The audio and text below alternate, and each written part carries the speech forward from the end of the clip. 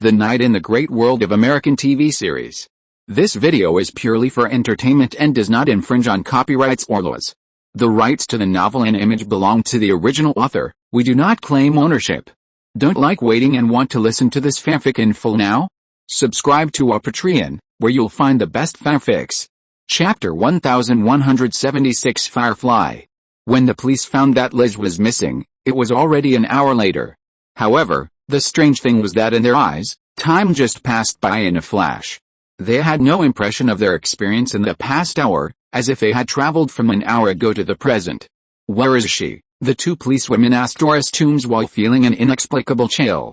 "She's gone." Doris Toombs looked a little dazed, as if she was stimulated by something. The two policewomen wanted to say something, but didn't know how to say it. "I asked you for help." Doris rolled her eyes and said seriously, "But you just stood there motionless. What can I do? Was Miss Toombs kidnapped?" A policewoman immediately realized the meaning of Doris' words. "No, she volunteered," Doris said. "I persuaded her, but she is the same as her father. Once she decides on something, she will do it, no matter how others persuade her." Doris did try to persuade Liz to give up revenge. After all, the money left by Adrian was enough for them to live a quiet life. Liz was a little overwhelmed by Doris's attack. But Emma's words completely shattered Liz's luck. "That is, you attacked Kingpin's people. Even if Tombstone is captured, Kingpin will not give up." Liz immediately understood that she could not turn back. She heard from Molotov and Keith about Kingpin's horror. If she wanted her mother to be free from harassment, she must get rid of Kingpin. This is not only to avenge her father, but also for her mother to live a peaceful life in the future. However, Liz still underestimated Emma. Is there a little truth in what Emma said? Yes. But only a little. After all, Kingpin didn't know Liz's identity until now. In Kingpin's view, Liz and her mother were completely worthless targets. Why kill them? He didn't like killing people. He always killed people for a purpose. He was a gangster, not a madman. But now it's not necessarily the case. Liz's first disappearance can be explained, but the second disappearance is weird. With Kingpin's intelligence network, it is impossible not to notice this. With another connection, Liz is a serious suspect. Kingpin is not a policeman. He does not need evidence. Suspicion is enough for him to act. So from this perspective, what Emma said is damn right. So it was three little guys who did it. Kai covered his forehead with a headache. Raven said with a smile on the phone, "That's right, miss, you just watched like this. Children will grow up. You can't always suppress them. They are different from ordinary children, but, don't worry, I'll always follow them. If there is any trouble, I will come forward to deal with it. Even if I can't deal with it, don't you still have you? Wait. When this is over, they and you will all be spanked." No need to wait until it's over, I can go to your place right away. Hiss. I can't help it." Kai hung up the phone with a dark face. I don't know when Raven changed. Of course, maybe Kai was just making a fuss. Raven had been wandering around the world alone for nearly 100 years, and she was no longer a little girl. "I'm sorry, Mrs. Toombs. I'm sorry." After hanging up the phone, Kai walked into the room and apologized to Mrs. Toombs sincerely. Mrs. Toombs looked at him and shook her head. "I should say sorry. Because Liz dragged your daughter in." Tisk. Such a reasonable person made Kai feel even more guilty. It was obviously that little bastard Emma who wanted to make trouble and dragged Liz into the water. Now, Mrs. Toombs's risk factor has increased greatly. In view of the behavior of the little guys, Mrs. Toombs, I think, your security level needs to be increased again. You can't stay in the hotel. I will arrange you to a safe room. Don't worry, it's very safe and the environment is very good. The New York Police's safe rooms are also graded. For some high-value targets, the New York Police certainly can't let the other party stay in a bad one. The airtight and windowless safe rooms are for the poor. The safe rooms for the rich are similar to villas, and the security level is incomparable. After all, the rich are difficult to deal with. This is the capitalist world. The rich can have 2 days off in prison. "Are you sure the Tombstone is here?" Emma and the others were standing outside a federal agency. On the surface, it was a research institute under the federal U.S. Department of Health and Human Services. No one knew what it actually did. But looking at the military and police patrolling there, it was obviously a wolf in sheep's clothing. "Sebastian told me so." "Don't worry, Sebastian is very reliable." Keith looked at the mouse on his shoulder and said very confidently, Don't underestimate Sebastian. You know, mice have a very strong sense of smell. Emma nodded. Indeed, mice have 1,207 olfactory receptor genes, which ranks second in the animal kingdom. Liz, wearing the nightingale mecha, sat uneasily behind them. Then how do we get in? Liz can still overcome the bad guys, but she is a little afraid to deal with the police and soldiers. She wanted to be a superhero, not a villain. Emma, can you let us in like you did before? Teresa said anxiously with Bernadette on her back. It's already past 4 o'clock, and it will be dawn soon. We must get back before dawn, otherwise Raven's mother will find out that we sneaked out. No. Emma observed the security force of the federal agency and shook her head. This hotel is different. The security here is much stronger. I don't have the ability to control so many people at once. Emma was still too young to let her psychic power cover such a large area. What should we do? Should we go back? Teresa said impatiently, and then she glanced at Bernadette, who was sleeping like a pig. Why don't we retreat first and think of a way tomorrow? Anyway, the tombstone is here and can't run away. Liz nodded. Yes, let's go back first and make a long-term plan. Keith was not very satisfied. Then our whole night was in vain. No, I think it's very interesting. By the way, why don't we skip class today? Go to Keith's place to play. I really want to experience Keith's secret base. Teresa was very satisfied with tonight's adventure. She didn't really want to fight, and doing bad things was her pursuit. Skip class? Emma thought seriously. Not impossible. At this moment, Emma suddenly froze. Keith saw that Emma suddenly stopped talking and didn't move. What's wrong with Emma? Teresa didn't say anything, but looked left and right. Emma must have discovered something. The next second, Emma recovered. It seems that today is our lucky day. What's wrong? Keith, holding his mouse Sebastian, also looked around. Then he saw a motorcycle coming from a distance. The motorcycle braked suddenly and spun, and the front of the car was facing the gate of the federal agency. A man wearing a black racing suit and a black helmet was sitting on the car. Judging from his figure, he should be a man. The federal agents at the door immediately noticed this side. 2 agents quickly put their hands on their waists and ran out quickly, apparently intending to come out for questioning. As a result, the person on the motorcycle took out a cylinder. When the cylinder was opened, there were densely packed small things like flying insects inside. Seeing the person inside coming out, the helmeted man tapped his arm. The flying insects in the cylinder suddenly flapped their wings and flew up. Then everyone saw a beautiful scene. A whole piece of flashing fireflies began to fly towards the building. The scene was very beautiful. However, as long as you are not stupid, you can see that there is a problem. It is November now, and fireflies cannot appear in New York. But these things were too small, and the agents didn't know what to do with their guns raised. Soon the fireflies flew in front of the 2 agents. One of the agents reached out and grabbed a firefly. He spread his hands. The insect in his palm shocked him. That thing was not a bug at all, but a metal robot. But before he could warn, the indicator light behind the metal bug suddenly began to flash, and then boom! A ball of fire directly engulfed the agent. Then another firefly crawled on the shoulder of another agent. Boom! Quick! Lower the security door. The federal agents inside the building immediately rushed from all directions, blocked outside the gate, raised their guns for defense, and at the same time, the iron doors behind the gate began to slowly descend. Unfortunately, the bugs were faster. A bug lay on the glass door, and the glass door blew open with a bang, and then more fireflies flew into the building. Fire! Fire! Fire! Shoot them down. This was just a joke. That thing is much smaller than a bullet, and it moves irregularly. Also, it can fly, and the intervals are extremely large. If they can shoot it down, they don't need to be agents anymore. They can just be superheroes. So the scene is that a group of people fired randomly, and the result was that except for a blind cat catching a dead mouse, they hit 1 or 2, but nothing worked. And those fireflies don't seem to be fast, but in fact they fly very fast. These things fall on the agents one after another, and then, after a series of explosions, the agents lay on the ground. And in the Federal Research Institute, outside a super large laboratory, Sage was guarding the door with his men. They also heard the alarm in the base. Boss, what should we do? The red-haired woman immediately asked Sage. Should we go to help? No. Our mission is to guard the prisoners, and everything else has nothing to do with us. Sage shook his head. Sage led 2 teams in total, the red-haired team and the Blake team. But their mission is completely different from that of the federal agents. Their goal is to keep an eye on the prisoners. As for other things, they have nothing to do with them. This is a question of jurisdiction. Even if they go to help, others may not appreciate it. If they repel the attack, it's fine. At most, they will argue. If something goes wrong, they are likely to take the blame. Don't underestimate the skill of shifting blame in the bureaucracy. In order to avoid responsibility, those bureaucrats can do anything. Others just grab one point.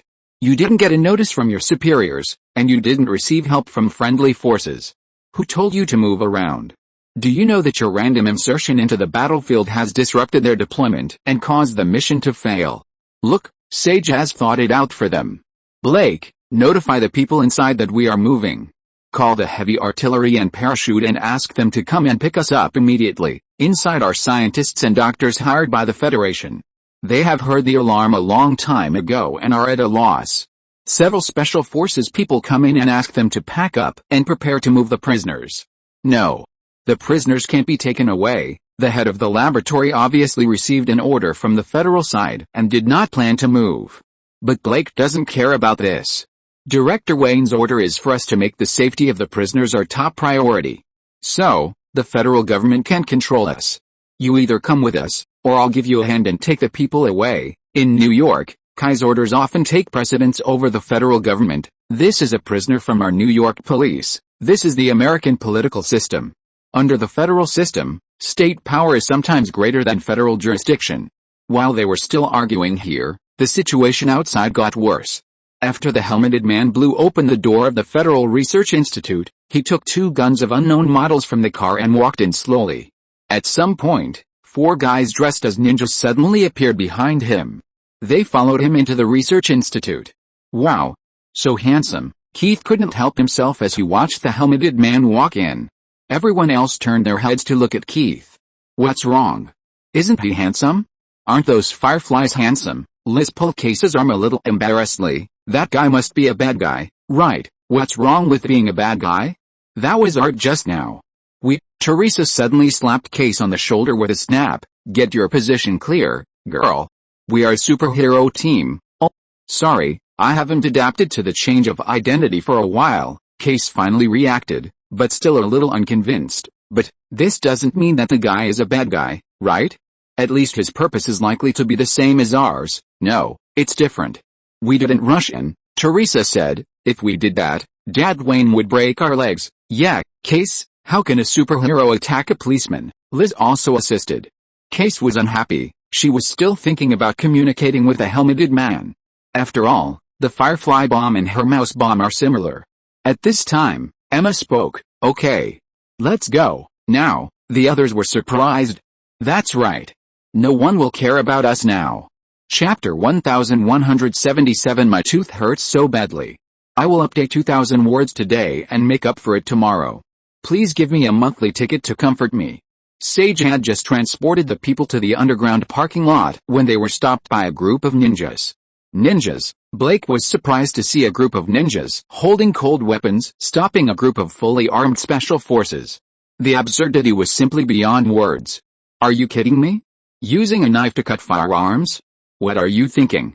Sage's face turned ugly. He was not Blake. He had heard Kai talk about ninjas. Moreover, it was obvious that those who dared to use cold weapons to fight firearms were either crazy or really capable. Blake, take your people and go from the other side. The others, come with me to stop these guys. Then the battle started. Inside the institute, the helmeted man walked leisurely inside the institute, with fireflies flying above his head.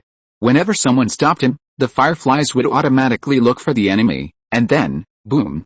Except for very rare cases, when the helmeted man had to take action. The whole process was as simple as shopping. The ninjas following him disappeared without a trace.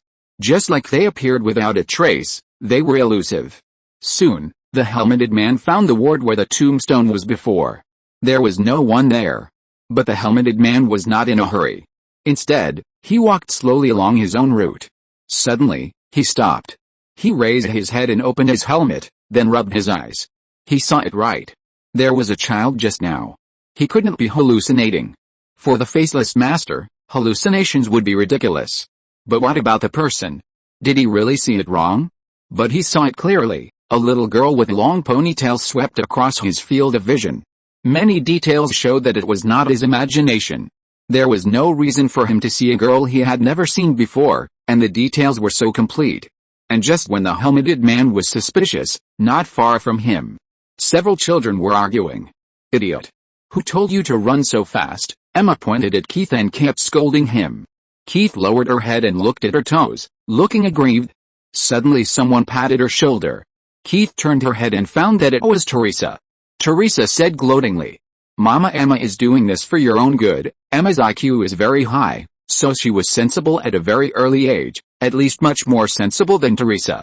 So from the past, Emma would play the role of the big sister when Raven was not around, and because she liked to nag, Teresa and Bernadette often called her Mama Emma. Then Teresa was glared at by Emma. Teresa immediately changed the subject, and she raised her hand to point at the helmeted man. "Should we kill him here, Pa?" As a result, before she raised her hand, she was hit by Emma. "Don't point at him, and don't look at him. He will know," Emma warned very seriously. "Huh?" Teresa was surprised, because this had never happened before. "I'm not lying to you. His willpower and insight are very strong. To put it bluntly, Emma's ability is to deceive other people's will and change the signals received by the other party's brain. But fake is fake. Some people with strong willpower and excellent insight will find a sense of disobedience, so that their will can escape the deception of Emma's ability. Just now, the helmeted man got rid of Emma's ability and saw Keith. If Emma hadn't reacted quickly and increased the strength of her ability immediately, she would have been discovered. At this time, if they did something out of the ordinary and let the other party find the loophole, they would be discovered immediately. Liz was even more scared. "What should we do now? We won't be discovered, right? It's okay. We stand here and don't make eye contact with him, and don't have any murderous intent towards him, and nothing will happen." This is the first time that Emma has met someone other than Kay who can escape her spiritual environment. Hearing this, the girls immediately stood still.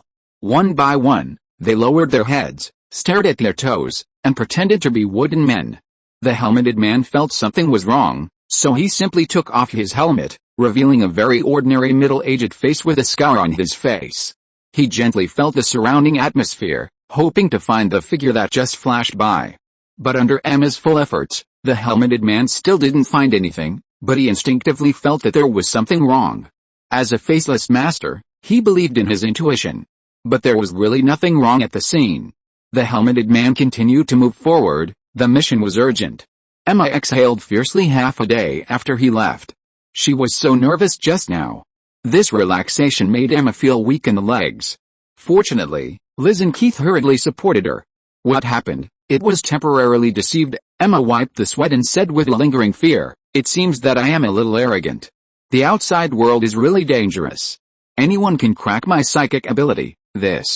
Emma is a little unconfident. However, she was a little self-deprecating this time.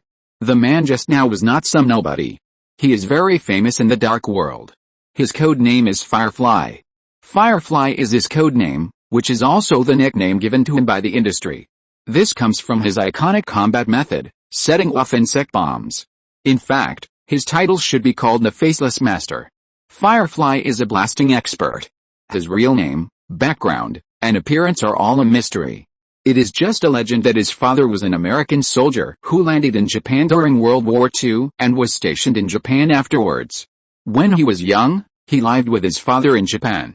At that time, his father accidentally saved a Kogan ninja, so after his father died, the Kogan ninja accepted him as a disciple, raised him to adulthood, trained him to be a ninjutsu master, and obtained the title of Faceless Master after completing his apprenticeship. Because he hypnotized anyone who saw his true face would forget his appearance, and in the end only remember a face without appearance. The harsh training made him a ninjutsu master and also strengthened his will. He can lie in ambush in the snow for 3 days and 3 nights without moving, waiting for the target to appear. He can remember the layout of an entire maze in 3 seconds. He can withstand a whole year of torture without revealing a word to the enemy. It can be said that this man's willpower is close to the limit of human beings. Emma is still young, and it is already very good to be able to deceive such a person. How about we take a break? No. We must rush over. Otherwise, the people here will definitely not be able to stop him, Emma said firmly. The facts are similar to what Emma said. Saji's special forces suffered heavy losses, and those ninjas are really powerful. Seeing his team members die one after another, Saji was very angry. But this can't solve the problem. I swear. I suddenly had a toothache after dinner in the evening. Now my gums are getting more and more swollen. The toothache has affected the trigeminal nerve, and even the temples are hurting. Chapter 1178, Make Up for Yesterday's 2000 Words. On the other side, Blake and the red-haired girl also encountered trouble. Firefly blocked their way. Looking at the useless Firefly behind Firefly, the red-haired girl asked Blake in a low voice, "When will the support come?" "It can come," Blake said in a lower voice. "Our communication was hijacked long before the attack began. We can't contact the outside world at all. So, we can only pray for the best." "What? Then we are dead." The red-haired girl's face changed. Fortunately, she was still rational and didn't say it out loud, otherwise the morale would be absolutely ruined. Now we can only hope that Director Yu Wayne will notice this and come to rescue us. This is because Kai and others seriously underestimated the strength of Kingpin's counterattack. They didn't expect that a gang leader would have such a force under his command. Therefore, although the special forces participated in the custody of the tombstone, they did not bring new weapons. After all, according to their original estimate, the security force of the Institute plus some of the special forces should be absolutely safe. Even though Kai knew that Kingpin came from another world, he didn't expect this guy to cause such a big storm in secret. So the people in the special department can only be unlucky. However, they were not destined to die. The restlessness of a few little guys gave them a chance to survive. "What should we do? Should we help?" Teresa asked in a low voice. "I know that woman. Her name is Scarlet. She and Sage have been to her house before. They are Wayne's subordinates. Well, by the way, this woman has feelings for Dad. I saw it. Every time she looks at Dad, her eyes are watery." Emma disagreed. "No. That woman's eyes are watery when she looks at anyone, just like the woman named Natasha." Emma, although you are very smart, you are still too young. You can't tell what a woman looks like when she looks at a man she likes. Although she and Natasha are both bitches, they treat other men differently from Wayne," Teresa explained proudly, looking like an experienced person. Emma wrinkled her nose and said disdainfully, "You sound like you know it." Teresa straightened her chest. "I've grown up. Hey. Sisters, although I also want to hear the gossip about your dad and other women, please pay attention to those poor cops on the other side. They are going to be killed. Fortunately, there are sober people. Keith is a little crazy, and she didn't expect that one day she would persuade others to calm down. It's amazing to think about it. It's bad. Quick. Emma, do it." Teresa hurriedly pulled Emma. "If Dad knew that we sneaked out and didn't help his subordinates, we wouldn't just have one leg. I don't want my pocket money to be deducted for the rest of my life." "How much do you despise your leg?" "It's not as important as your pocket money." Emma was misled by Teresa again. "Nonsense. Dad won't really break my leg, but he will really deduct all my pocket money," Teresa said confidently. Fortunately, Emma still knew what was important. "I can't handle this guy. You can't expect my ability to be useful for those mechanical flying insects." "Teresa, it's up to you." Teresa smiled and remembered that she was indeed more suitable to deal with such an enemy. She touched her nose and said proudly, "Watch me." Liz and Keith both widened their eyes, intending to see Teresa's ability. They had only heard of it, but had never seen Teresa's ability. "Cover your ears." After Teresa finished speaking, she opened her mouth and aimed at the fireflies who had been watching her mechanical fireflies slaughtering those special forces members. Ah! A shriek that seemed to come from hell suddenly came out of nowhere. No one present was prepared. Even the special forces members who were not used as the main body of the attack could only roll on the ground with their heads in their hands. And those mechanical firefly bombs that were originally flying in the air shook a few times and began to fall from the sky in pieces. As for Firefly himself, it was even worse. He was hit by Teresa's sonic attack without reservation. He didn't even have time to struggle before he was blown away by the sonic wave. However, it must be said that the quality of this ninja master is really very, very good. The moment he was hit again, he endured the influence of the sonic resonance on his muscles, bones and internal organs, raised his hand and aimed the machine gun in Teresa's direction and fired. Emma covered her ears while controlling the already dumbfounded Liz to open the wings of the Nightingale Mecha to block them. Ding ding ding ding ding ding ding ding. All the bullets were on the wings of the nightingale, making a crisp sound. The faceless master looked at his 7 orifices bleeding and saw that all his attacks were ineffective, and immediately threw a smoke bomb on the ground. He couldn't fight without any information about the enemy. That would be irresponsible to himself. Ninjas are not like those drawn in a certain comic book, who only use force and recklessness. On the contrary, ninjas are sharp blades that do not reflect light in the dark. They spend much more time collecting intelligence than actually carrying out assassinations. Although the enemy in front of him was just a child, it made no difference to a ninja. An enemy is an enemy. It would be foolish to fight the enemy without knowing anything about him. So he chose to retreat. Although this seemed cowardly, this was a ninja. After all, he was a faceless man, and he did not need the so-called self-esteem. His first priority was to preserve himself, and the second was the mission. Otherwise, he would not be called a ninja. Ninjas endure what ordinary people cannot endure. Escaped. When the smoke cleared, Teresa saw the scene clearly. The faceless master had disappeared, leaving only a field of special forces members, some dead, and some unconscious. Escaped. Emma closed her eyes and used her psychic powers to feel that the other party had escaped from the laboratory. What? I thought he was so powerful. Teresa scratched her head and said with a look of dissatisfaction. Emma disagreed. No, that guy is very powerful. If we meet him next time, we must be careful and careful. Teresa pouted and didn't listen at all. Teresa, you are awesome. Liz finally came back to her senses. Everything that just happened had a big impact on her. Ha. No. Teresa laughed and waved her hands, trying to make herself look more modest, but the more she did that, the more she looked like a villain. But she was not annoying like this. After all, she was a beautiful girl.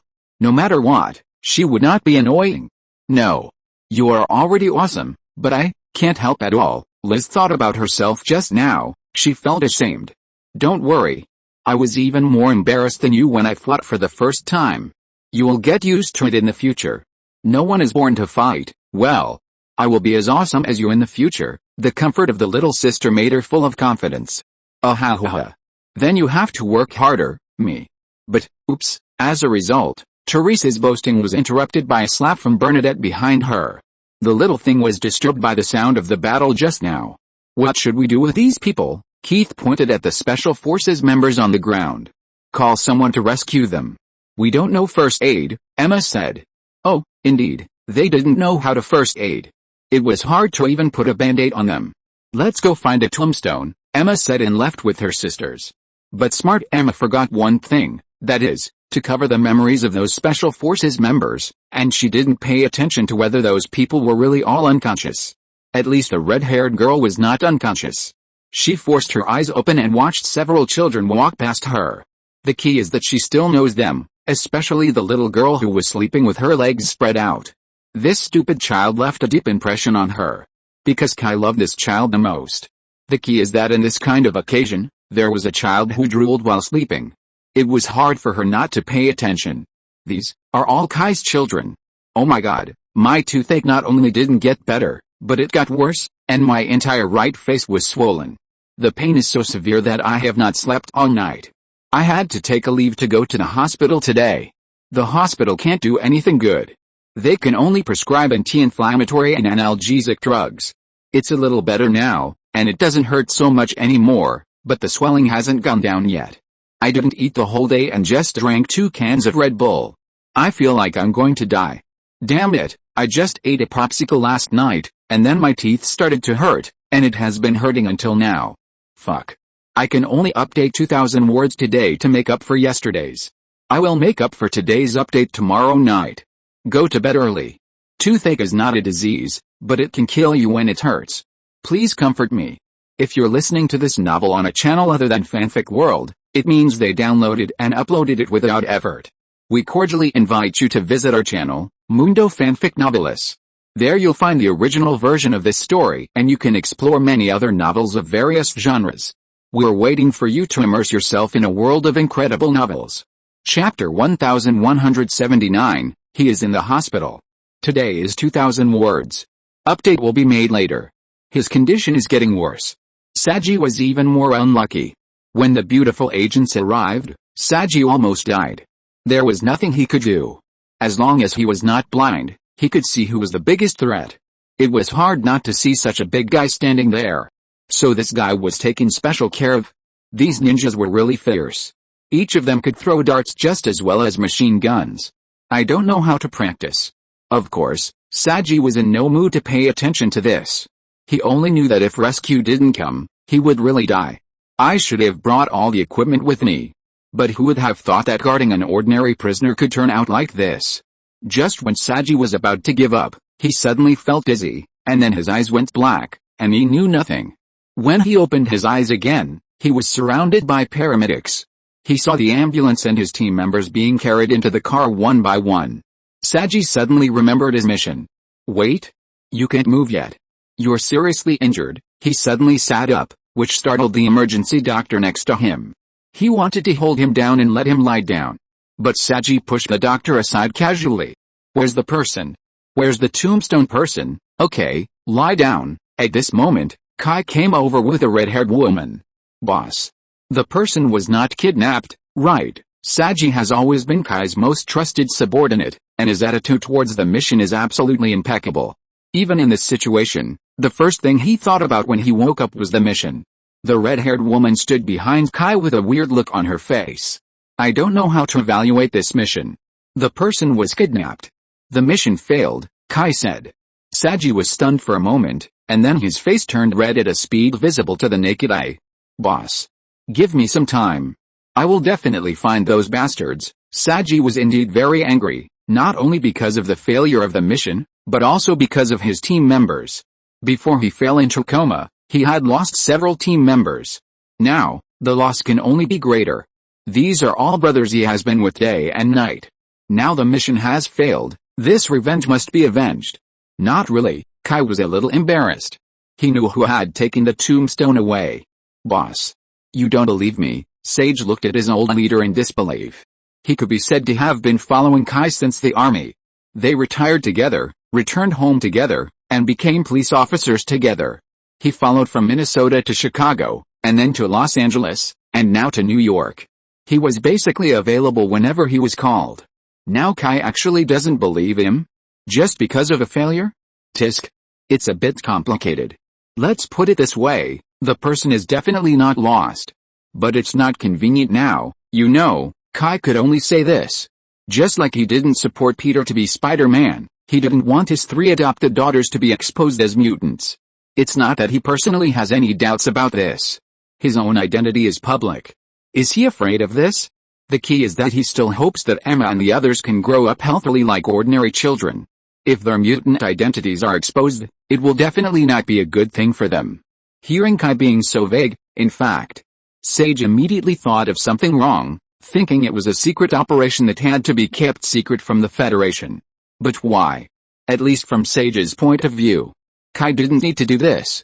But out of trust in his boss, Sage still nodded reluctantly. I'll tell you in detail later. But now, just treat it as a mission failure. In short, you don't need to investigate the tombstone, and focus on finding information about the attackers. Really, what kind of people like to run to New York? Enough. Is New York so popular? The answer is, yes. Tonight, a group of Japanese ninjas hurriedly ran to New York. Shredder. It seems that you have discovered something incredible, Kingpin said thoughtfully when he saw the embarrassed Shredder in front of him. Because just the day before, the Bigfoot gang supported him with a group of people and told Kingpin that the Bigfoot gang's plan was very successful and that they would soon be able to open the spaceship that had been sealed for who knows how many years.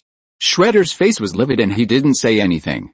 On the contrary, Kenji Koyama said with a lingering fear, Devil. Devil. We opened the gate of hell. We released the devil. At the beginning, Kingpin and Shredder reached a verbal cooperation, but Kingpin had to show sincerity first to prove that Kingpin's plan could work. Kingpin acted quickly. Soon there was a little turmoil in Japan recently. But it was soon calmed down.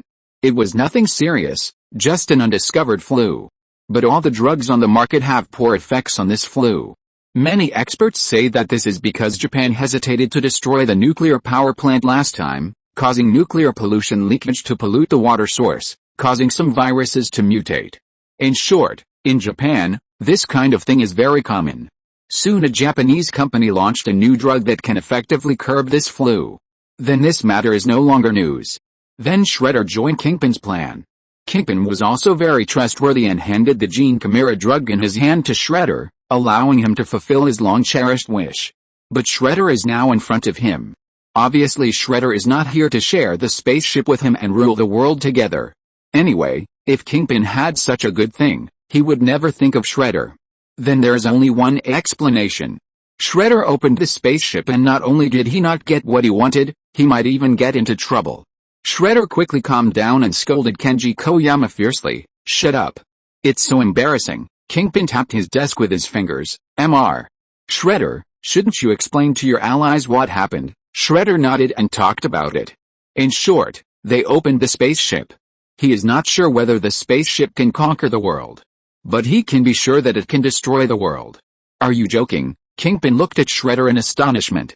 "Do you think I am a person who likes jokes? Japan all have a paralyzed face, and it seems that they have no sense of humor. And Shredder is the best among them. It's like facial nerve necrosis or too much hyaluronic acid injection. Except for the mouth and eyelids, other parts can't move. Alien parasites, are they really that powerful? It's not a question of how powerful they are, but how many there are. Let's put it this way, we don't know how many people in Japan are parasitized at the moment." Shredder gritted his teeth and said, "What's worse is that they are intelligent. And they feed on humans. I saw with my own eyes that a follower who has followed me for more than 10 years ate my babysitter to the bone." Kingpin then looked serious. "Did you bring back any samples?" "It's useless. Once that thing parasitizes the human body, it will fuse with human cells. Once it dies, it will be no different from ordinary human tissue. We did bring back a few corpses. If you are interested, I can give them to you." Shredder was obviously hit hard. The Bigfoot gang had been expecting for thousands of years, and this was the end. He didn't collapse on the spot because he had a good mentality. Those aliens are really fucking dirty. "So you Bigfoot gang are all in New York." Kingpin was actually not very interested in parasites, because it was easy to overturn. He was not one of those arrogant people in SHIELD, he knew what he should and shouldn't do. Besides, SHIELD has room for error, but he doesn't. If he fails, he will definitely die without a burial place. We can't stay in Japan anymore. Those parasites have been chasing us. Shredder is very single. Although Kingpin was speechless, he still welcomed it. "Aren't you afraid?" Shredder was originally ready to lie down and be slaughtered. After all, they might bring big trouble, and the world might be destroyed. "What are you afraid of?" Kingpin said with a cigar in his mouth, stunned, and then suddenly realized, "You are talking about those alien parasites. Why should I be afraid? Oh, those alien creatures are very likely to destroy the world." Shredder felt that Kingpin looked down on those alien creatures. "I know, you explained it very clearly, then why do you?" Kingpin laughed. He rarely laughed, but at this moment, his laugh was very sincere. "If the sky falls, there are tall people to hold it up." Kingpin laughed more sincerely as he said that. "You know, I don't like superheroes, I never have. But whenever I encounter a problem that I can't solve, I'm especially grateful to those superheroes." I never thought that one day, toothache would develop into hospitalization. The toothache became more and more serious. Not only was my face swollen, but also the right side of my neck was swollen. After taking anti-inflammatory and analgesic drugs orally, the symptoms did not improve. Instead, I had pain in my jaw and neck. The doctor said that I had a gum abscess and used the needle to pick it from me. Damn, it bled. Then he asked me to stay in the hospital for observation. I was afraid that the bleeding would cause serious infection. I had to wait until the swelling subsided before I could go home. Damn. I brush my teeth every day. Why did it become like this? Chapter 1180, Discharged from Hospital, Much Better. First update. A gang leader actually thanked a superhero. Is there anything more ironic than this? Yes. That is, this trouble was caused by the gang. It's interesting to think about it. It's obviously the trouble we caused, but we can just leave it alone and leave the mess to them to solve. We don't have to do anything. Kingpin laughed as he spoke. The Kingpin in this world is more cautious. Although he was humiliated by Kai and had to leave New York, he didn't actually suffer much loss. But the Kingpin in another world is different. He suffered too much? He hates superheroes. Are you going to let the superheroes deal with those parasites? Why not? Kingpin picked up his cigar. People like us rarely have the chance to ask superheroes for help, so we should cherish it. You want me to leak the news? Why? Kingpin was even more surprised than Shredder. Why? You want to get in touch with superheroes? Didn't you say to let them solve the problem? Why are you in such a hurry? Anyway, there are so many Japanese, and they won't die in a short time. There are so many people waiting to die, so naturally there will be people who are more anxious than us. What does it have to do with us? Kingpin's words made Shredder suddenly feel like he was following the right person. So damn cold-blooded. It's hard for such a person not to do big things. It's just that he's a little insecure. Then we really don't do anything. Shredder was a little uncomfortable with being left with nothing to do all of a sudden. Kingpin looked at him strangely, thinking that the Japanese were really interesting, and actually came to him to be exploited. If he didn't exploit him, he would be too sorry for him. If you have nothing to do, I have a troublesome matter that needs you to solve. What? One of my men was captured. Kingpin threw out the trouble of Tombstone. I asked your men to solve it, but they failed. It happens that you are here. I hope you can solve him. Your men? Yes. How to solve it? If you can save him, save him. If you can't. Shredder understood. Anyway, he just couldn't let that guy speak. He was very skilled in this kind of thing. So he nodded. Seeing that he was full of confidence, Kingpin thought it would be better to remind him that this is New York, not a rural place like Japan. The faceless master you introduced to me was seriously injured. I hope you can be careful. I don't want to change partners so soon. Hearing that the faceless master had failed, Shredder also understood the complexity of the matter. He nodded. When Kai returned home, it was already 5 or 6 in the morning, and he needed to clean up a mess for a few little guys. But even so, he didn't have time to sleep, because Raven came to his room and discussed the issue of children's education with him. Discuss the issue of children's education. At the table, the little ones were listless, except Bernadette, who was full of energy and ate with a spoon with extraordinary momentum. When Kai walked to the table, the little ones immediately perked up. They were obviously nervous, afraid that what happened last night would be discovered. Last night, Kai hadn't finished speaking. Teresa said hurriedly, we talked together last night. Chatted until very late. We didn't know anything. Emma covered her face with her hands. Kai didn't care, just pulled the corner of her mouth. So Liz's disappearance last night has nothing to do with you. Absolutely nothing. Keith turned his head away with a guilty conscience. That's good. Kai endured it, and finally held it back. He was convinced by Raven. He accepted the fact that his adopted daughters were not ordinary children, and the education method of ordinary children might not really be suitable for them. So he decided to accept Raven's advice and stop interfering with them too much. At least he should give them a chance. This has absolutely nothing to do with Raven walking into his room with a Hollywood album last night. However, Kai once again proved that owning Raven means owning all the women in the world, which is definitely not an empty talk. Of course, if you are a little perverted, it is not impossible to own things other than women. Back to the point, Raven hopes that Kai can turn a blind eye to the adventures of several children. Raven promised that she would follow them throughout the process to ensure their safety. In this regard, Kai used various threats and inducements, mainly inducements. He had no choice but to agree. In addition, Kai took out a document. Keith, you will change your name to Keith Wayne from now on. Why change your name? What is this? Keith picked up the bacon on the plate with a fork, stuffed it into his mouth while Alfu was hesitant to speak, and then asked incoherently. Adoption documents, Kai said lightly. What? Why don't I know? Do you think, with my ability, it's difficult to get an adoption document? But I don't agree. No use. The government's consent is enough. HMPH, no need to hum. Do you think I will let a little girl who can blow up the whole city at any time wander around in the sewer? Keith was still planning to argue. At this time, Bernadette excitedly pulled Keith and shouted happily, does this mean that Keith is already my sister? Yes. Honey, are you happy? Keith asked this little cutie with a smile. Among the children, she is the most obedient. Last night, she did nothing. Well, Keith didn't know at all that his so-called most obedient little cutie was not really doing nothing, but that she didn't have time. She slept the whole time, and never woke up from beginning to end. So Keith and Liz were worried for a while whether Bernadette had any problems. By this morning, Bernadette had completely forgotten the fact that she went out last night. Seeing Bernadette, Keith felt a little bit sorry again. Kai also thought about getting Case's consent, and he decided it very arrogantly. Emma and Teresa were also very happy. They surrounded Case. Case wanted to say something, but he was too embarrassed to speak. I will be very busy today, and so will your mother Raven, so, you should be honest. Kai said this before going to work. But looking at the eager eyes of the children, Kai rolled his eyes. He just gave Raven a look and asked her to take good care of them. When Raven and Kai left home, the little girls cheered immediately. Afu, who was standing aside, showed a doting smile. Ms. Teresa, Miss Emma and Miss Bernadette, don't forget, you still have to go to school today. The cheers of the girls were stuck at once. Bernadette looked frustrated, and she ran to Afu. Afu, can I take a leave? Why, little lady? Afu squatted down and asked seriously, is it because you don't like school? Bernadette hesitated immediately. She likes school very much.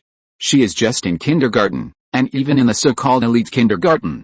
The schoolwork is not too heavy. And compared with other 5-year-olds, Bernadette is quite smart, and the current learning progress is not difficult for her at all. So in short, she spends most of her time playing at school. She doesn't hate going to school at all. No, but I want to play with Case. That's not a problem, little miss. You can play with Miss Case after school. After all, Miss Case's situation is special, and the master needs some time to help Miss Case find a good school. What? I have to go to school too, of course. Miss Case, Alfu said as a matter of course, the master told me about your situation. Although the master also thinks that the knowledge you have mastered is far beyond the level of high school students, in order to train your social skills, the master still thinks that you should have more contact with your peers. After all, there is nothing wrong with this. At this time, Teresa hugged Case. Don't struggle, Dad Wayne is very persistent on this point. He seems to think that it is a crime if he doesn't send us to school. So just go to school with us. After speaking, she winked at Case. The meaning was very clear. Case could only nod. Then little miss, do you still want to ask for leave? Bernadette thought about it and felt that there was no problem with this. She played with classmates at school and played with her new sister when she got home. No delay. Perfect.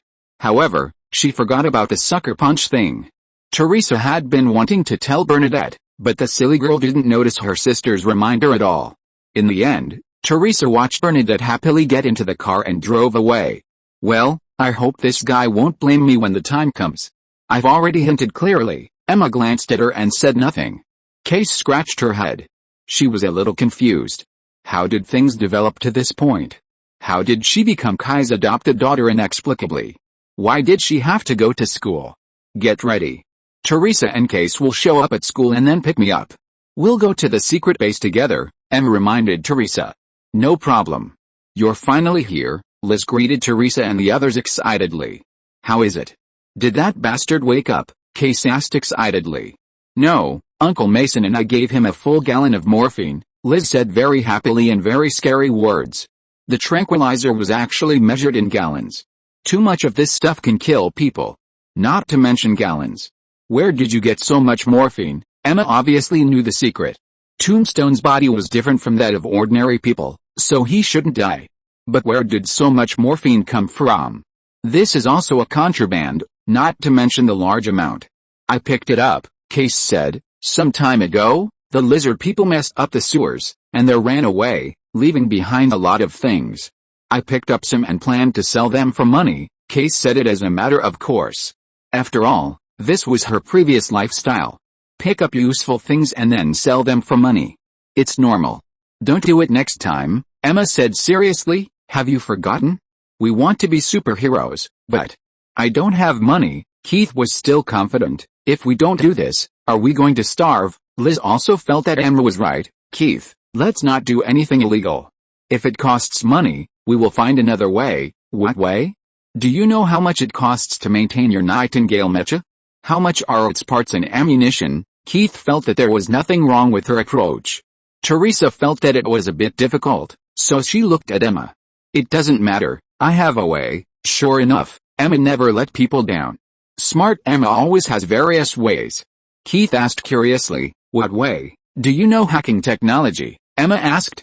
Hey, don't you look at who I am. Keith was very confident about this.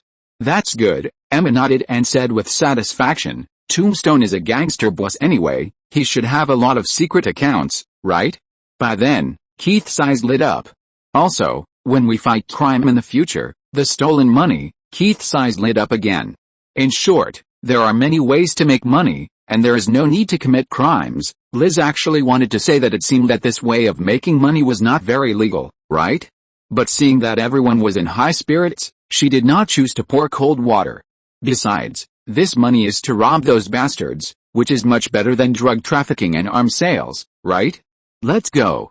Let's go and see what information Tombstone has. It is actually very easy to interrogate intelligence. Tombstone is now almost a piece of meat, and I am basically in a state of fish meat. Emma's use of psychic power to interrogate intelligence is simply invincible. Soon they learned a lot of information. Among them is Kingpin. But the more important information is not Kingpin. It is the murderer who killed Liz's father. Ms. Octopus, does anyone know who this person is? Emma asked. There is no hope for Teresa, she knows nothing. I can only count on Keith and Liz. Liz was a family member of the victim. Logically, she was most likely to know the relevant information. I haven't heard of this person, Liz thought for a long time and shook her head.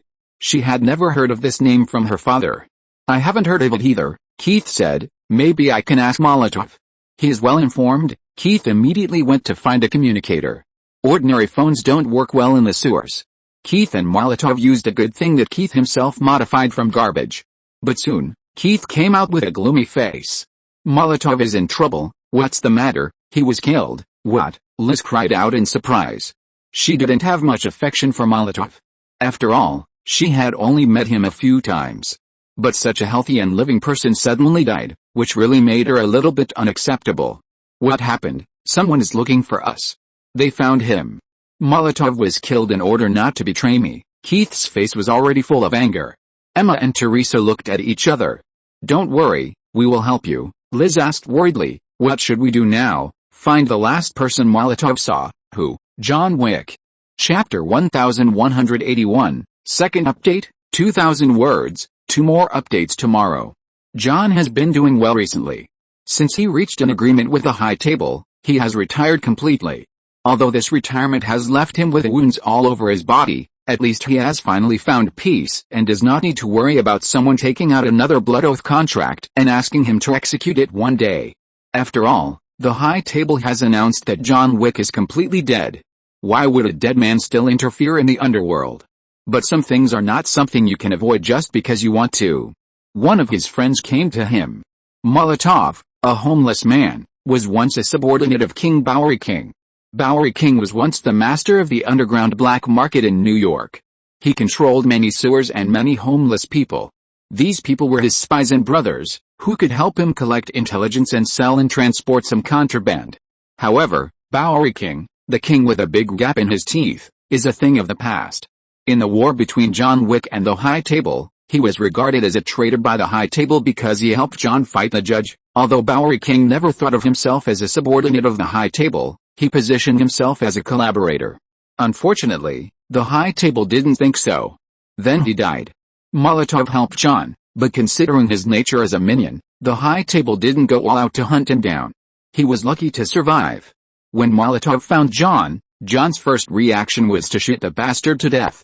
It's not that he didn't recognize this friend, but all the people who could be defined as friends of John would bring him trouble without exception. He didn't believe that Molotov came to him to reminisce about the past. Although he wanted to do so.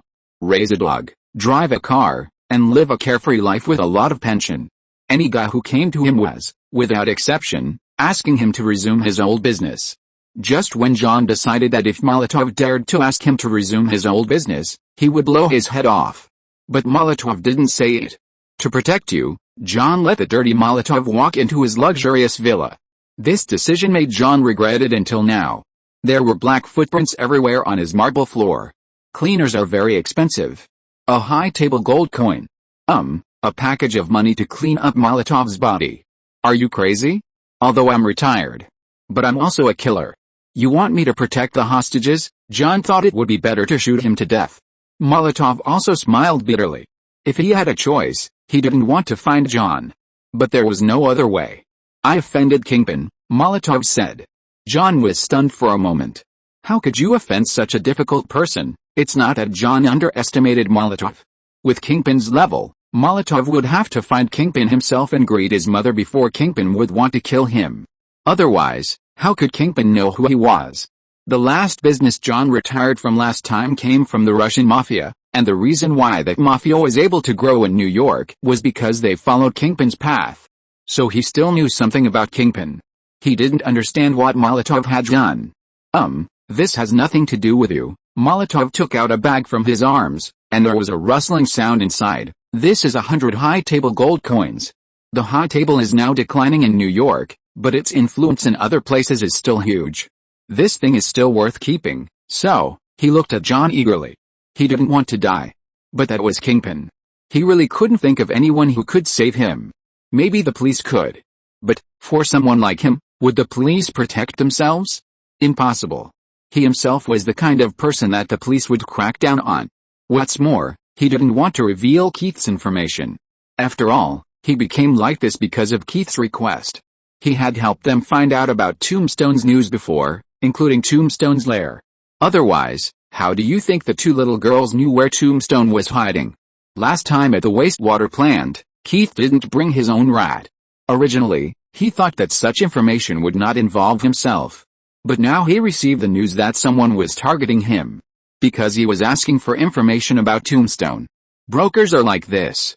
They are good at dancing and wandering around, but they also put themselves under the side of all parties. He asked someone for information about the Tombstone. His behavior actually generated information. It's okay if no one cares. Once someone cares, he can't hide at all.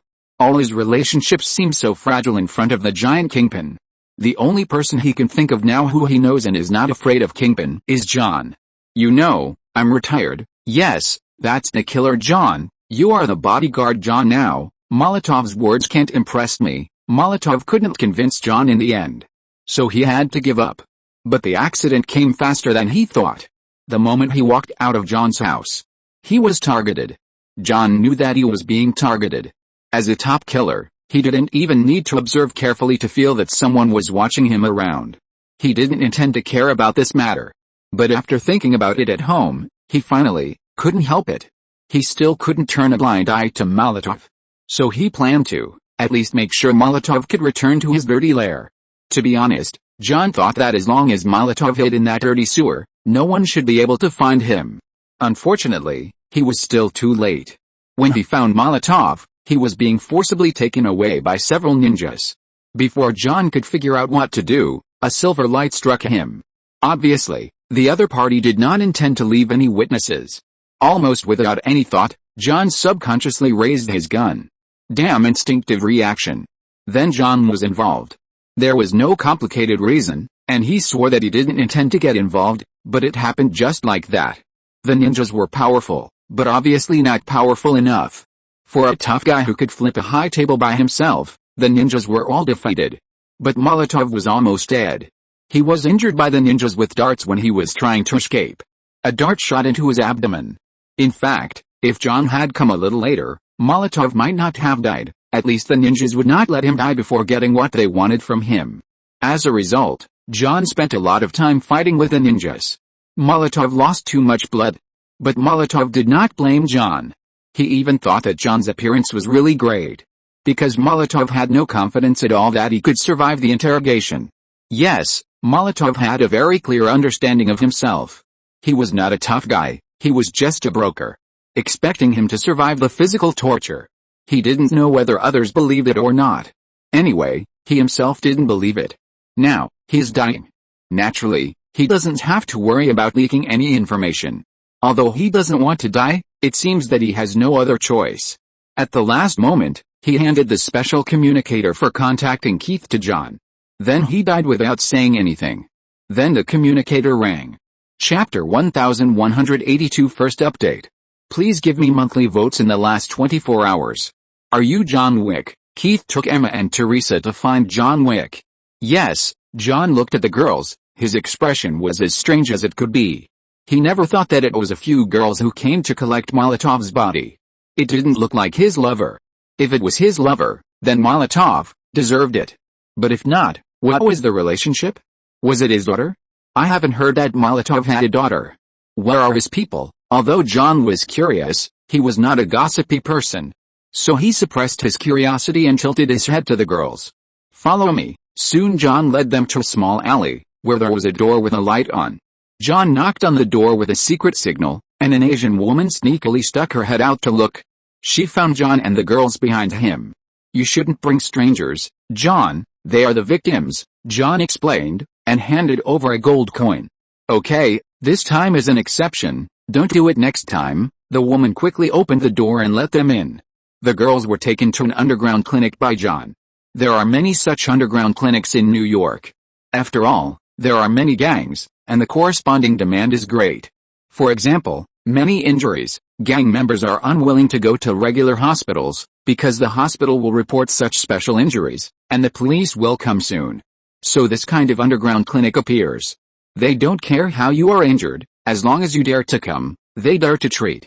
Of course, the level is good, most of the time it is effective. After all, they are just external injuries. If the injury is really serious, it is normal to die. Many underground clinics also work part-time as funeral homes. They can forge death certificates, so that people look like normal deaths. So there are cold storages here. The person is here, tell me what to do. John knows the price. Anyway, everything is easy with money. Liz hugged Case and comforted him softly. Fortunately, although Case was sad, at least he was calm on the surface. And Raven, who had been secretly watching Teresa and others, sighed softly. This is exactly what Kai didn't want these children to experience, but it was also what Raven wanted them to experience. It's not that Raven has any bad habits, but she hopes Teresa and Emma can remember this scene firmly. If you act recklessly, you will pay the price one day, either you or the people around you. As for Molotov, although he is very cold-blooded, who is he to Raven? If he dies, he dies. What's the problem? You can't expect a woman who has been dealing with intelligence agencies of various countries for nearly 100 years to be a saint, right? Although Emma and Teresa didn't know Molotov, they were still polite and kept quiet. His body is here. If you want to take him away directly, let me deal with it. John looked at the children, sighed and said, I suggest that you leave it to me. I will let him rest in peace. He didn't expect the children to be able to handle these things. Thank you, Keith said in a low voice. John nodded. Just when he was about to say something. Then Keith raised his head and looked at John with a firm look. Who did it? John choked. I didn't see it. I've already dealt with those people. John decided not to tell the truth. After all, letting a few kids kill people. John couldn't do that even if he didn't run away. You better be honest, Emma, Keith shouted without hesitation. Emma nodded and looked up at John. John subconsciously looked down and saw Emma's dark eyes. Then John put his hands down, and the whole person was like a wooden man. Who killed Molotov? Keith asked. A group of ninjas. Ninjas? Where are they? I killed them, John said honestly.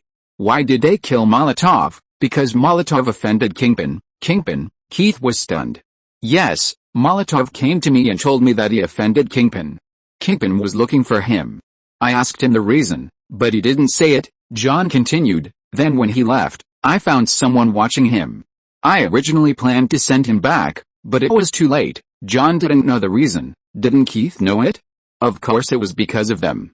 The news must have leaked out when tracking down the tombstone, and Kingpin came to find it. Thinking of this, Keith almost felt dizzy. She never thought that in the end, she was the one who killed Molotov. She never thought that this matter would involve Molotov. Keith, Liz felt Keith's change and immediately hugged her. Are you okay? Liz now regretted more than Keith. It was because of her willfulness that Molotov was killed. Keith was not the kind of person who would vent her anger on others. It was her choice to avenge Liz. Moreover, she would do the same if Adrian got into trouble. So she never blamed Liz. Everything was her fault. The two girls blamed themselves in their minds. This made Emma very confused. What's the situation with these two people? Their emotions were so strong that Emma didn't need to be serious to know their thoughts. At this time, John also woke up. Unlike others, John's super senses reacted immediately. He was missing for a period of time. Just now, he lost consciousness for more than 10 seconds. John quickly realized that it was because of that girl. John still remembered that he had seen Emma's eyes turn black before. What did you do to me? John looked at the girls warily, and his hand touched the pistol on his waist. Case, I'm sorry just now. I'll leave Molotov's affairs to you. I'll pay you the fee later. Case knew very well that they couldn't handle Molotov's funeral. First of all, They had never experienced such a thing. They didn't know what to do. Secondly, even if they entrusted the funeral home would need a death certificate. Case didn't know how to do this. Just leave it to professionals. Case didn't care about this anyway. People are dead, and those things don't matter at all. The important thing is, the debts before death must be repaid. Keith, Emma suddenly called Keith at this time. What's wrong? Keith looked over. Unexpectedly, John pulled out a gun at this time. Someone is coming. Emma looked at John in surprise, then nodded. Well, it should be that group of ninjas, huh? John took a deep breath. It seems that they have been staring at Molotov's body. No, they should be targeting me. You go first. Leave them to me. Can I do something for Molotov? Chapter 1183 Second Update. Last day to ask for monthly votes. Keith and Teresa looked at the handsome old man in surprise. Is this man Solwell? But even if John said so, Keith and the others obviously didn't intend to listen to him. Liz, got it. Liz immediately tapped on her watch. John leaned against the cold storage door with a gun, looking at the girls stupidly. Why, don't you leave yet? Keith was too lazy to explain. He just looked at the door quietly. Emma, the people outside are fighting with those ninjas. We still have time. Teresa turned her head to look at Emma, and said a little anxiously, shouldn't we help? After all, they are also implicated by us. Emma looked over calmly. This is an underground clinic. These guys are originally criminals. Those ninjas are not good people either. Isn't it better to let the bad guys kill each other? Oh, Teresa's personality is actually quite good. She felt a little sorry. Liz was the same. She looked at Keith nervously. No, Emma shook her head firmly. Before Nightingale comes, we must ensure Liz's safety. We are few in number, so don't do unnecessary things. Keith nodded repeatedly. How could a child who grew up in a sewer be a saint? It can even be said that Keith is not interested in rules, morals, and other things in his bones. He has his own set of principles. To her, Liz is Adrian's daughter and her friend. In comparison, those people outside, who are they? I don't know them. She doesn't care. I can only say that it's thanks to Kai that she found this child. If it were a few years later, who knows where she would go. John, who was listening to the conversation between the girls, also felt a tingling sensation on his scalp. Is this still a child? Too cruel. Where did Molotov find these guys? But, Teresa felt a little reluctant and wanted to say something. No buts. Emma looked over with dark eyes. Teresa immediately raised her hands in surrender, because this state showed that Emma was angry and thought she was nagging. Every time she saw Emma like this, Teresa felt deeply powerless. There was no way, she really couldn't beat her. Teresa was actually quite ashamed to be suppressed by her own sister. But what could she do? I know. Keith hugged Liz and said, listen to Emma, she's smart. She's right. Keith simply didn't know how to explain, so he just left it to Emma. But, no buts. Emma's voice seemed to be wrapped in a cold wind. This is not a game now. Your friends have already sacrificed for this. We must learn a lesson. Raven, who had been monitoring them outside, nodded with satisfaction. This is what Raven wanted to see. Only when you are calm, neutral, and rational without any emotions, can you make the most correct decision. Things like rushing out and killing indiscriminately are only done by idiots. Maybe it's inhumane. But what about fighting? If you have time to consider the issue of human feelings, you might as well think about how to save yourself. This is also the reason why our Raven is willing to let a few children come out to fool around. At least Emma has always been calm. Otherwise, they will definitely cause trouble. John thought about it and decided not to speak. He was not a fool. These girls were not simple. Here they come. Liz's watch beeped. The girls hurried away. Then, boom. There was a heavy bang from upstairs, as if something had fallen upstairs, followed by a series of rumbles. Then the ceiling was broken with a bang. A large amount of debris and construction waste fell down. John stared in amazement. A metro with obvious female features stood on the ruins. The metro was all black, with very obvious claws on its hands and feet, especially the feet, which looked a bit like the claws of some birds, and a pair of metal wings were folded behind the mecha. Liz? Go, Keith said quickly. Liz didn't say anything. After a few steps of running, she jumped up directly on the waste cement. It was also at this time that the mecha opened, flew into the air, and directly put Liz, who jumped into the air. By the time Liz landed, The metro had been fitted tightly on her. Oh, oh, oh, Teresa clapped her hands. No matter how many times I see it, it's so cool. I want one too. Keith was very proud to hear someone praising his work, and even the sadness of Molotov's departure was much better. When I save enough money, I'll make one for you. Here, Liz took out a big box from her back and threw it on the ground. Haha. My babies are here. Keith immediately became excited. With bloodshot eyes, she opened the box and took out her good friends, Bang Bang, Fishbones and Jinx. Let's have a good fight. Molotov's funeral needs a special party. Keith with a gun was definitely a different person. His gloomy face was covered with a sick smile, and his mouth with purple lipstick showed his teeth, as if he was ready to bite anyone at any time. Here they come, Emma reminded. Boom. The next second, the door was kicked open, and several ninjas rushed in immediately. It turned out that Keith was waiting there. Keith raised the bang in his hand, Sheprius, bang bang bang bang bang. Countless purple beams turned the oncoming ninja into honeycomb. These energy weapons have one good thing, that is, when they pass through the human body, they carbonize the tissue of the wound, so there will be no bleeding, no need to bleed. Try this again. As she said that, she took out a few fancy-looking grenades from somewhere and bit off the pull rings. John was crazy. Hey. Are you crazy? Do you want to blow us to death? As soon as the voice fell, the explosion came. The huge explosion directly shook out all the morgue cabinets in the morgue. John was almost crushed by the body of a black brother. On the contrary, the others were safe and sound under the protection of Liz's wings. You think I'm crazy? You should see my sisters, Keith laughed. Then Liz opened her wings, and Teresa was ready. A destructive sound wave rushed out along the exploded door. The ninjas who were rushing up again seemed to be hit on the head by someone, and they all froze in place, and then fell to the ground with blood flowing from all 7 holes. This time, Teresa turned on the maximum power to show her ability. The ninjas obviously didn't expect that they would be blocked so strongly. They immediately changed their strategy and started throwing smoke bombs into the room. Emma immediately received the thoughts of the ninjas. They are going to use poison. Liz, take us away. Oh, Liz did not let down this time. She hugged Emma and Teresa with both hands and flew directly into the sky. Then Teresa grabbed one of Liz's claws. Just as they were about to fly into the sky, Keith remembered that there was another unlucky guy. And John. Liz also remembered this person, and she raised her empty foot. John seemed to sense something and waved his hands repeatedly. He could go out the back door. But Liz obviously didn't think so much. Bang! A hook on the foot of the Nightingale Metro was ejected and hit John in the chest, almost suffocating him. Before he could scream, the hook shot out and grabbed his chest.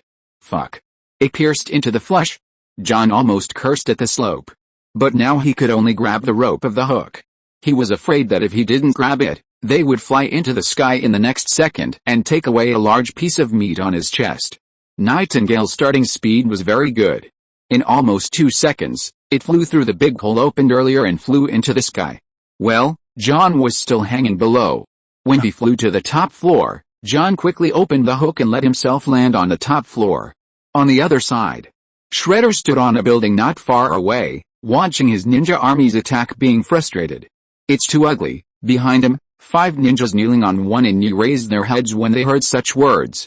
One of the ninjas in metal armor spoke first. Father, please allow me to join the battle. The honor of the Foot Gang cannot be desecrated. Surprisingly, the voice of this ninja was very clear. She was a woman. But before, she was wrapped in metal armor and could not be seen at all. Tang Jing. Go and see if the new weapons given to us by our partners are useful. The next second, the female ninja named Tang Jing disappeared into the darkness. The remaining 4 ninjas did not move. Compared with Tang Jing's extremely cool armor, these 4 ninjas were much more retro. The 4 of them stood side by side, wearing red cloaks and bamboo hats. They only had this simple leather protective gear on their bodies, with face towels on their faces, and their eyes were calm. It seemed that they had no human thoughts.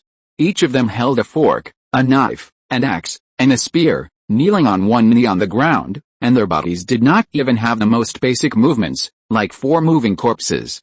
They were the elite ninjas of the Foot Gang, Feng, Lin, Ho, and Shan. They were Shredder's ultimate guards and would never leave his side. The female ninja who was walking away was named Tang Jing. This name was not Japanese. She was an orphan who was adopted by Shredder. Shredder taught her everything about ninjas and the Bigfoot gang, and designated her as the successor of the Foot Gang early on. However, due to the perverted habits of Japan, Shredder needed to prove to all the Foot Gang ninjas that she was the strongest before he recognized her as the new Korakusaki. So the prince of the organization was fighting on the front line at the grassroots level. I don't know whether this way of education is good or bad. Although this eliminates the probability of a fool appearing in the position of the leader, it is also likely to cause the future leader to die directly. Fuck.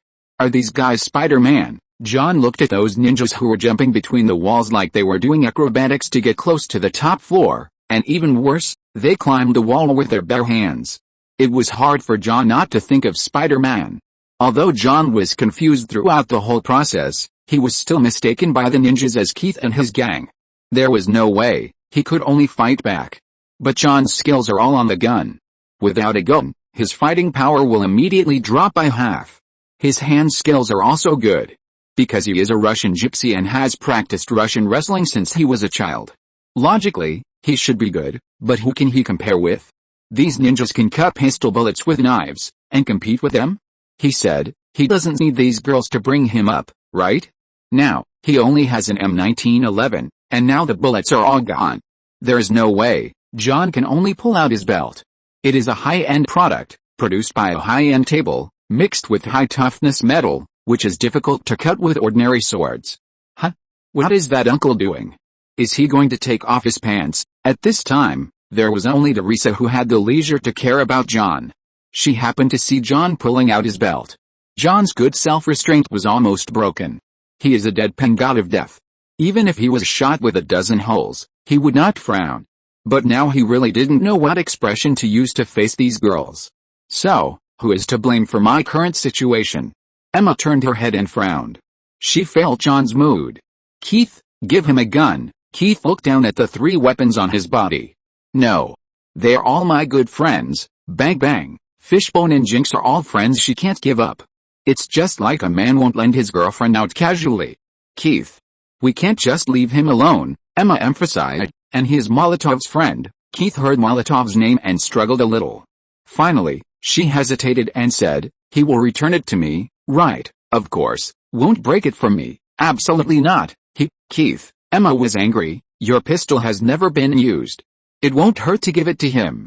I promise, okay. Keith reluctantly ran to John and handed his pistol to John. Please don't break my Jinx. John looked at the gun and was a little resistant. This thing looks more like a magic cartoon flashlight than a gun. But it seems that he has no good solution at the moment. Those ninjas are coming to kill him. He can't really fight them with a belt, right? John frowned, picked up the pistol and fired a shot. BIU. A ball of purple energy bullet hit a ninja, and half of the ninja's body was gone.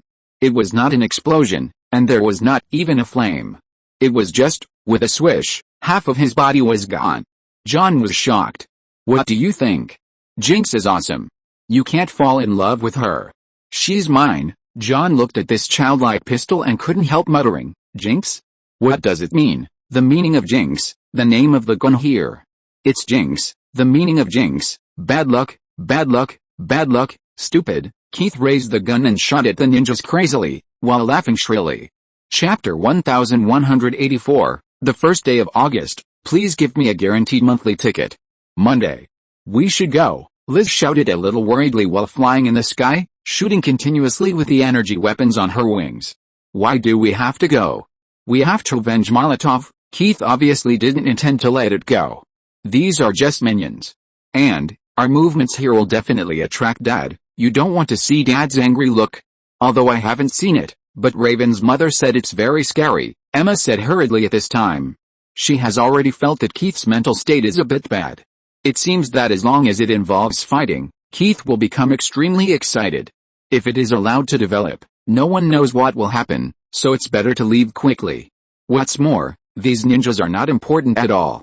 The important thing is that Kingpin has set his sights on them. Emma is not Keith.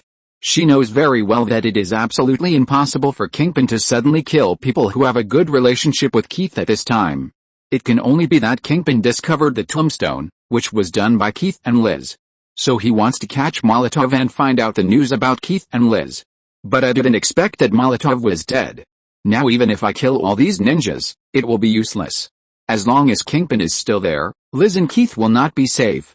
Damn it, although Keith was unwilling, he could only slowly calm down in the face of Emma's weird psychic power.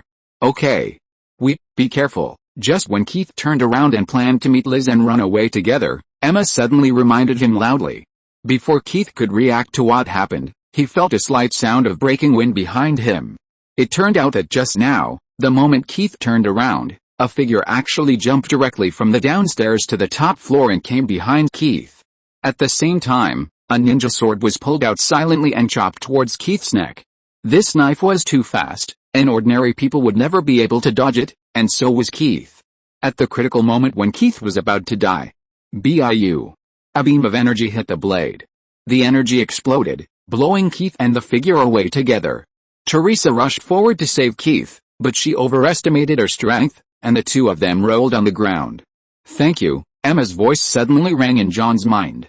You're welcome. John shot a ninja who attacked him in the head with a backhand, then covered the wound on his waist and said to Emma with a subtle look, I would be happier if you could get out of my mind. Emma's eyes returned to normal, and she nodded to John. I'll try my best.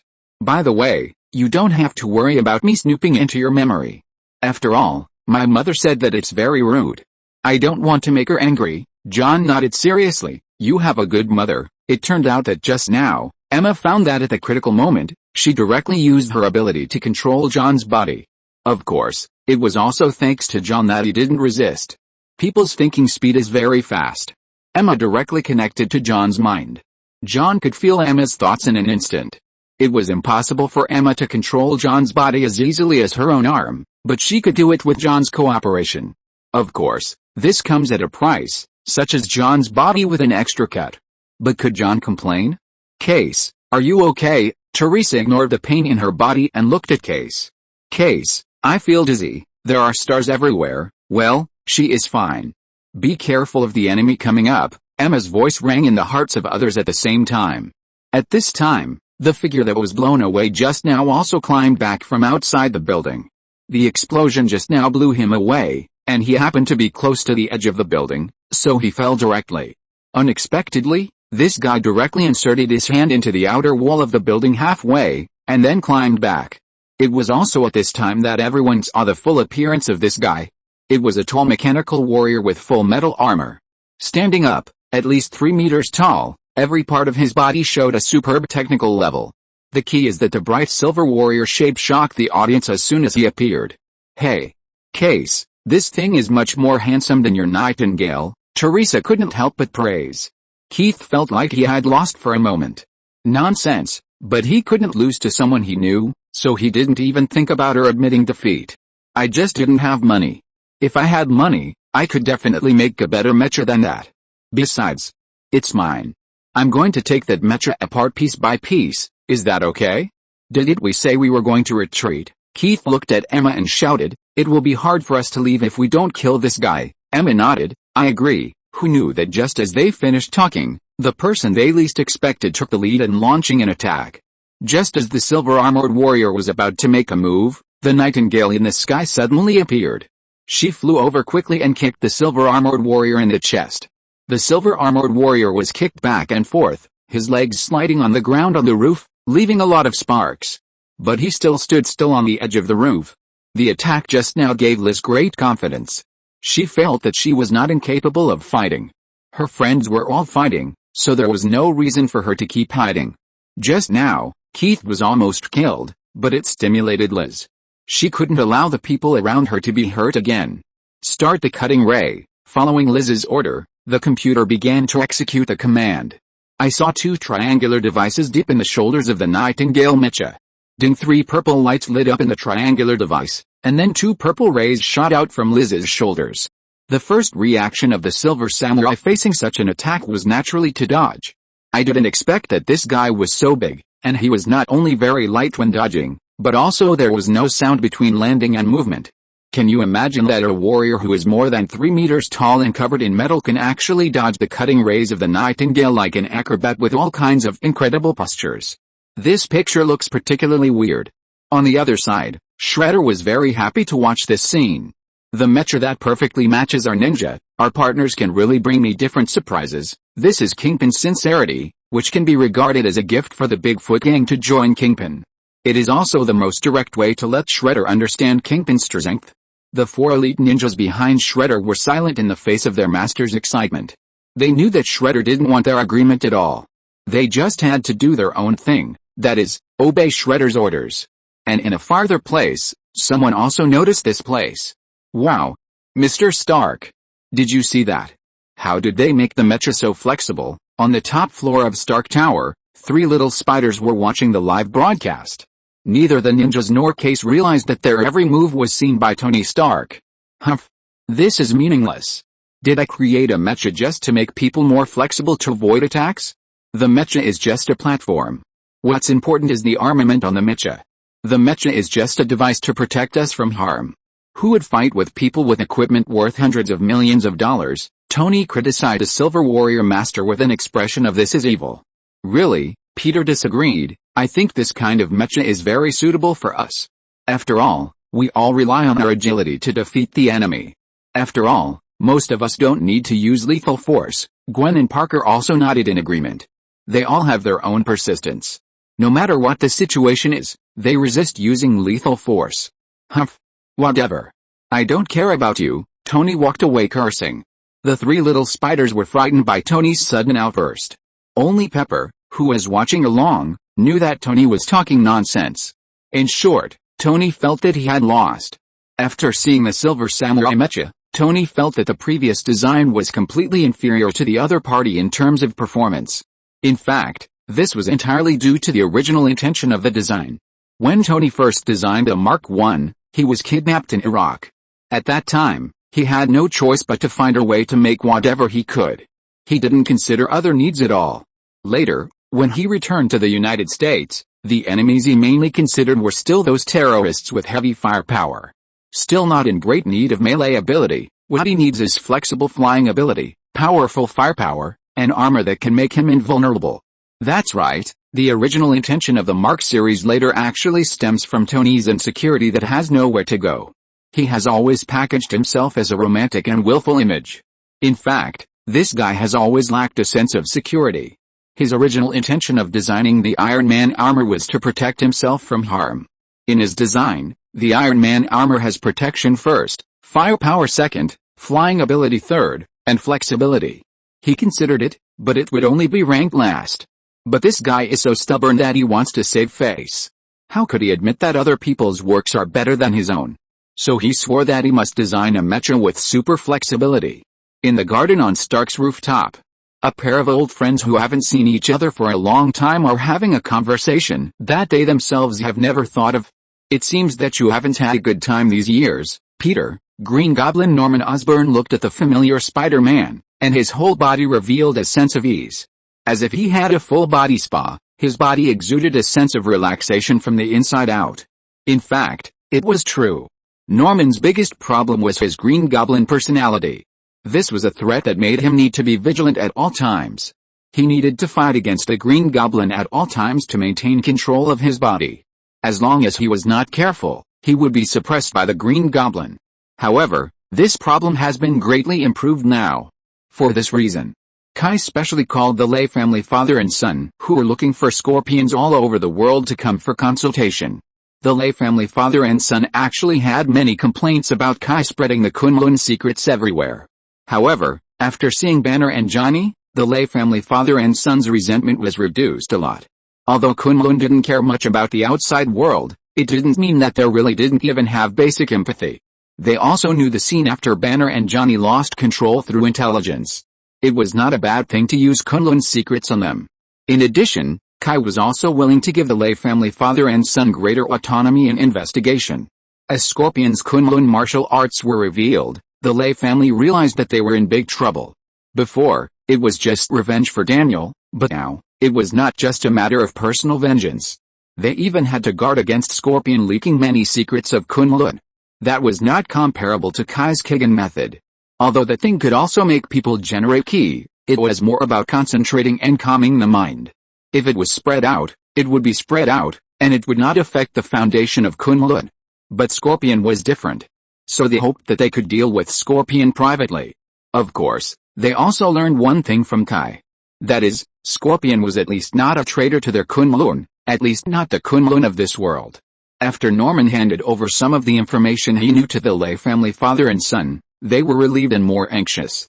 Although the fact that Scorpion came to Kunlun in another world could make them feel relieved, at least there was no such a crazy traitor in their Kunlun, but the threat of Scorpion was still not small.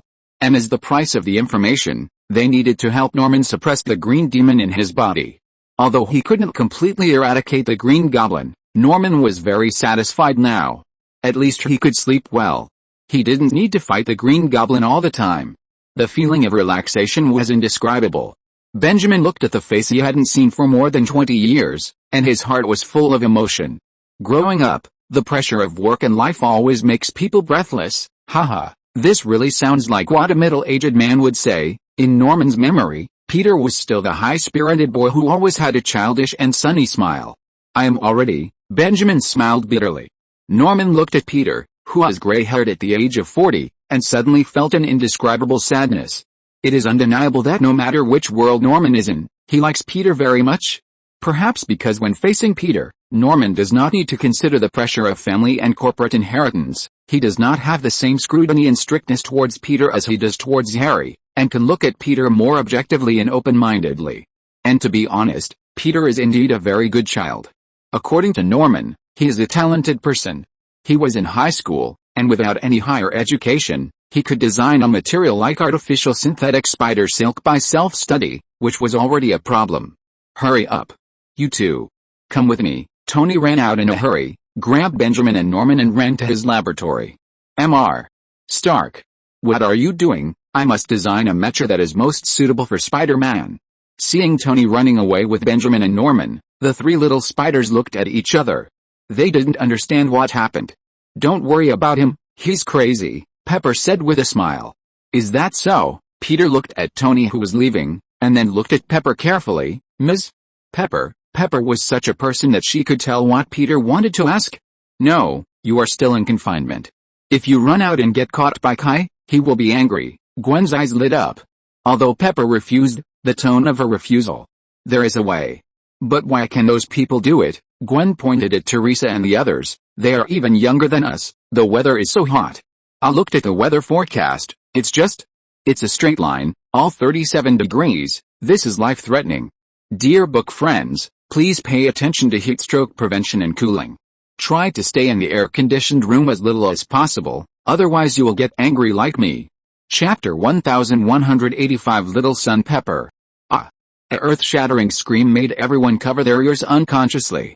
However, the Silver Warrior, who was at the center of the storm, remained motionless. The sound waves that were enough to shatter steel hid him, but did not cause any ripples except stopping him. Teresa closed her mouth, her eyes as big as ping-pong balls. She turned her head to look at Emma and asked her sister for help. This was the first time Emma encountered such a situation. But the Silver Warrior would not give the girls a chance. The huge samurai sword in his hand suddenly glowed red, as if the steel was burned red. Seeing this, Emma didn't care about much. Her hair rose without wind, and her eyes turned black. The Silver Warrior suddenly stopped. Great, Teresa cheered immediately when she saw that the Silver Warrior did not move. But the next second, Emma's struggling voice came over. Liz? Take us away. I can't control him for much longer. Teresa turned her head and found that the blood vessels near Emma's eyes were bulging, and beads of crystal sweat dripped from her forehead like money. Liz didn't care about much at this time, so she planned to go back to them and run away with them.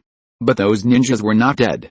I don't know where they took out the hooks, and they formed a big net in an instant, covering Liz in it.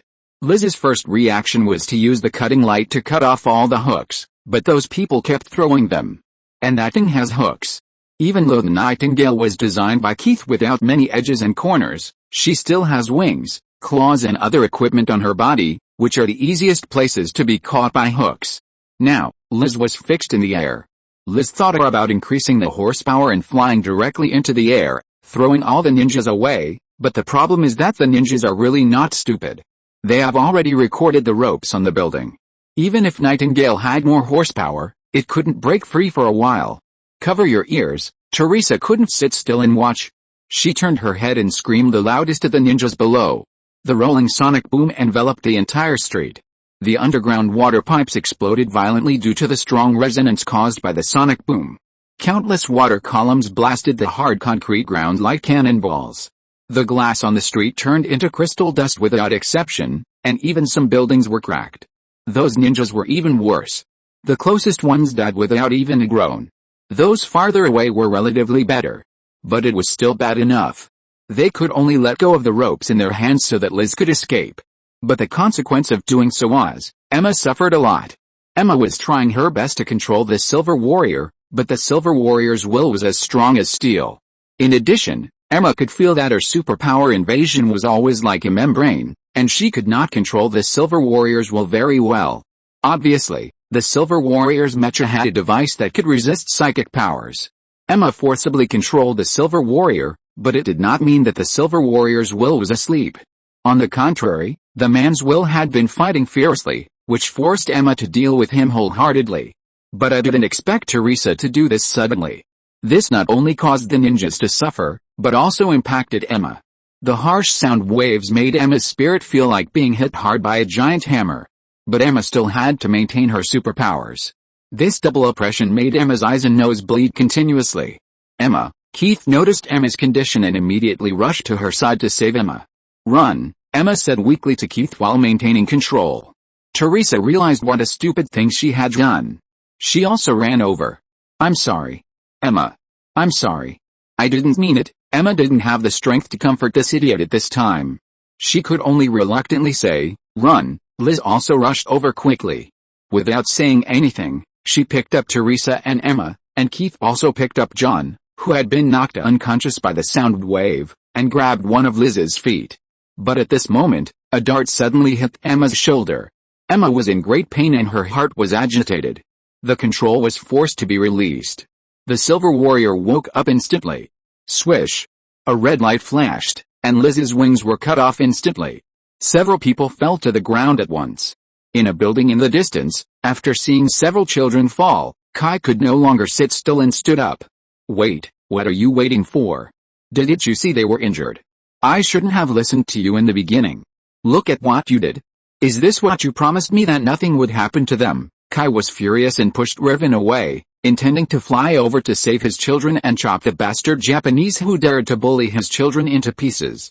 Riven was not sad when Kai treated her so roughly. After all, Kai was also worried about her children. And those were her own children. So what could she do? "Don't worry, someone has already rescued them." Riven hurried forward and held Kai again. Kai saw it too. But he was still angry. Damn it, he didn't want to scold or beat those two children, but they were made like this by a group of little Japanese. It would be strange if he could swallow this breath. But Riven held him tightly. "If you go out now, the training opportunity that those children have finally got will be gone." "What kind of training is this? They are all injured." Kai still had a lot of resentment. Raven felt that Kai was no different from ordinary parents now, but there was nothing wrong with that. However, they are different from ordinary children after all. You can't always look at them with the eyes of ordinary children. They will grow up and face everything outside by themselves. You can't always protect them. Why not? Kai was actually convinced. After all, the rescue has arrived and safety should be guaranteed. I can live for a long time. I can even take care of them until they die peacefully. Although he said so, Kai still sat down patiently. Raven was right. He couldn't take care of them for the rest of their lives. After all, they will grow up and have their own lives. Can Kai take care of them for the rest of their lives? If that were the case, they would probably hate Kai. Kai knew very well that they would leave him one day and start their own lives. It's just that he had just become a father, and he always subconsciously felt that the distance would be very far at that time. But in fact, he knew very well that this time was not far away. You know, Teresa is already 16 years old. When she falls in love and is her own boyfriend, can Kai still take care of her? Some things cannot be replaced by parents. Life is always lived by oneself. He can help, but he can't replace. People always have to bear the things they experience in their lives by themselves. Did you call Pepper? Kai looked at the landing blue mecha and turned to ask Raven. Raven rubbed her heavy conscience. Hiss. There must be a backup plan. Kai looked a little embarrassed. It's okay. How about I rub it for you? Raven rolled her eyes coquettishly. It means that you wish. Ahem, Kai coughed twice. He knew that Raven misunderstood. Even if he was eager for sex, he wouldn't have any dirty thoughts at this juncture, right? What's the difference between you handing them over to Pepper and me coming forward? Humph, how can it be the same? Raven curled her lips. Why didn't this damn ghost take the initiative? If you want to rub them, will I stop you? Anyway, you watch it. Just when the Silver Warrior was about to take advantage of the victory, suddenly a few balls of spider silk flew in the air and fixed the Silver Warrior in place. At the same time, a blue figure rushed down from the air, grabbed the Silver Warrior's hand, and twisted it hard. Kaz. There was a sound of twisting metal. As a result, the Silver Warrior's arm did not move at all, but the blue mech's arm made a series of sounds of being overwhelmed. So hard, the Silver Warrior also saw the people who attacked him clearly at this time. 3 Spider-Men with different colors. After the 3 little spiders came nearby, they immediately spit spider silk at the Silver Warrior. Fix him in place. As soon as the Silver Warrior tore off a spider silk, 3 balls of spider silk would fly over and tie him up. This made the Silver Warrior a little annoyed. So he touched his waist, and another ninja sword appeared. The sword also turned red, and then a red light flashed, and all the spider silk was cut off. Not only that, all the spider silk was burned clean. Then the Silver Warrior stabbed directly into the abdomen of the blue mecha with a swift force. The crimson blade directly penetrated the blue mecha, and the crimson blade continued to emit terrifying heat. Teresa and Emma saw this scene, opened their mouths wide, and could no longer make a sound. Die? Die? This person died to save us. Liz and Keith were also shocked. They never thought it would be like this. The Silver Samurai was also stunned. He didn't expect it to be so simple. Just one blow. You were so handsome when you appeared, but you were killed in one blow. What's going on? No. Miss Pepper, the 3 little spiders didn't expect this to happen. Peter was going crazy. But the next scene made everyone's originally collapsed mood suddenly turn around. Hey. It hurts? Pepper's voice came from the blue mecha. The voice was full of energy. How could it sound like someone was stabbed? Then something even more surprising happened. The arm of the original blue mecha was deformed and turned into a cool-looking gun muzzle. It's my turn. At the muzzle, a burst of deep red flame surged, and wisps of flames gathered at the muzzle, forming an orange-red energy ball. Then the blue armor coating on her body began to turn bright red, and waves of terrifying heat came from inside. And then the heat dissipation components began to start, causing the red armor to continuously emit steam. The Silver Warrior immediately felt something was wrong. The temperature was too terrifying. Even though he had strong confidence in the protective power of his armor, he was a little guilty. Boom. But before the Silver Warrior could escape, the energy at the muzzle seemed to be out of control and burst out. Everyone felt as if they were walking on the surface of the sun. The dazzling white light and the high temperature that made them feel like they were about to burn trapped them tightly. People in other parts of New York saw a pillar of fire rising into the sky. Ah! Another colorful day. They were curious, but not surprised. Just like they always told outsiders. This is New York.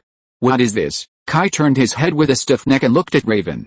Raven also looked at all this in amazement. Ah! Teresa and the others, after saying that, he didn't answer Kai's question at all, and ran away. The temperature was so high, and Teresa and the others were so close.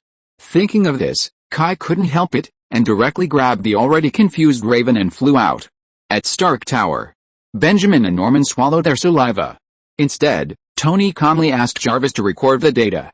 Sir, after my calculations, Ms. Pepper's energy level has increased by 13 percentage points compared to last time, which has exceeded the supporter's tolerance level. According to calculations, the supporter will be damaged by about 37%. It is recommended to optimize again. At the same time, considering Ms. Pepper's limits, the optimization suggestion is, please use new materials. The materials currently no longer meet the usage requirements. Tony touched his chin. Damn. I don't have any Asgard materials in my hands. Do I have to use vibranium? But the problem is that only Captain America has that thing, otherwise we go and steal his shield. After all, strictly speaking, that thing should be considered the property of our Stark family, right, sir? I don't recommend doing this. According to federal property law, the vibranium shield was given to Steve Rogers by Mr. Howard. It is already the property of Mr. Steve Rogers. We have no legal support to take back the shield.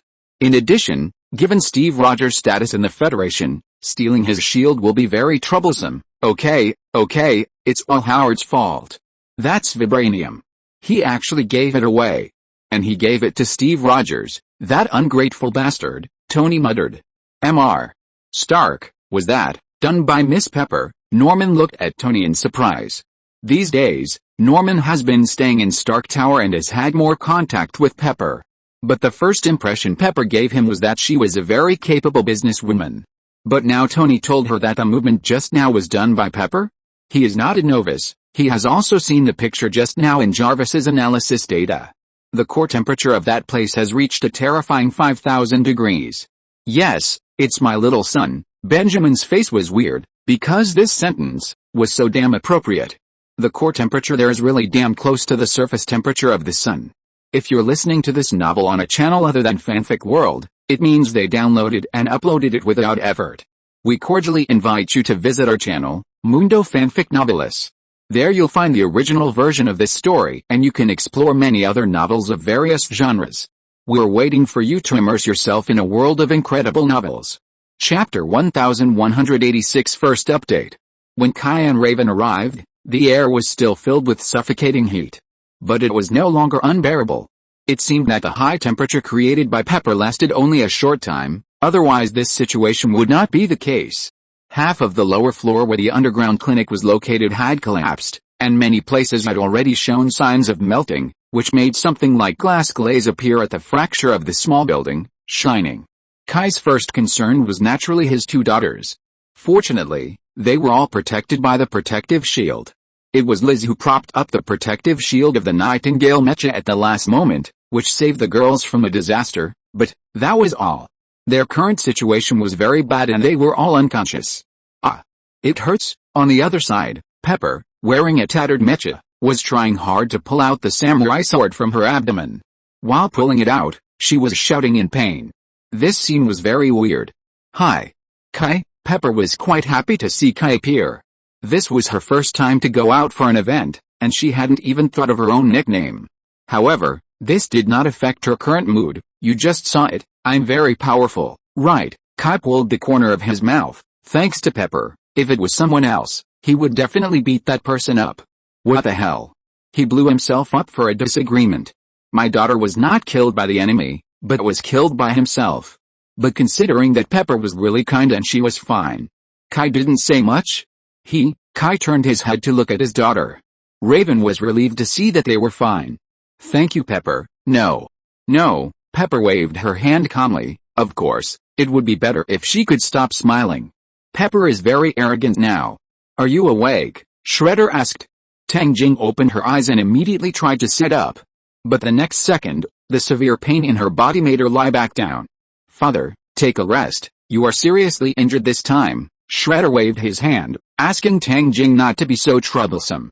I'm sorry, Father, I failed. Tang Jing looked depressed, and was upset about his failure. No, you have done very well, this time. Shredder was not angry about Tang Jing's failure as before. Instead, he felt lucky. Even if I may not be as good as you, he saw the extent of the damage to the Silver Samurai mecha with his own eyes. Although most of the shell of the Silver Samurai was made of precious adamantium, in the end, adamantium was still too precious. Even the Bigfoot gang and Kingpin could not piece together so much adamantium to build a mecha. So except for the bone structure and most of the shell, the rest of the Silver Samurai mecha was made of ordinary materials. It seems that, as Kingpin said, we need to adapt to New York. The Bigfoot gang can be said to be a sideways character in Japan and Southeast Asia, but they suffered heavy losses when they came to New York. This is not because of those already famous superheroes. It's just a few fledgling girls. Father, Tang Jing wanted to say something. But Shredder shook his head. Just rest and recuperate. We need to lie dormant for a while. After saying that, Shredder disappeared. Tang Jing's eyes dimmed immediately. Have you found the mouse? Jin Bing looked very dissatisfied. James stood in front of him with sweat dripping down his face. As Jin Bing's confidant, James was not afraid that Jin Bing would kill him, but he had a deep respect and obedience for Jin Bing, a bit like a child's feeling towards his father. Even if the father is old, the son still dare not be presumptuous in front of his father, not to mention that Jin Bing is not an old father. He is a giant beast. It's like a natural suppression. James can't resist it at all. This guy is wanted by at least 30 countries, and Wakanda's agents have been looking for him, which makes him more timid than a mouse. We have tried to make a deal with him several times, but he always sends his men to complete the deal with us. We tried to find his trace from his men, but this guy is too cunning. His men don't know where he is. Every time he trades, he puts the goods at a designated location and then sends his men to complete the deal. With the emergence of alien civilizations and Atlantis civilization, countries around the world have suddenly increased their concerns about their own security. In this situation, the development of many powerful military technologies has become a rigid demand for all countries. And the magical material of vibranium has naturally entered the side of many countries. In the past, the amount of vibranium was scarce, so everyone didn't care much, but now, the situation is different. As the only arms dealer in the world who can ship, Ulysses Claw has become a hot commodity in the eyes of many people. No one knows how much vibranium Ulysses Claw has, nor where the vibranium in his hands comes from. All we know is that he has been selling this thing for many years. Then he must be able to come up with more. Moreover, if he is caught, can we control a vibranium channel that no one knows about? At this point, Ulysses Claw's attractiveness increased exponentially.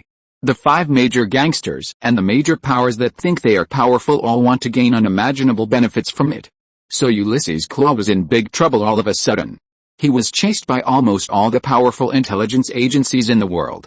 It is amazing that he can survive until now. Too many people are looking for him. We have encountered people who want to catch him more than once, and we have even lost a lot of people for this. James was really a little scared. They are gangsters, and they are not afraid of the FBI, that's natural. Because the FBI is also about evidence. In this society where capital is king, as long as there are good lawyers and strong enough connections, the FBI has no way to get the gold. But similar to the CIA, etc. Evidence? What is that? Put in a black prison, everything is there. Should we? Kingpin started talking about something else at this time. Have you seen the fight scene of those kids yesterday? James was stunned, but still said honestly. I have seen it. What do you think? It feels average, James commented. Really? Kingpin felt a bit amused. That's average? Yes. Boss, I'm a lawyer and I've also studied accounting. From my point of view, the investment and return are not proportional. James said this. Of course, he had his own reasons. How much is the value of those adamantium metals? How much money was spent on the manufacturing and research and development of the entire mecha? But with so much investment, we can't even beat a few kids. I don't think it's worth it. If we follow this logic, how much should we spend to deal with the more difficult Iron Man and Kai? Kingpin nodded. From this logic, there is nothing wrong. As for taking Iron Man and Kai as imaginary enemies, there is even less problem. Who are they? The bad guys. Against the superheroes. Is there anything to doubt about this? Maybe, but for some things, you have to invest regardless of the cost. Kingpin is still very satisfied with the Silver Samurai mecha for now. You know, not everyone is Tony Stark. Just now Shredder told me that the Silver Samurai still has defects. Kingpin suddenly said this. James was a little disdainful. In his opinion, they invested so much, but what was the result? The people of the Bigfoot gang couldn't even handle 2 little girls. He hopes to update the Silver Samurai and forge them all with adamantium. James was shocked and angry when he heard it. Who the hell is the boss? Don't they know it? But James calmed down immediately. You plan to let them? Well, this method is feasible. The Bigfoot gang has a reputation in the underworld and can also divert the attention of other people. Letting them go to Ulysses Claw is indeed a good idea. Then do you know what to do? Understood. Well, hurry up. Our little prince can't wait. Got it. And in distant Egypt, another thing that Kai had almost forgotten was heading in a direction that no one knew. White Ghost was standing with Arthur Harrow. Cobra is ready and will take action soon, White Ghost said to Arthur Harrow. That's great. My lord can't wait. Harrow was very happy. Ever since he learned about the nano-arm bomb, he planned to snatch the weapon that could change the world. But White Ghost tried his best to dissuade him. Speaking of which, White Ghost was really a surprise. White Ghost was undoubtedly a person with deep sins. Amit had already determined this. If White Ghost was put on the soul scale, he would definitely die completely without any chance. But such a person, deep in his heart, actually had a desire for destruction that even Harrow was terrified. He hated this world and felt that this world was full of filth. White Ghost's life experience was very strange. He was Japanese and came from a very famous Japanese ninja family, the Arashikage family. As the 30th generation disciple of the ancient Japanese Arashikage ninja group and the eldest son, White Ghost was born to inherit the family name and become a true model of a ninja warrior. But, of course there are buts. If there were no buts, he wouldn't have become like this. When White Ghost was 11 or 12 years old, a newcomer came to the family. He was adopted by the family and became a bastard. That person was Snake Eyes, a member of the G.I. Joe Special Forces. Although White Ghost and Snake Eyes are not related by blood, they have a common master. However, since Snake Eyes appeared in the family, all the attention of the family has been focused on this child who changed his career halfway. He has extraordinary talents. He is considered the most talented ninja in history. This made White Ghost, who has always regarded himself as the orthodox heir, jealous. So he began to compete with Snake Eyes in all aspects. But he is always the loser. His only advantage is that he is the most orthodox blood heir of the Arashikage family, the current head of the Arashikage family, their master, and also the uncle of White Ghost. To be honest, although White Ghost is jealous of Snake Eyes, it is also a competition of conscience. He really doesn't intend to do anything dirty. He even sympathizes with Snake Eyes to some extent. So the general situation is that they compete with each other, but they also have a deep relationship. Unfortunately, White Ghost encountered a betrayal. His uncle died, murdered, and killed with one knife. White Ghost was the first to arrive at the scene. He wanted to save his uncle, but when he just put his hand on the knife on his uncle, Snake Eyes came with people. What White Ghost didn't expect was that Snake Eyes accused him of killing his own uncle at the first time. White Ghost understood it at that time. It was a trap. A trap for him. Snake Eyes swore that he killed his own uncle, leaving White Ghost with no way to defend himself. What he didn't expect was that his relatives actually believed Snake Eyes. White Ghost had no choice but to run away. He planned to find evidence later to clear his grievances. But soon he learned a news that the Lanning family expelled him and declared him a traitor, the kind who would be killed without mercy. He was betrayed by his own blood relatives and best brothers. Then White Ghost turned evil. In this world, everything is fake, family affection, friendship, it's all bullshit. Then he was absorbed by Cobra and became what he is now. His mind has long been twisted beyond recognition. But for Ahmed and Harrow, this is a great thing. Such a person is perfect for being a weapon. Facing the new world promised by Harrow, White Ghost actually doesn't care at all, but if the old world is destroyed, he is very interested.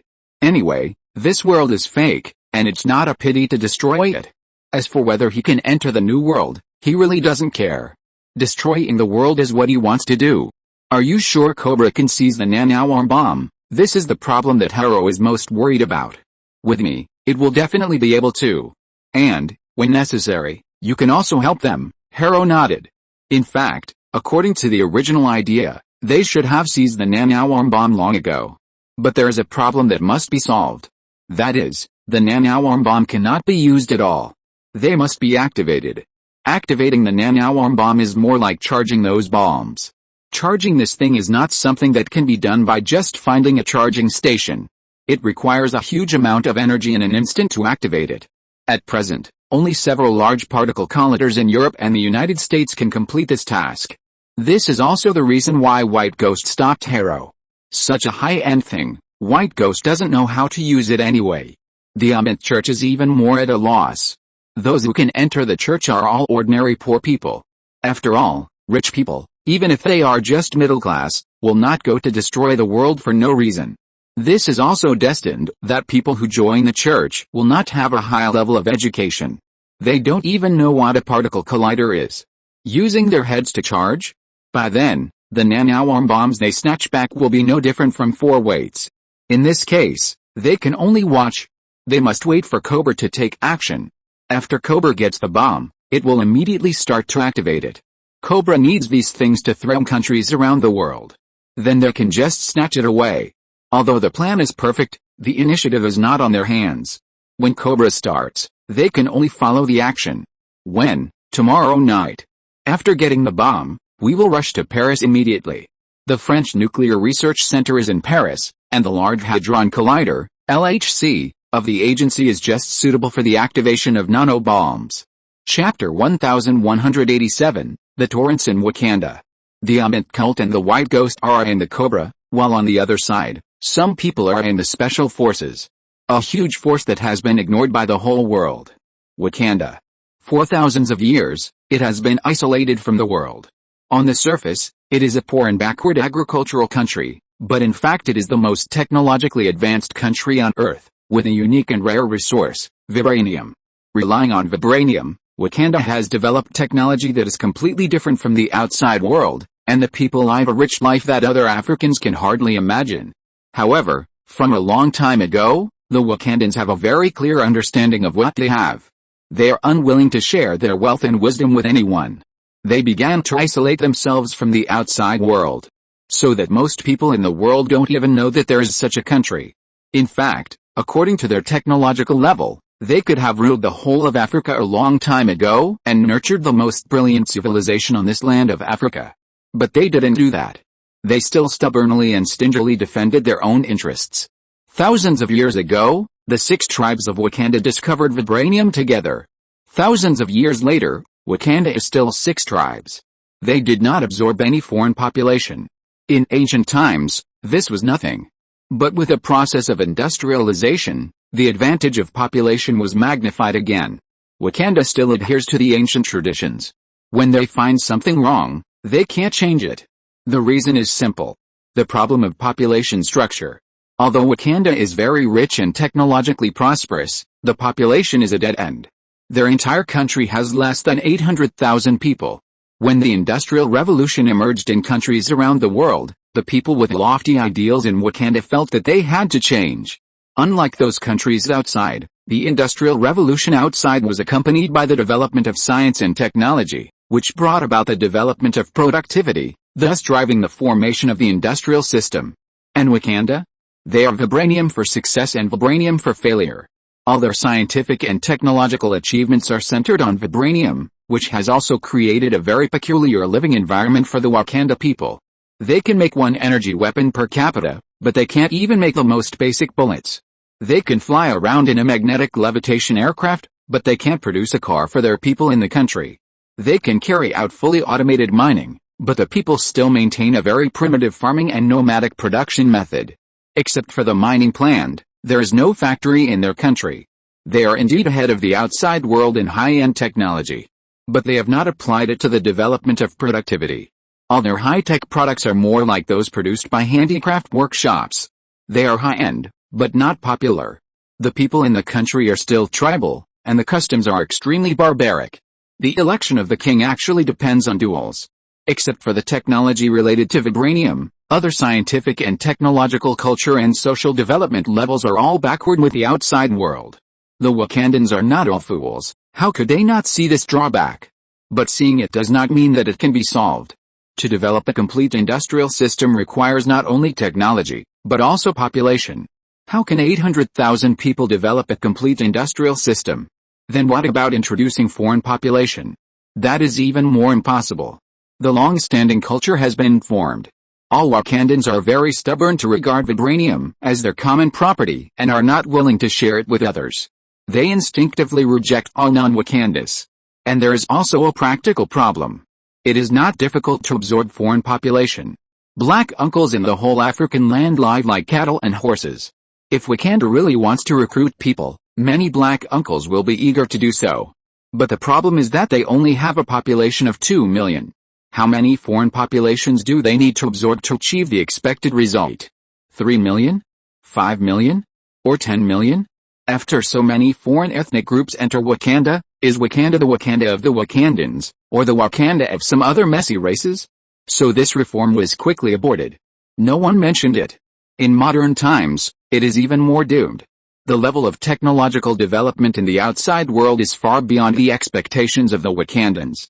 In less than 200 years, the technological level of Wakanda has been caught up. It is even more impossible to open up now. In the past, they were worried about the peaceful evolution of Wakanda by foreign populations. Now they are afraid that once they are exposed, they will be torn into pieces and eaten up by other countries outside. One wrong step leads to another. It is not that they don't want to open up now, But if they open up, they may die immediately. If they don't open up, they can survive. As for when they will die, it depends on when they are discovered. Based on this understanding, Wakanda naturally could not do nothing. Soon and Jerusalem, I can't read it at all, was established under this background. This is an intelligence organization, a bit like the CIA, specializing in dealing with foreign threats. In short, it is dedicated to collecting foreign intelligence and carrying out some assassination and sabotage activities when necessary. The main purpose is to better hide the existence of Wakanda. If they find anyone or anything that may threaten Wakanda, they will destroy it. This organization, with the opportunity of brotherly spreading around the world, has intelligence stations all over the world. Egypt is also in Africa, so it is naturally the focus of Jerusalem. From the Ammon cult to the special forces, they are all clear. Only those countries outside naively think that Africa is full of black uncles who only see gorillas baring their teeth. So soon the information about the nanoarm bomb was placed on the table outside Wakanda. First of all, Wakanda's first reaction is whether this thing has any effect on vibranium. This is their habitual thinking. Then they found that, oh, this thing can't bite vibranium. Then their reaction was, oh, that's fine. But someone refused to do it. That was the Prince of Wakanda, T'Challa. We can't turn a blind eye to this. T'Challa raised this question solemnly at the T'Challa meeting. The so-called T'Challa is the Council of Elders. It is a council composed of respected elders from the 6 major tribes. The council even has the right to veto the king's resolution and has great power. An elder carefully checked the document and said dissatisfiedly, Prince T'Challa. This is the T'Challa meeting. Why bring up this matter that has been determined to be non-threatening? T'Challa is a staunch reformist and has a very high reputation among the people of Wakanda, especially the young people. T'Challa is the conservative base camp, and the conservative forces of various tribes are basically here. Because of their positions, the relationship between the two is really not very good. If T'Challa was not the only son of the king, T'Challa would have abandoned him long ago. But there is no way. T'Challa has only one sister, and Wakanda has no tradition of queens. Even if they want to find an opponent for T'Challa, they don't know where to find one. Although the position of the king of Wakanda is also said to be democratic, it is elected by each tribe. But Wakanda's main belief is the Black Panther goddess, and the king can only be a Black Panther. This is a limitation. The king can only come from the Black Panther tribe. As the chief of the Black Panther tribe, he is not elected. The chief's bloodline has always been a line of 10,000 generations. So even if it is said that the king is elected, it is actually produced by the royal family. T'Challa has no brothers. Although the old king has brothers, he died long ago and there is no bloodline. The only one who has the right of inheritance is T'Challa. So even if you don't like T'Challa, you can only pinch your nose and accept it. This is also the reason why T'Challa has always dared to promote reforms despite the world's disapproval. After all, he is the only prince. Unless T'Challa intends to abolish the tradition and prevent the royal bloodline from becoming king, but they are conservatives.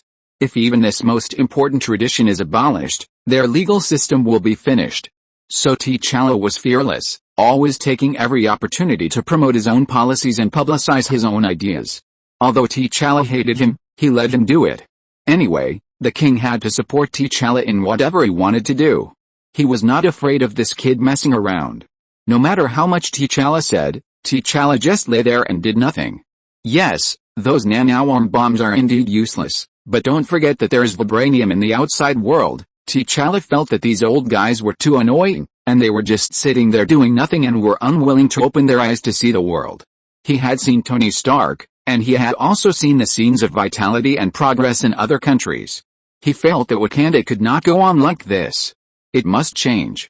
He believed that vibranium was indeed a very important resource, but if these resources could only lie in the warehouse, they would be worthless and they should be used. Hiding in this remote place with these vibraniums, one day, Wakanda would become the target of public criticism, and the outside world would not be able to never discover Wakanda. Especially in this era of turbulent changes, facing the threat of alien civilization, countries all over the world have started to move and start to find ways to increase their strength.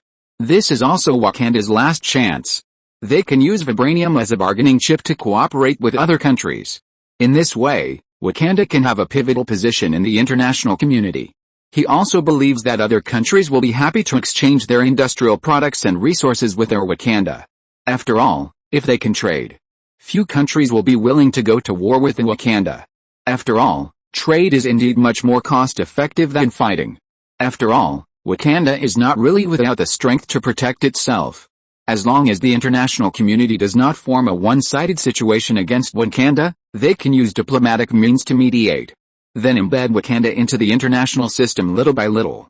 In this way, Wakanda can truly appear in front of the world, and long-term existence is the right way. Instead of hiding blindly, is it useful? The aliens are coming, they don't work hard, and when the aliens win, will they look at Wakanda differently? If the aliens lose and the Earth wins, it will be unlucky. How will the international community view a country that holds important resources but is indifferent to everything at a time of global crisis? Traitor? Haha, anyway, it won't be a good ending. At that time, they will be finished. But these old guys pretended not to see or hear. What do you mean? The contempt and disdain on T'Challa's face could no longer be hidden. This is also one of the reasons why the elders don't like T'Challa. You are talking about a matter, why are you so impatient? I have eaten more salt than you have eaten rice. Who are you looking down on? If the other party's nanoworms are made of vibranium, what do you think will happen? How is it possible? How can those barbarians understand this technology? The older generation of Wakandans do look down on those outsiders. There is such an example. Wakanda's technology is very powerful, and even cancer can be easily treated, but they are unwilling to share it with the world. The main reason is that they believe that foreign countries have long sacrificed people's health for money, so they are afraid that domestic technology will be abused by foreign countries, creating a more unequal situation. A Wakanda scientist once said, if other countries really care about people's health, they won't make more cigarettes to sell, and this view is actually recognized by most people. It's ridiculous. Although it is true that many governments do not care about their people, and many countries even intend to decriminalize drugs, some things cannot be generalized. What does cigarettes have to do with a government? You can't use your own set of rules to look at others just because you don't have a free market. Well, Wakanda does not have a free market. Not only does it not have a free market, they don't even have currency. After all, they prefer bartering. Just say that this society is weird. Cancer can be treated as a cold, but economic activities are still in primitive society. There is no such technology. T'Challa sneered and said, Tony Stark's father could already make a shield with vibranium during World War II. With their current technology, they may not be able to nano-process the purified vibranium, but what if it is a vibranium alloy? Will those nanoworm bombs have any impact on us by then? In addition, various countries have begun to pay attention to vibranium, and many countries outside are trying to capture Ulysses Klaue. What do you think is the probability of them obtaining vibranium? Our agents are already looking for Ulysses Klaue. We will kill him. He will not be a trouble, an elder shouted very dissatisfiedly. Huh? What can you guarantee? Wake up. This is no longer the world we were 100 or 200 years ago. If we don't make changes, it won't be long before we are caught up and become barbarians in their eyes. How can you see our crisis clearly? Our crisis. It comes from you. Prince T'Challa. You are too radical. Don't you know what your radicalism will bring us? That's better than doing nothing. We must wait for the opportunity. What opportunity? Wait for the armies of various countries to arrive at our doorstep, then defeat them. Our Wakanda is invincible, huh? You are still so short-sighted. What can you use to fight others? Any other country can raise an army with the same number of citizens as us. As a candidate for Black Panther, your duty is to protect us. Not to exaggerate the threat from the enemy, some elders thought that T'Challa was sitting on the wrong side of the fence. What do you think I'm doing now? I'm just fulfilling my duty. I'm not like you, just sitting here and imagining that the outside world is still a bunch of ignorant barbarians. You should open your damn eyes and see the world. You should have been eliminated long ago. You are Wakanda's biggest enemy. Enough. The king finally couldn't help it. As expected, the two sides started to criticize each other as usual. As a result, normal topics could not be carried out. Chapter 1188, Soft-Hearted. Wakanda's King T'Chaka is a wise man. When he was young, he felt that he should lead the country to openness, just like his son. But as he ascended to the throne, his position quickly changed from a reformist to conservative. He even killed his brother who supported reform. There is a factor of power in this. He needs to sit firmly on the throne, and more of a compromise with reality. The foundation of his king is the 6 tribes. If the 6 tribes are contrary to his will, he will not be able to be king. So his position quickly changed. It's just that this is a different time, and some things depend on the environment. Take our country for example. If you came out to emphasize environmental protection during the reform and opening up in the 1980s, you would be hammered to death. So many people can't even eat, and you talk to me about environmental protection? Economy and environmental protection, no need to say anything, definitely choose economy. But now, environmental protection must be taken seriously. Because future generations also need to eat. We can't waste it and let future generations have nothing to eat. So now we have to go hand in hand with economy and environmental protection. You see, Europe as a whole is now calling for environmental protection, and even a political party can be formed for environmental protection.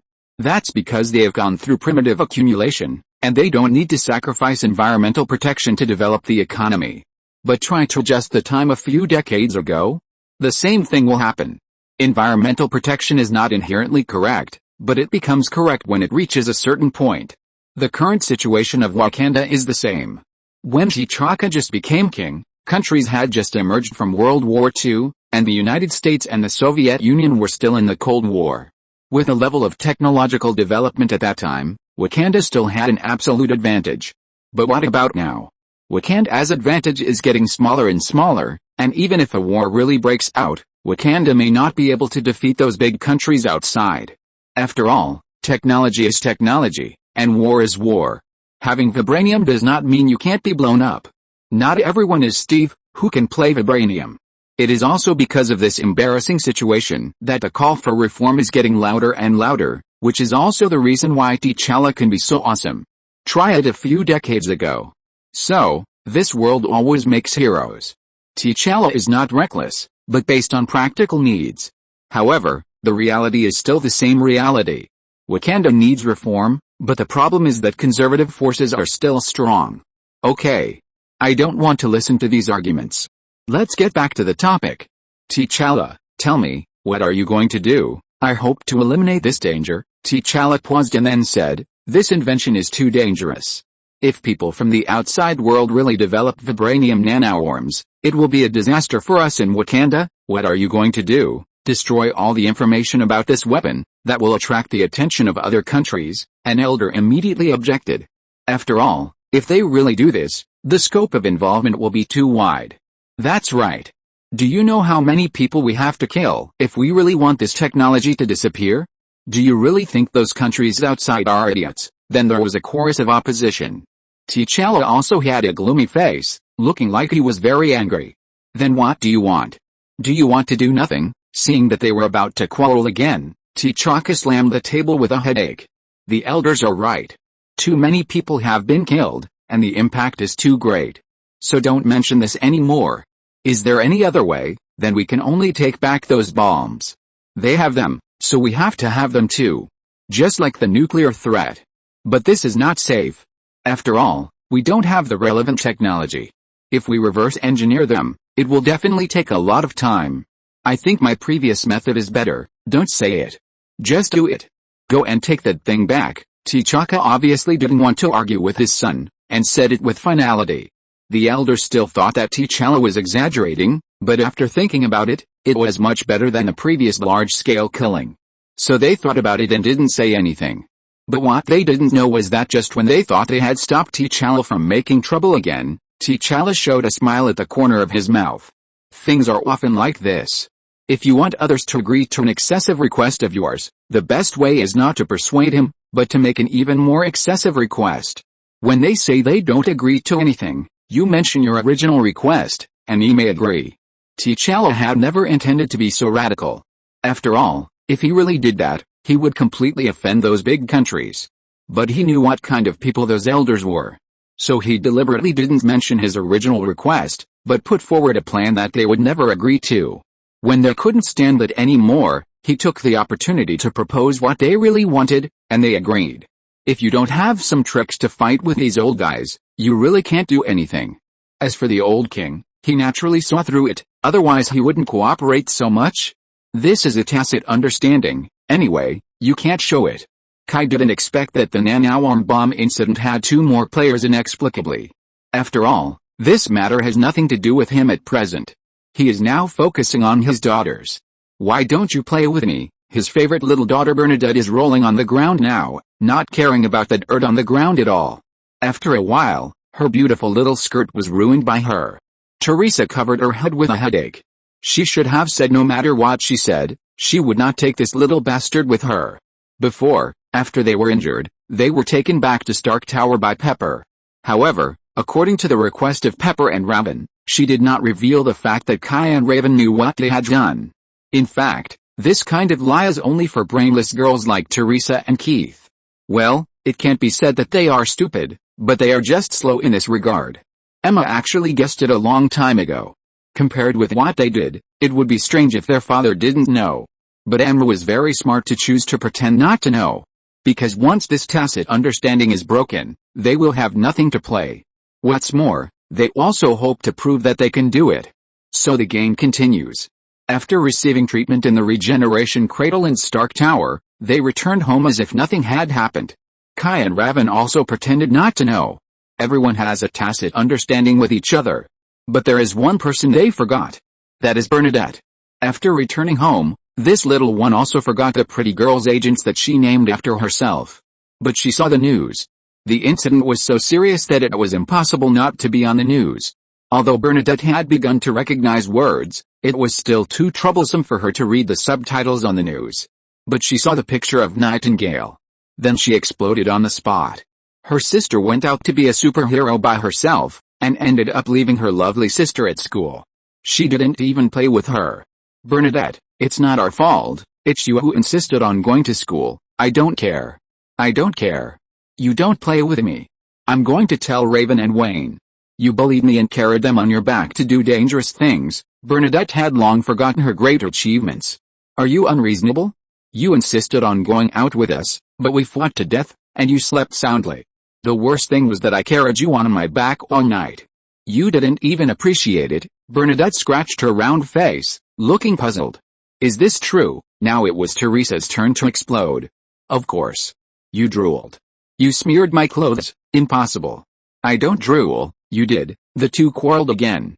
In short, there was no peace for a moment. In the end, Emma came forward and dealt with Bernadette. Next, it was business. Tombstone. This unlucky guy has been in a coma for a long time. There is no way. Mason doesn't control Tombstone at all. He just gives Tombstone the tranquilizer as water. He is not dead now because of his strong physical fitness. Please, Emma, leave it to me. The next thing is simple. However, Emma underestimated Tombstone. This guy is a pervert. Emma is too young. Some of Tombstone's memories are really ruining Emma's worldview. But fortunately, she got what she wanted. What's wrong? Looking at Emma's frowning brows, Liz asked nervously. It's okay, it's just that we seem to have gone in the wrong direction. Emma shook her head. What's wrong? Keith asked. Liz's father was not killed by Kingpin, Emma said. Several people looked at each other. Keith immediately retorted, but Adrian's things are in Tombstone's hands. That's right, Tombstone did accept those things because of Kingpin's intention, but those things seem to have been traded by Kingpin from other people. Liz asked hurriedly, who is it? It's someone called Ms. Octopus. Who is that? Keith was confused.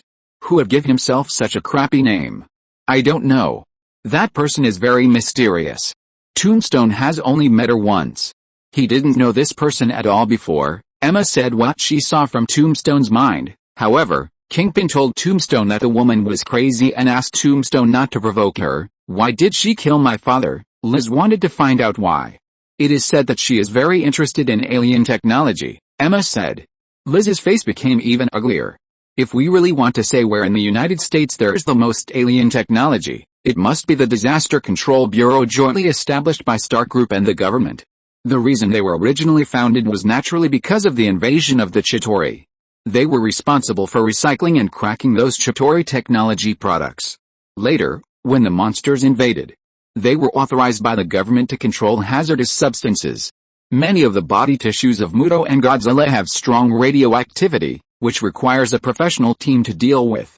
And the United States is a country that likes to outsource troublesome matters. They believe that many things are safer and more efficient when handed over to the market than to the government. So the Disaster Control Bureau was ordered by the government to become a company controlled by the Stark Group and the government. Well, they changed from a temporary government department to a private enterprise. Later, due to some needs, the company's business began to expand. Today, the Disaster Control Company is essentially a construction company that specializes in repairing property losses caused by battles between heroes and villains.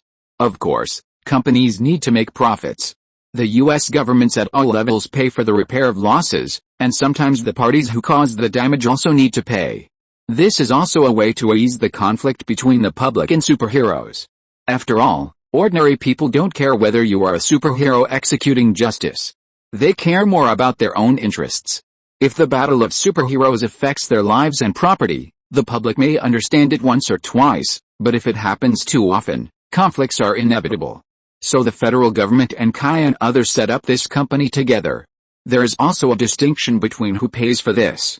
For example, if an incident endangers the city or the federal government and governments at all levels will naturally have to pay. Of course, it would be better if the government could be informed in advance. But everyone knows that this is impossible. So there is a very strict approval process. Another type is the personal behavior of superheroes.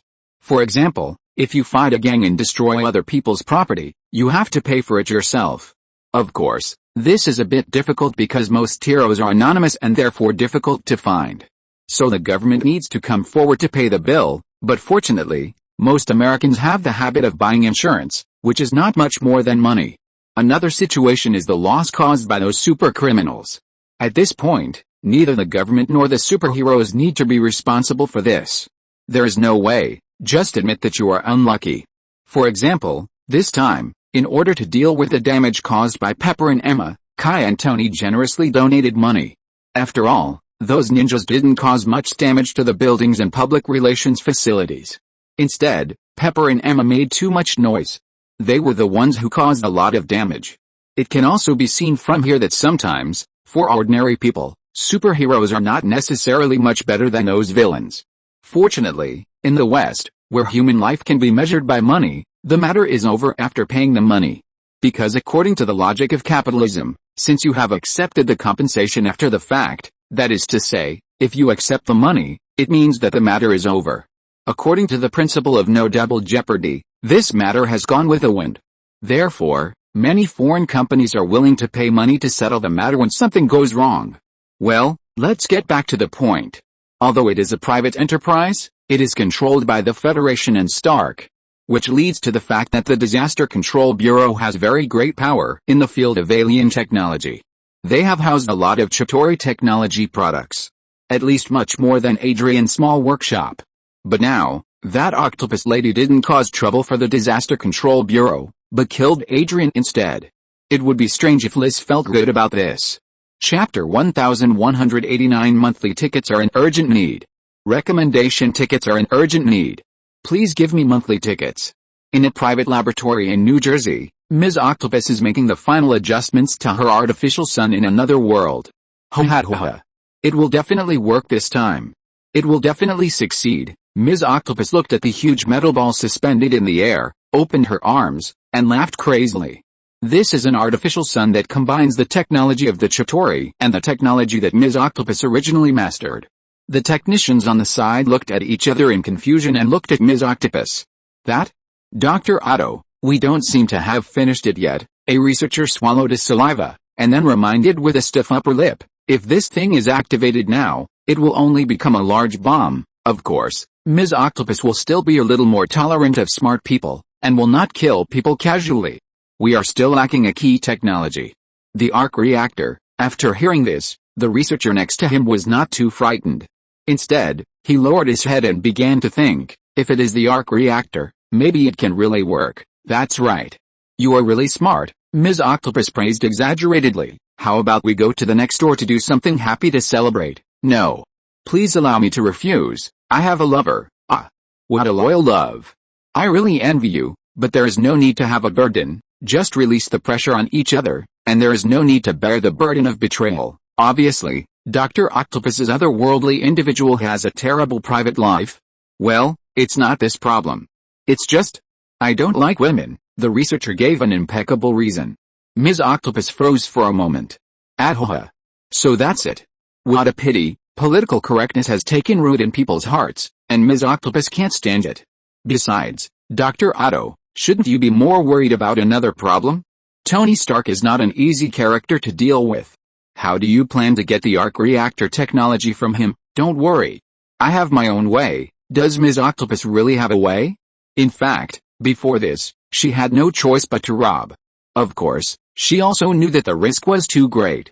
Once exposed, she would most likely be attacked by both Iron Man and Kai Wayne. But for her dream, she was also prepared to go all out. Unexpectedly, this world is so interesting. Just when she was at her wit's end, someone came to her. They claimed that they could give her what she wanted. Are you sure? Lei Gong widened his eyes and asked anxiously. This is the information I received, Kai shrugged. Then what are we waiting for? Let's go find that guy right away. Lei Shan was the first to lose his temper and stood up and planned to leave. Kai looked at him speechlessly. Lei Gong was also a little troubled by his overly straightforward son. Damn, Kai hasn't even explained where the scorpion is. You are in a hurry to rush out. Where are you going? Please tell us where the villain is. We in Kunlun will give you a generous gift for this, Lei Gong said sincerely. The best way to deal with foreigners is to impress them with benefits. In Lei Gong's view, Kai is also a foreigner. Even if he speaks Chinese better than himself and has a little accent, Kai speaks standard Mandarin. Not only that, he even speaks local dialects. But this still cannot change the fact that he is a foreigner. Kai is not hypocritical. Even if he shows goodwill, others probably won't believe it. After all, he is an American now. Even if he says that he is in Xiao Ying but his heart is in Han, no one will believe it. Anyway, everything depends on actions. There is no need to care about these superficial things. Over the years, Kai has sent a lot of good things back to China through various channels. For example, the arc reactor, the blueprints of Iron Man, and the nanobombs that are about to be sent. Kai has forgotten this thing if he doesn't talk about it. This thing can be used by the motherland, but it must not be without it. Well, we should pay more attention to the nanobomb. However, that thing has not been moved in Egypt. I don't know why. It's a generous gift, I like it very much. But there is a small problem. That is, the person you are looking for is colluding with an evil organization. Scorpion is very important to you, and that evil organization is very important to us. Our interests do not conflict, but we hope that you can be a little bit patient. We want to catch that organization in one fell swoop. Yes, the whereabouts of Scorpion is exactly what Natasha sent back.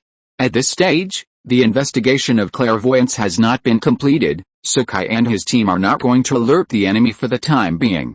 After all, to deal with clairvoyance, you must hit it with one blow. This requires cooperation from all aspects and cannot be solved in a short time. Lei Gong frowned. He obviously didn't want to wait. After all, the longer the time, the more secrets of Kunlun that Scorpion might leak. You can rest assured that Scorpion is already under our close surveillance. If he really has any action that may endanger your Kunlun, we will know it at the first time. At that time, we will act immediately. Do you think it's okay? Can Lei Gong say no? Although he really wanted to say that he didn't trust the foreigners, what if the foreigners secretly concealed them and obtained Kunlun's secrets from Scorpion? The foreigners could really do this. But what could he do now? It's true that the shield is very strong, but it has little control over the United States.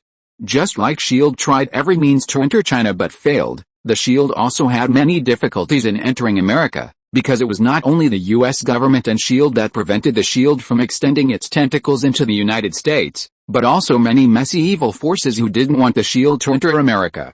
After all, the SHIELD had beaten China into a single color. If the SHIELD really came in, they would have no chance to survive. So when it comes to the SHIELD, the organizations on the American continent, whether good or bad, seem to be extremely united. What? You ask Europe. Haha, that group of idiots with holes in their brains have been infiltrated. Not only the official organizations of the US government, but also SHIELD and other strange organizations are extremely active in Europe, and the SHIELD also has a strong intelligence capability in Europe. It almost became the main battlefield for SHIELD and SHIELD. Only Russia, Germany and Britain were slightly better. The others were really not good enough. In short, Lei Gong had to bow his head under the eaves. Okay, I agree, Very good. In exchange, I can tell you a piece of information first. The guy named MacDonald Gargan is undergoing human body transformation by that evil organization. He seems to be planning to use this to increase his combat effectiveness, to kill Lei Shan and defeat you. Lei Gong raised his eyebrows. It seems that he really resents Kunlun, White-Eyed Wolf. It was Kunlun who raised him. His kung fu was also taught to him by Professor Kunlun.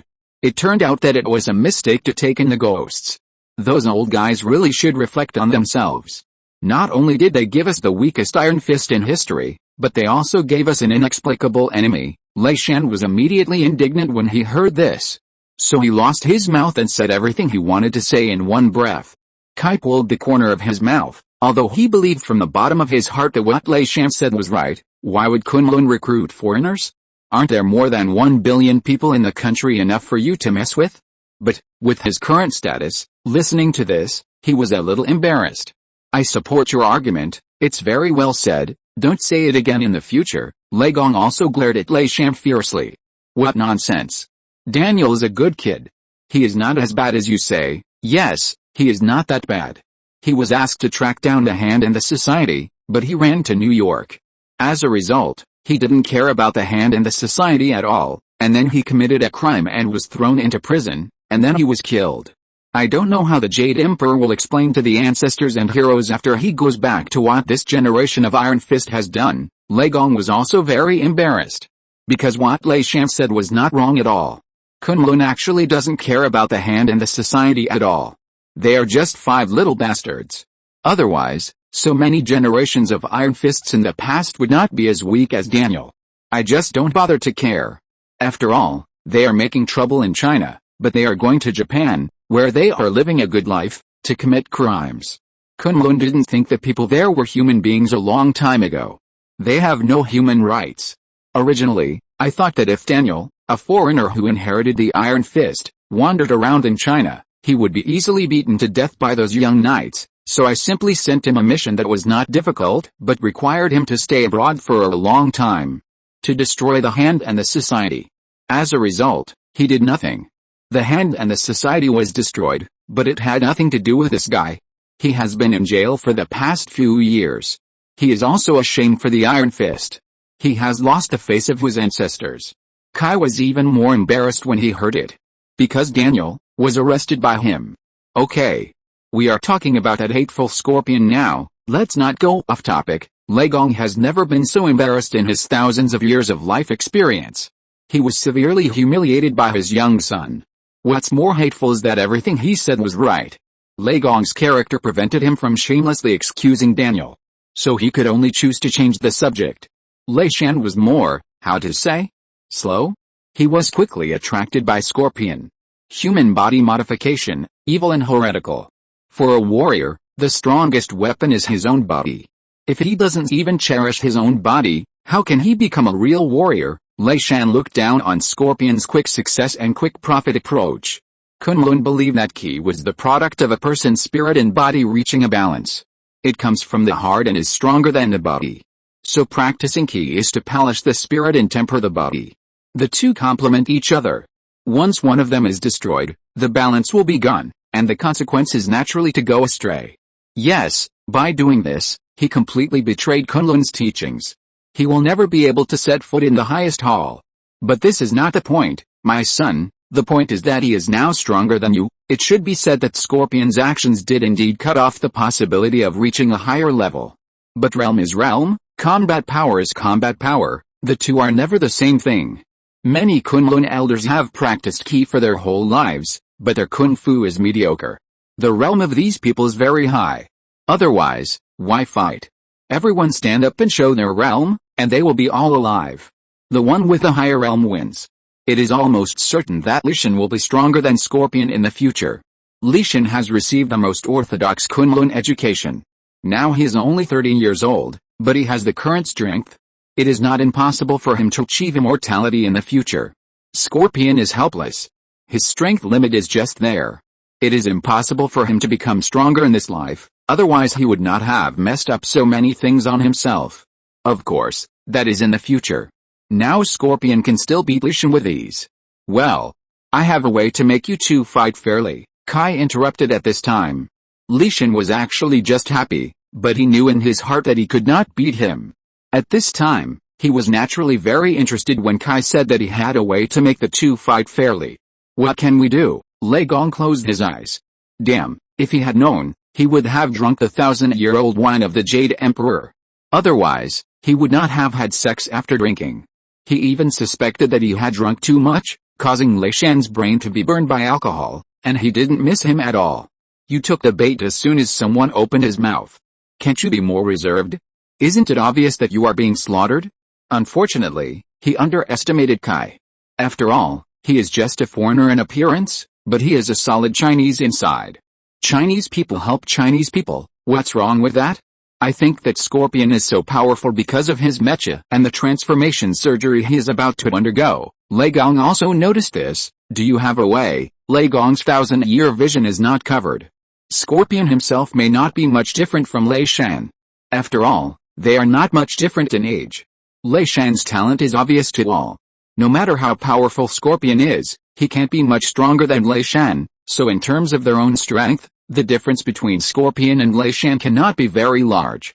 If you throw out the factors of mecha and enhancement, then there is a fight.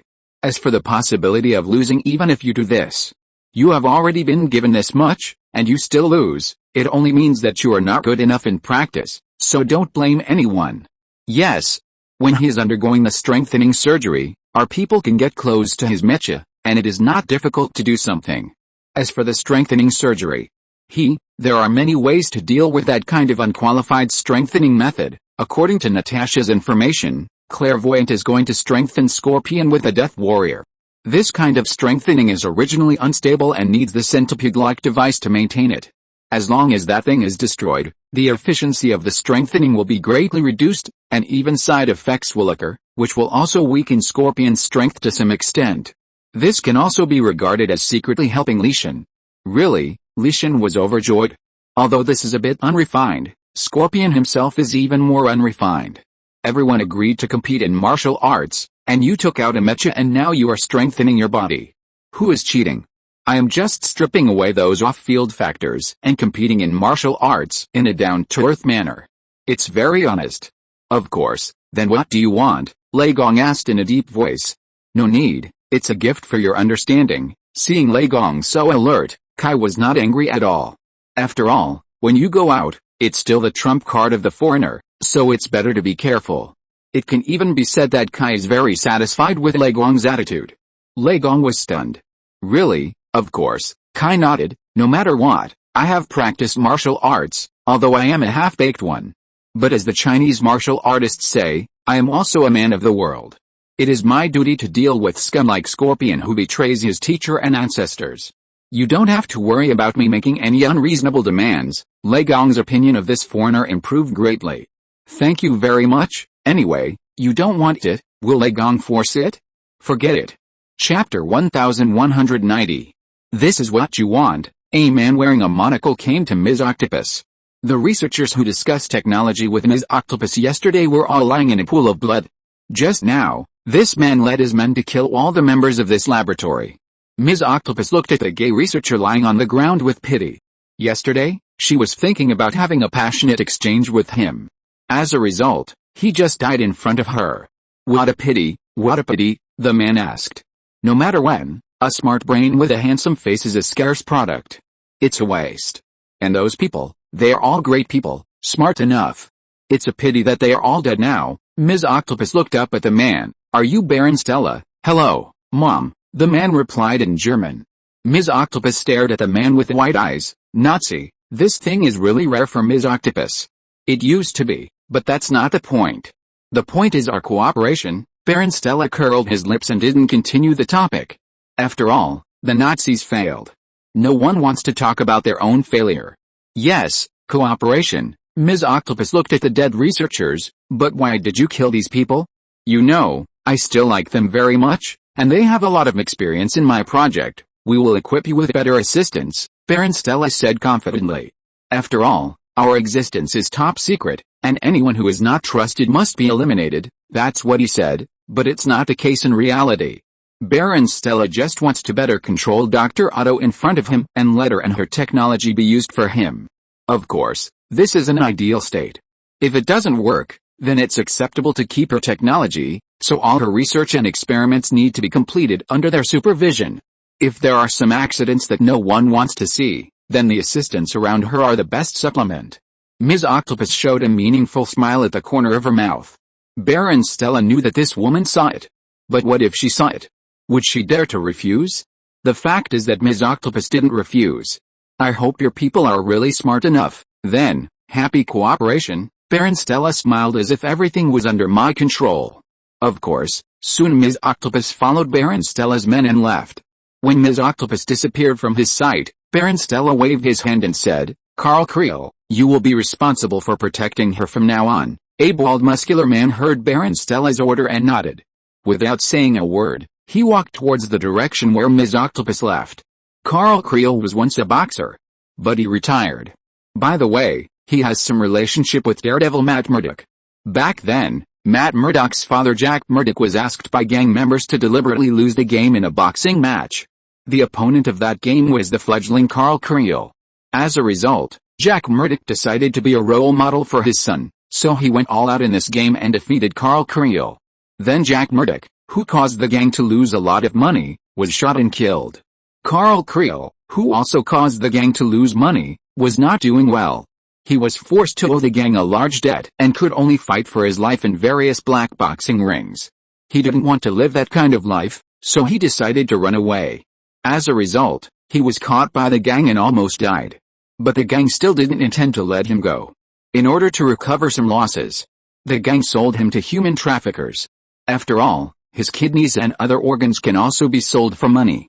As luck would have it, Hydra just lacked volunteers for human experiments. So with his good physical fitness, he was bought by Hydra. Then in Baron Stella's mutant experiment, he survived and had superpowers. His code name is Absorber. He can imitate any material he has come into contact with by changing the molecular structure of his body. During the imitation process, his strength, endurance, and ability to withstand blows are all improved to varying degrees. When imitating and assimilating certain special materials, his ability to change shape will be limited. In short, this guy is a universal shapeshifter, very awesome. With him watching, there should be no accidents. Boss, if we do this, Mr. Pierce, one of Baron Stella's men finally couldn't help but speak out his concerns. Baron Stella is the leader of Hydra in Europe, and he is only the leader of Eastern Europe. There are also people in Western Europe and Northern Europe. Alexander Pierce is the leader of the entire North American continent, including the entire South American region. Although everyone is equal in status, Baron Stella is even much stronger than Pierce in terms of identity and qualifications. But Hydra does not value this thing. Everyone follows the principle that whoever has the strength is the boss. There is no doubt that Pierce is the most powerful among the leaders of Hydra, so as a whole, Pierce has a very important say in Hydra. Humph. Pierce is old. Look at what he is doing now. He is either playing golf or socializing with various politicians all day long. He has been scared a long time ago. Baron Stella obviously disdains Pierce. In fact, Baron Stella really looks down on Pierce, a junior. When he was the leader of Hydra, Pierce was just a spy of Hydra in the United States. He is just a small scoundrel, but others became rich later. The United States won, and a large number of Hydra members were brought to the United States by him in various ways, so Hydra's resources began to tilt towards him. To get out, you have to rely on power. So even if Stella didn't think much of him before, she had to bow her head. But now, as S.H.I.E.L.D. was purged in large numbers because of the failure of the Insight project, countless Hydra members were purged, which also caused the power controlled by Pierce to shrink significantly. At this time, Hydra in other regions would not have any sympathy or help for Pierce. Everyone was taking advantage of him. The Hydra branch controlled by Pierce had a lot of interests embezzled. And Pierce seemed to have really entered retirement life, and he actually took a default attitude towards such behavior. For an organization like Hydra, which has a dark background, your concession represents weakness. And if you are weak, don't blame others for taking action. This is what Stella thought and did. He wants to set foot on the fat meat of the United States. As the most powerful country in the world, even if the United States has suffered several consecutive setbacks, it still cannot change the fact that it is a golden land. Since Pierce is no longer capable, what's the problem with them coming to occupy this place? But is it true that Pierce was scared by the beating? Baron Stella. Humph, he is indeed the elder of our Hydra. His shameless spirit of turning his face and not recognizing people is indeed worthy of learning for us younger generations. Pierce sat in his villa and listened to the report of clairvoyance through the screen. However, judging from his expression, Pierce did not seem to be very worried. So should we respond to him? Clairvoyance's face was also gloomy. After all, being stepped into his territory would make anyone feel uncomfortable. Respond to him? What are you going to do? Pierce asked with interest. Of course, let him look good. Clairvoyance's black face showed a sinister expression. Haha, don't be so irritable. After all, we are people in the same boat. Fighting each other is not a good thing, Pierce said happily. It's really like an old man who has lost his energy after retirement. The whole person looked calm. Sir, Clairvoyance didn't believe that his boss would be down to earth. I really don't plan to do anything, and, dear Garrett, Pierce smiled and then said something else. Do you know what dilemma we are facing now? We are seriously insufficient in strength. Garrett knew everything about this. If it was before, Clairvoyance could only be regarded as an auxiliary organization, secretly doing things under the cover of S.H.I.E.L.D. to collect funds for the organization. Such an organization is destined to have a non-elite peripheral organization, and even a bit of a mixed bag. After all, it is just a tool to make money. But now such a force has become so important, which is very telling. That's right. Then what should we do? Pierce asked again. Of course, develop forces secretly, just like we did before, Garrett replied without thinking. How long will it take? Pierce put away his smile and asked seriously, 10 years, 20 years, or another 60 years? This method is certainly feasible, and with Pierce's cooperation, the risk is not great. The only problem is that this will take a lot of time, especially after the Insight project. S.H.I.E.L.D's review mechanism has become extremely strict. This will undoubtedly greatly hinder their plan to restore their strength. And more importantly, they lack reliable manpower. After all, training backup members requires more than just time. At this rate, who knows how many years it will take to restore strength? Anyway, Pierce is not confident that he can complete this plan before his death. There is no way. We are seriously short of manpower, but now we have it, don't we? Pierce laughed again. Looking at Pierce's flickering eyes, Garrett immediately understood what Pierce meant. You mean, swallow up Stella's power? Hey, don't say it so harshly. After all, Baron Stella is very old, and Hydra is not a demonic organization. It is impossible to let those old predecessors shine all the time, right? It's time for him to take a break, and we will reluctantly recruit his manpower on his behalf. The people under Stella are all elites who have withstood the test. If these people can be recruited, it means that the American part of Hydra can replenish its strength at the fastest speed. It's just that this old guy is not easy to deal with. Garrett then said another objective fact. Baron Strucker was born in Bavaria in the late 19th century. When he grew up, he joined the Nazi Party. Red Skull and Baron Zemo became the favorites of Hitler. He is too old. He has seen countless conspiracies. At the same time, after Baron Strucker was infected with a death spore virus, he has a variety of superpowers. This special virus gives him super strong resistance to physical attacks. Conventional small caliber weapons, cold weapons and falls from high places cannot hurt him at all. Not only that, it can also delay aging and have a strong regeneration factor. Ordinary physical injuries can heal quickly, but he cannot regenerate limbs or organs. Baron Strucker is also immune to all diseases and viruses on the Earth. Baron Strucker can release the death spore virus, which can kill targets within a certain range in an instant. The death spore virus can also enhance his physical properties and speed up the regeneration of his wounds. If Baron Strucker is killed, the death spore virus will automatically detach from the host and spread through the air, which can pose a fatal threat to life on the Earth. In addition, he has been studying how to mutate ordinary people into superpowers.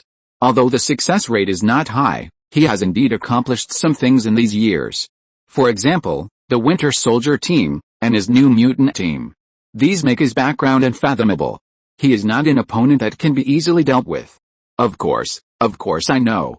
But Garrett, everyone in this world has weaknesses, and our Lord Baron Stella is no exception, Pierce said, and operated on the computer, and a document was sent to Garrett. Werner von Strucker. The document was a detailed profile of a man. Werner von Strucker in the photo has the characteristics of a pure German, with blonde hair, fair skin, tall stature, and a slightly melancholy temperament. The von in his name shows that he comes from an aristocratic family. American, but the information shows that his parents are Norwegian immigrants, and his family is well off. He himself is also very hard-working. He was admitted to MIT at a young age and is an engineer. He is married and about to have his first child. He now lives in Orono, Maine, and runs a farm that belongs to his wife's family.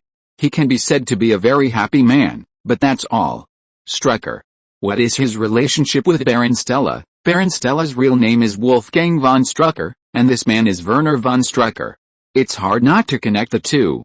What do you think, grandson? Garrett remembered that Baron Stella had descendants, but they all seem to be dead. No, that's his son, his biological son. Chapter 1191. The world is too complicated. Garrett was stunned, then he smiled a smile that all men would understand. This old guy still has this ability, he really doesn't have this desire anymore. After all, he's over 100 years old. He's long been indifferent to this aspect. This was just an accident, but it was also this accident that moistened his long-dried soul. You know, nobles like them still attach great importance to family inheritance. So not long after the child was born, he sent him to the United States. And for so many years, he has only been in contact with him in another identity, Pierce said with a smile. Haha, it's really interesting. I really want to see how this old guy gets along with his son. Garrett thought about Baron Stella's gloomy and vicious appearance, and felt that his son must have a hard time. He would have nightmares when he saw his father's face, right? But, sir, how did you find out? With that old guy's personality, this matter will definitely be hidden very well, of course. In fact, the whole world knows that he has a son, but there are only 4 people.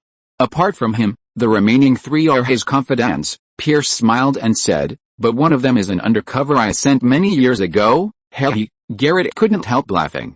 Hydra is an expert in this regard. In fact, sending undercovers to each other is not uncommon within Hydra. It's just that there are very few who can go to this extent. Back then, Pierce used his own strength to send many undercovers to other branches, and then he no longer cared about them. How far they could go was entirely up to luck. Even Pierce himself didn't expect that he would be so lucky to win the jackpot. What are you going to do? Let me bring that kid back? No, that's too obvious, and with Stella's character, he won't be threatened. If necessary, he can even abandon his own son. This is not the first time for him. Anyway, he can give birth to a son, and at most he can give birth to another one. What we need to do is to make him always think that his son is still a secret. Then what? Based on Garrett's understanding of his boss, there will definitely be other actions. Did you read the information? Baron Stella's grandson is about to be born. And I received news that he will personally wait for this new member of the Stark family. Baron Stella may not have much feeling for his son, but it's different for his grandson. This is his first grandson, and his other descendants have no offspring. So he must be on the scene for such an important occasion. I understand. Wait for him. Also, you should also contact his subordinates, so as not to be in a hurry when the time comes, Pierce reminded. No problem. But those important people, Garrett knew his own weight. He could use some means to control or win over the middle-level personnel, but he didn't have enough weight for the senior ones. Don't worry about that. I will receive them in person. Pierce had already considered everything. Baron Stella is really a good man. Garrett was also very happy. Of course he had reason to be happy. After all, Pierce was already in his 80s, almost 90 years old. How many years could he live? Who else could take over their faction except him? The bigger their faction was, the happier he was. But there was also a practical problem here. Sir, about that matter, Garrett asked carefully. The only obstacle for Garrett to take over now was whether he could live longer than Pierce. You know, with Pierce's conditions, it would be no problem for him to live 100 years. Although Garrett was only 50 years old, the problem was that he didn't have much time left. He had a terminal illness. There was no cure. I have already started working on it and have made some progress, but Nick Fury hid those things so deeply that even SHIELD had no records of them. I can only infer them through some clues, so I know you are anxious, but you must remain patient. Garrett, to be honest, Pierce was quite satisfied with Garrett and he did intend to let him take over. After all, The reality was that he was already very old, and even if he had a means of survival, it would not be possible for him to be immortal forever, to say something unlucky. If he fell down, he might die, so he was very careful even when taking a shower, fearing that he would slip. There was even a possibility that he would not be able to get up after sleeping one day. So the reality had forced him to consider the issue of a successor. He had no children and had worked hard all his life, so someone had to take over his career, right? That might be the only thing he had left in the world. And Garrett was the best candidate. He was capable, loyal, and courageous. A perfect candidate. And he had no other choice. All the other candidates were dead. Garrett not only controls the entire clairvoyance, but is also the planner of the Centipede Project. Garrett is also the first test subject of the Death Warrior Project. Unfortunately, he failed, which caused his organs to fail continuously and could not be treated at all. Even organ transplantation could not save him. Now his body has been maintained by artificial organs, but this is only a stopgap measure. After all, artificial organs cannot be compared with real human organs in any aspect. The human body is very delicate. With current technology, there is no way to use artificial products to perfectly replace them. Moreover, organ failure is still spreading, and many of his organs are beginning to deteriorate. It is impossible to replace them all with artificial ones, right? If that happens, there will be no hope. The only thing that can save Garrett now is a project that Nick Fury once secretly developed. Project Tahiti Project. Project Tahiti is Project Terrestrialized Alien Host Integrative Tissue Initiative. That is, the Alien Body Tissue Terrestrialization Application Project, Plan. During the Tahiti Project, it was discovered that the body fluids extracted from the corpses of the Cree people could revive humans, so Nick Fury attached great importance to it, hoping to develop a drug that could revive humans without side effects, to revive important people on Earth. Now this plan has achieved certain results. That is the GH325 agent. This agent is said to have the possibility of resurrecting the dead. However, the specific effect is unknown. This is all the information Pierce can find. However, based on Pierce's understanding of Nick Fury, he will definitely conduct human experiments on it, and it will succeed. Otherwise, the name of this agent would not appear. After all, why write down a failed product? It's just not clear how many people were resurrected based on this thing. At least Pierce has always suspected that there must be a hidden line of Nick Fury inside S.H.I.E.L.D. Pierce knows very little about other things. It's amazing to say. Pierce knew nothing about this before, and he didn't even know about the corpses of the Cree people. It is estimated that Ms. Carter of the Shadow Bureau knows more than him. But what's the use of this? Can he ask? So now, he can only rely on himself to investigate bit by bit. Everything in this world will leave traces after it happens. It is impossible for such a large project to leave no traces at all, so it is definitely possible to investigate it. The problem is that with Nick Fury's ability, it must be very secretive. He needs time. But it happens that Garrett lacks time. Hey. I know.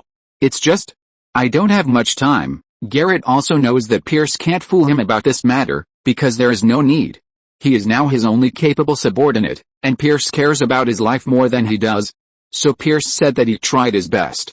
If he died, it would not be as simple as losing a subordinate for Pierce. After all his private activities have been handed over to him. Once he is gone, Pierce will not be able to find a replacement for a while, so he said that he tried his best, and that must be the case, but there are always some things that can't be done quickly by trying hard. So he can only wait. Don't lose heart. I have some clues too. Why don't you check it out as well? Pierce was afraid that his right-hand man would really give up hope, so he planned to find him something else to do. Oh, Garrett was shocked. Two people were mentioned in a report by Nick Fury. They were Maria Rambeau and Carol Danvers. All the information about Carol Danvers has been deleted. I only found this person's information in a military document from many years ago, but according to this information, she died in a plane crash in 1989. The military issued an obituary, but only found the wreckage of the plane, not the body.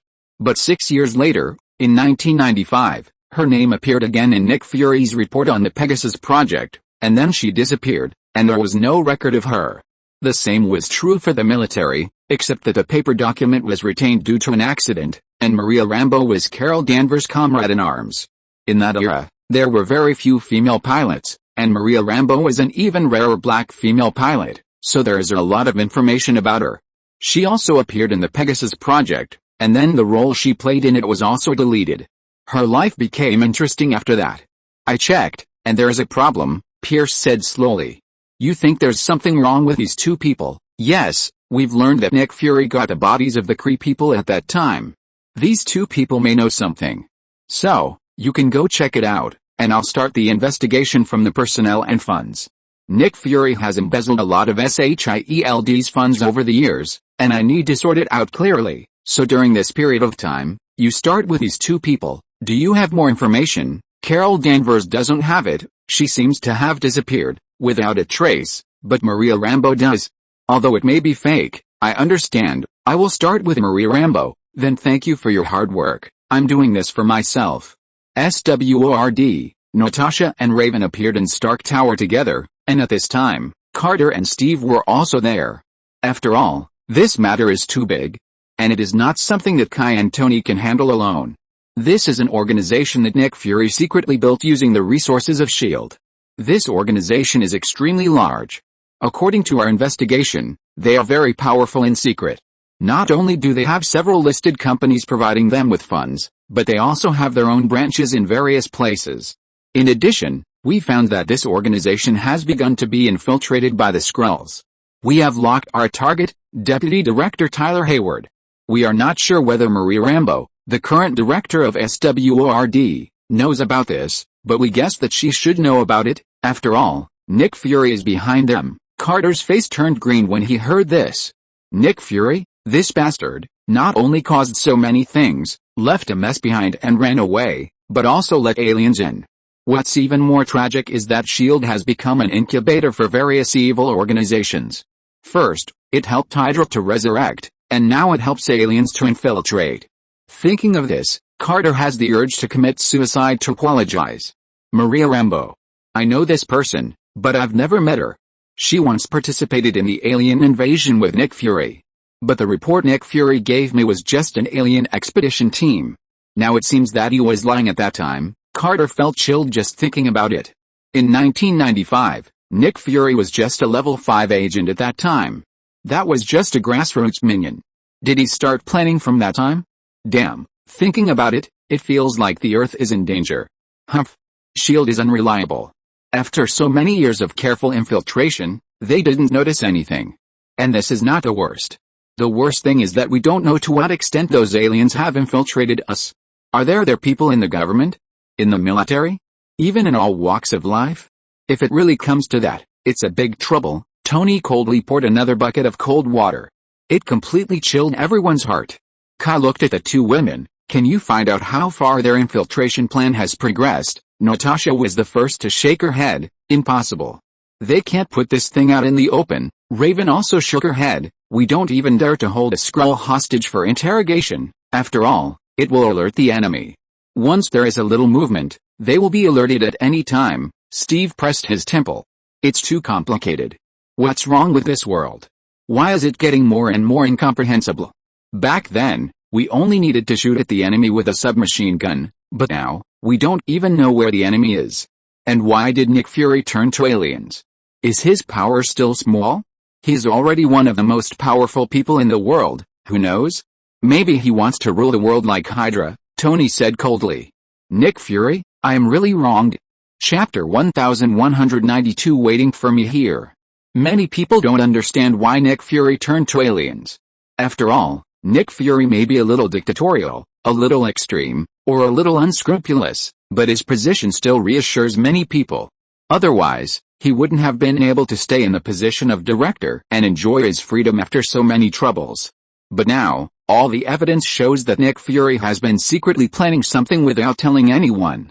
According to the audit results of SHIELD, more than $100 billion of SHIELD's funds have been misappropriated. Although these funds were misappropriated in multiple installments over a period of 10 to 20 years, the amount each year is not small. He misappropriated $1 or $2 billion a year. No one knows where this much money went. No one knows what was done with it. This is chilling. Especially the US government. You have to know that the bulk of SHIELD's funds have always been from the United States. It is not easy for them to invest a little money every year. After all, this money cannot be put into public accounts and needs to be allocated secretly through various channels. This has exhausted the masters of the Secret Funding Committee of Congress. Every year, they have to use various excuses from national funds to support S.H.I.E.L.D. for fear of being discovered by the public. As a result, a large part of this money was misappropriated by Nick Fury. What's worse is, they have been unaware of it for so many years. And there is another bad news.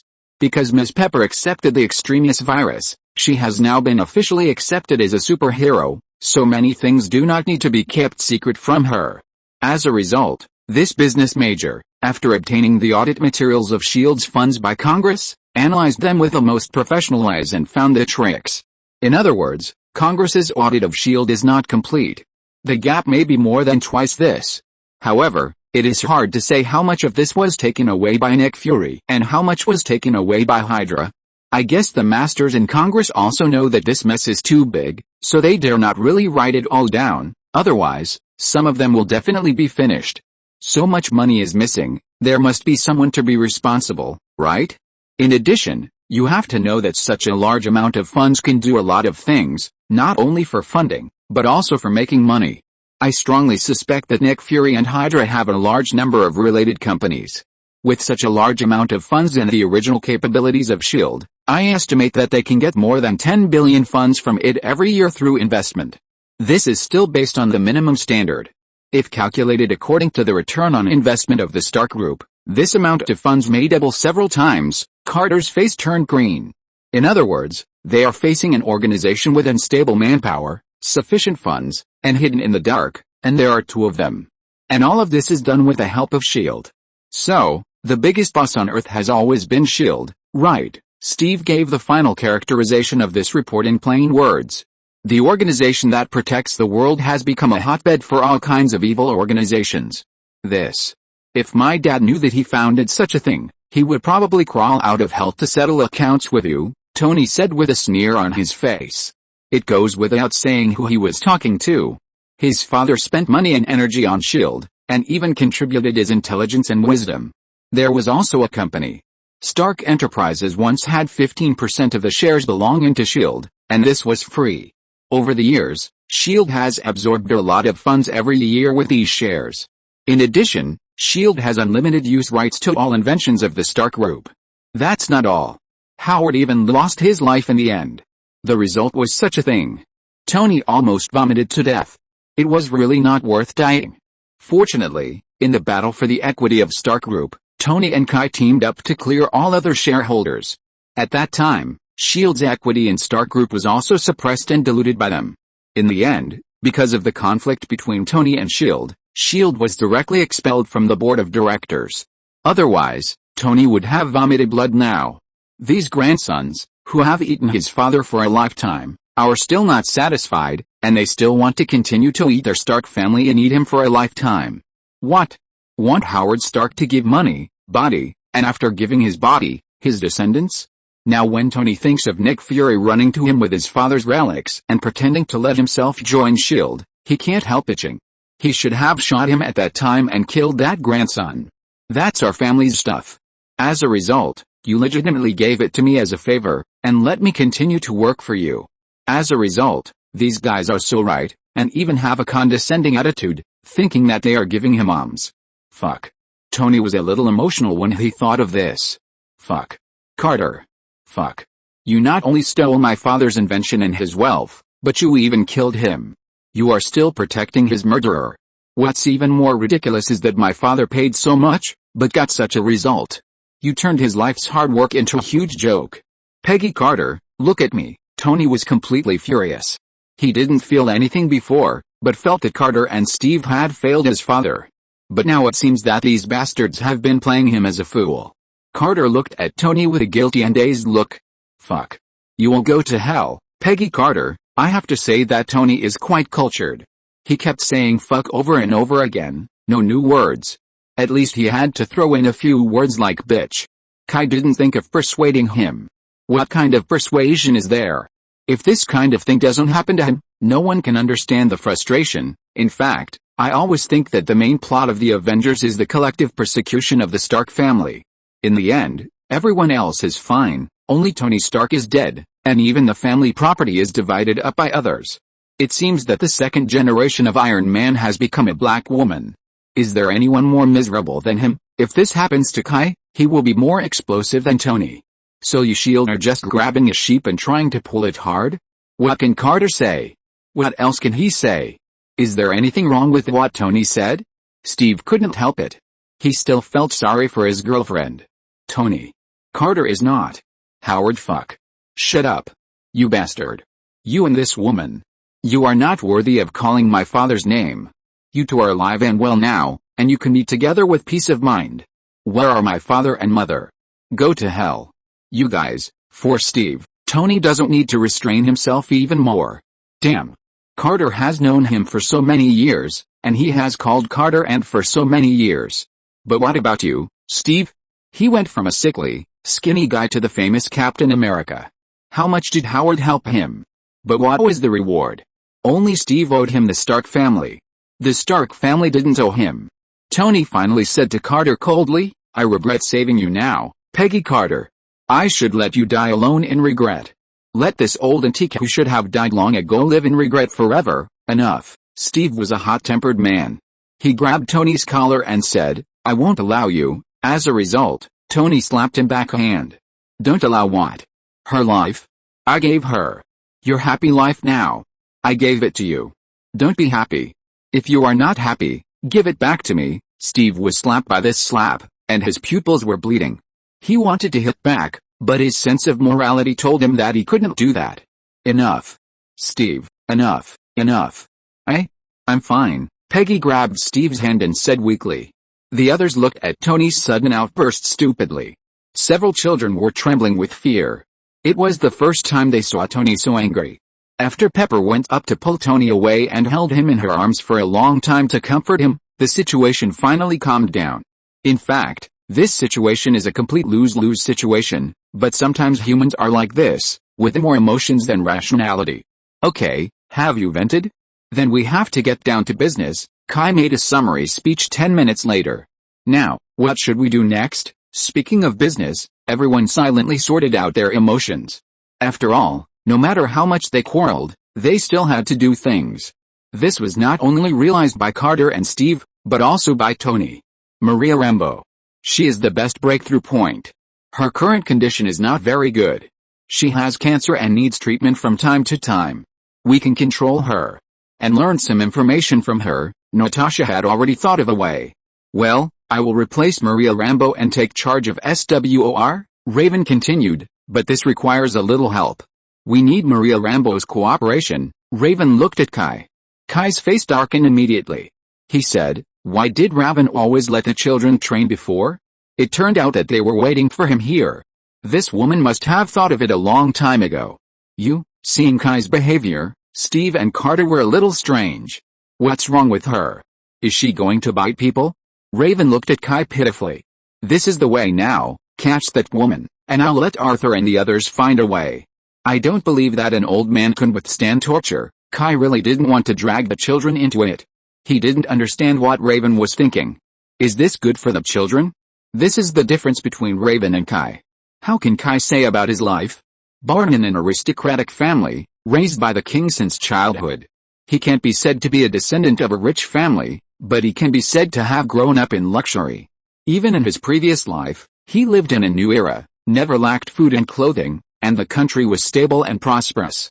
His living environment shaped his attitude towards the next generation, and it is impossible for him to deliberately let his children suffer. But what about Raven? She was born in a turbulent era in Europe, and later awakened her mutant abilities. After that, she experienced 2 world wars and wandered around the world. That kind of insecurity has always been throughout Raven's life. Her living environment has created an attitude of being prepared for danger in times of peace. She always thinks that children should learn more and experience more things in order to grow better. Otherwise, she would not have taught the 3 little ones agent skills when they were young. And she didn't think it was dangerous. There were so many people watching them. They couldn't even watch over a child. She really can't stand it. She is not young and sick. If she is really tortured and can't get anything out of her, she will probably be finished. Raven hit the ball directly. Tisk. Emma's psychic ability can reveal her secrets. As long as we control her, we can control the entire SWORD, Raven continued. Carter understood now. Emma is Kai's adopted daughter and also Raven's adopted daughter. So this child is a mutant? Carter can even sacrifice herself for the job, so naturally she won't consider Kai's concern for the child. She wanted to persuade him righteously. But she saw Tony immediately. She felt that if she said this now, Tony would explode again. His parents both died for those so-called righteousness. So she decided to shut up. In fact, his choice was correct. Carter and Kai were not familiar with each other.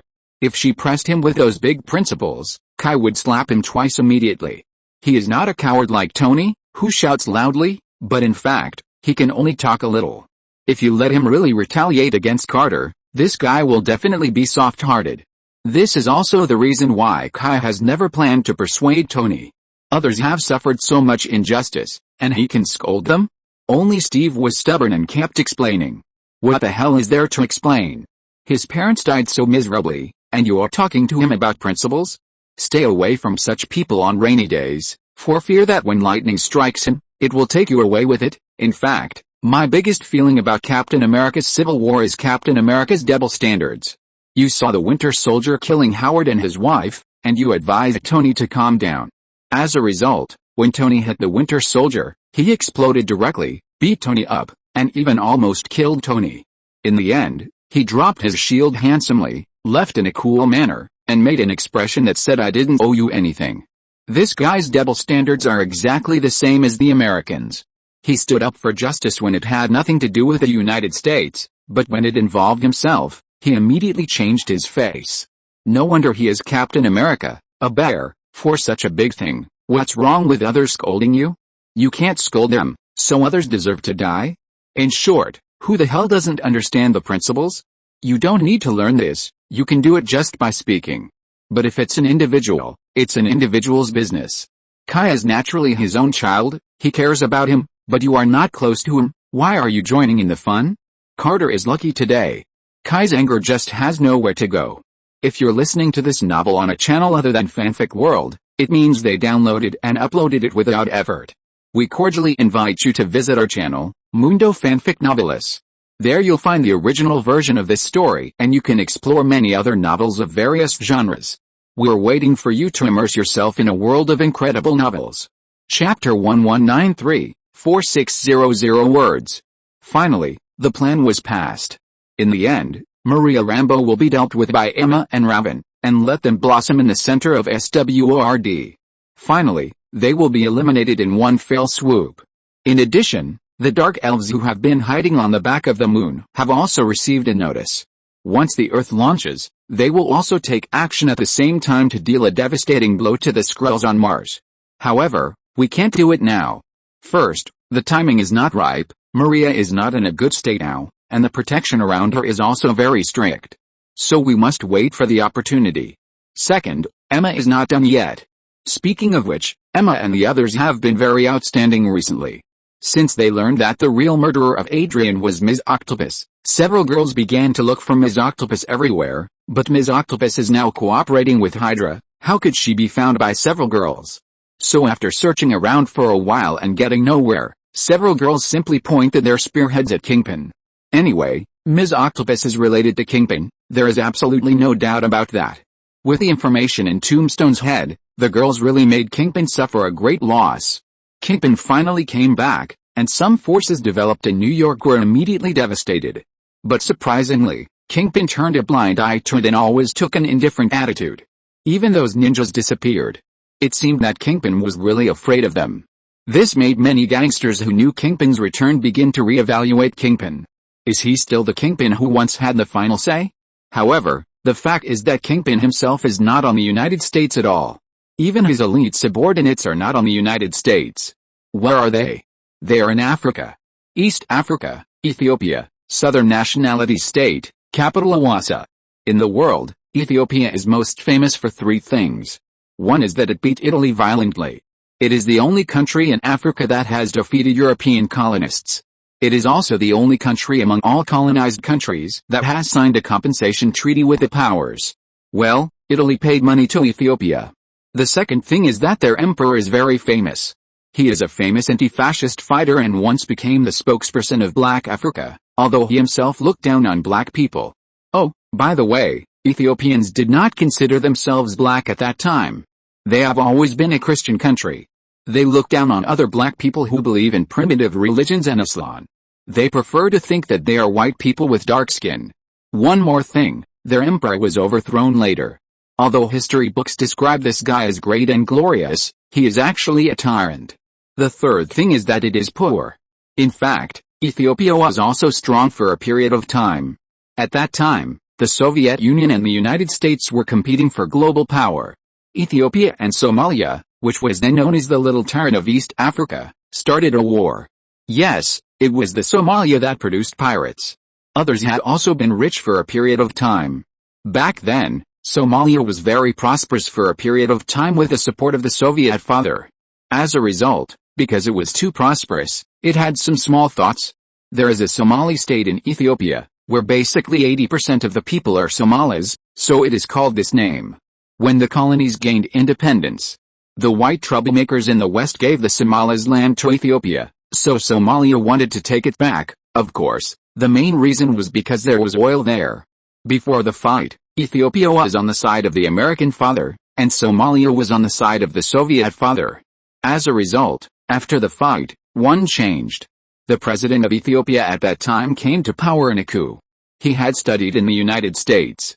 It happened that during that period, blacks were discriminated against in the United States, and he had been unhappy with the United States for a long time. When he came to power, the United States kept nagging him. When the two sides started fighting, the United States put forward various conditions to control him. Because of the coup, the president of Ethiopia learned from the Soviet Union and killed all the officers in the army, and the combat effectiveness was weak. It was beaten by Somalia, which was smaller than itself and had a smaller population. It was just when it needed American support, but at this critical moment, the Americans played this. It immediately angered the Ethiopian dictator. So he gritted his teeth and stomped his feet. I surrender to the Communist Party. Originally, the Soviet Union also coveted Ethiopia, and was also dissatisfied with Somalia for not listening to the call and starting a war. Naturally, it accepted the surrender. The Soviet Union immediately stepped in to take sides and asked Somalia to stop. Somalia saw this and thought, fuck, what do you mean, brother? So they also got angry and expelled the Soviets directly. I surrender to the United States. The Soviet Union was also very tough, and you dared to betray me, you evil son. Immediately sent the Soviets who had just come out of Somalia to Ethiopia nearby. They beat Somalia up. Somalia couldn't stand it and could only ask the United States for help. As a result, the United States had a lot of trouble and put forward various conditions. For example, the release of tribal separatists, various messy political prisoners, and elections, etc. As a result, Somalia, which had just formed a national ideology with the help of the Soviet Union, immediately split politically and went back to the tribal rule period from a modern country. Moreover, the United States was cunning and was unwilling to give money. It just gave some useless weapons. Another thing is that the United States was also scared. Because of the billions of subsidies, Ethiopia is too useless. All the officers who can't read, understand technology and tactics have been killed. It's strange that the army can fight. With so much aid, it still can't beat Somalia. This made the Soviet Union furious, so the Soviet Union simply did a ruthless thing.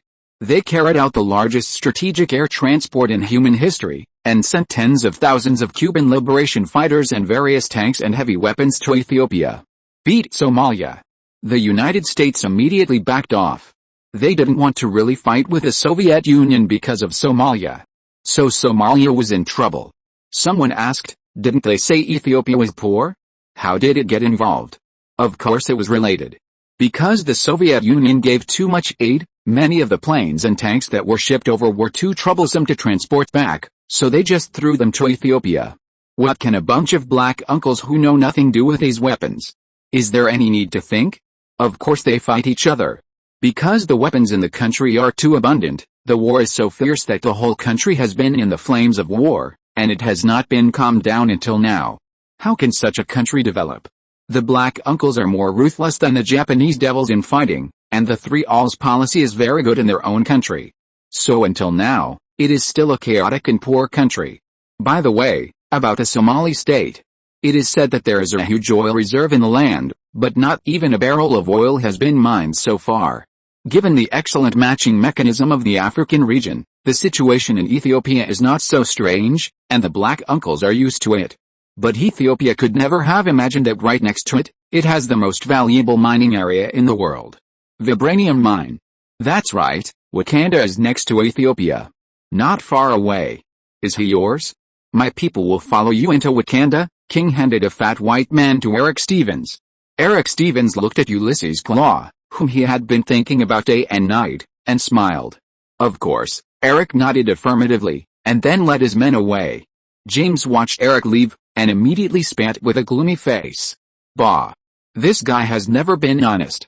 Boss, why don't we kill him himself? Kingpin shook his head with a cigar hanging from his head. No, his mission is to help us open the door to Wakanda. As for whether he is willing to abide by the agreement, it is dispensable to us. Right, Mr. Yuri. At this time, a masked man suddenly appeared from the shadows behind Kingpin. Of course, James' face changed. He actually didn't know that there was someone among them. Don't be afraid, Mr. Yuri is our partner, Kingpin said to James with a smile. That's right, Yuri is an old Russian man. He looks like a very dark man, which makes people shudder. We are partners, aren't we? The Russian Federation thanks you for your efforts, Mr. Kingpin, or it would be better to call you by your name. No, just call me Kingpin. Kingpin naturally didn't think that the Russian guards would not know his intelligence. You have to know that there are three major intelligence organizations in the world, the Guardians, the Spear Agency and the Shield. Although compared with the latter two, the Guardians are a little bit inferior. But they are wild. They may be the intelligence agency most deeply involved in the dark world. Super criminals around the world are more or less related to the Guardians. Even Hydra. It is a long time ago that Hydra had a grudge against the Soviet Union. The current Russia is not the Soviet Union. In this world, the reason why the Soviet Union helped Ethiopia so hard was that it hoped to use Ethiopia as a springboard to find Wakanda. Unfortunately, the Soviet Union collapsed more than a decade later and could not find Wakanda. As the heir to the property of the bear knows many secrets that even the United States does not know. This time when Kingpin found them, the Guardians did not take it seriously until Kingpin sent Eric's name. So Russia immediately agreed to cooperate with Kingpin. We believe that we can all get what we want. We Russians are most willing to share happiness with friends, is that so? Otherwise, we share it too, but at this time, another voice came. Yuri's face changed. Damn it, who? Kingpin's men immediately became nervous. Don't do it, Yuri shouted quickly. Saber, Yuri shouted quickly. Stop. Only then did people see a man wrapped in close-fitting armor appear in the center of the room. And the weapons in the hands of Kingpin's men were all split in two at some point. SHIE has also set its sights on Wakanda. Seeing the scene in front of him, coupled with Yuri's reminder, Kingpin didn't know the seriousness of the matter. Earlier than you, the figure said softly. His English was very standard, without any accent. Then the man said in Russian, otherwise, how do you think you deceived SHIELD? You knew what we were going to do a long time ago? Yuri's face was very ugly. I didn't know. But now I know, Saber, the super agent of SHIE. There are no superheroes in the motherland, only public servants. Either become public servants and protectors of the people, or just disappear with the old times without any compromise. This also resulted in that in the motherland, there are no superheroes. All actions are under command, and the safety of people's lives and property is the top priority. Saber is one of these people. He was originally a top elite in the army. In addition, the technological armor of the SHIEA enhanced his abilities in all aspects, and he was equipped with 2 energy swords, making him the most agile and deadly assassin in the world. He has always been the best scout and pioneer of the SHIEA. But that's not important. We'll share half when we meet, Saber said without hesitation. Impossible, Russia is used to eating alone. Saber said nothing. What the hell, I want half. If you have the guts, don't give it to me. As expected, Yuri was deadlocked for a while, and had to compromise. We are the leader, no problem. It's okay to pay, don't expect to pay more, just give a cabbage price to show your appreciation. Anyway, it's not a problem, but there must be benefits. As for why?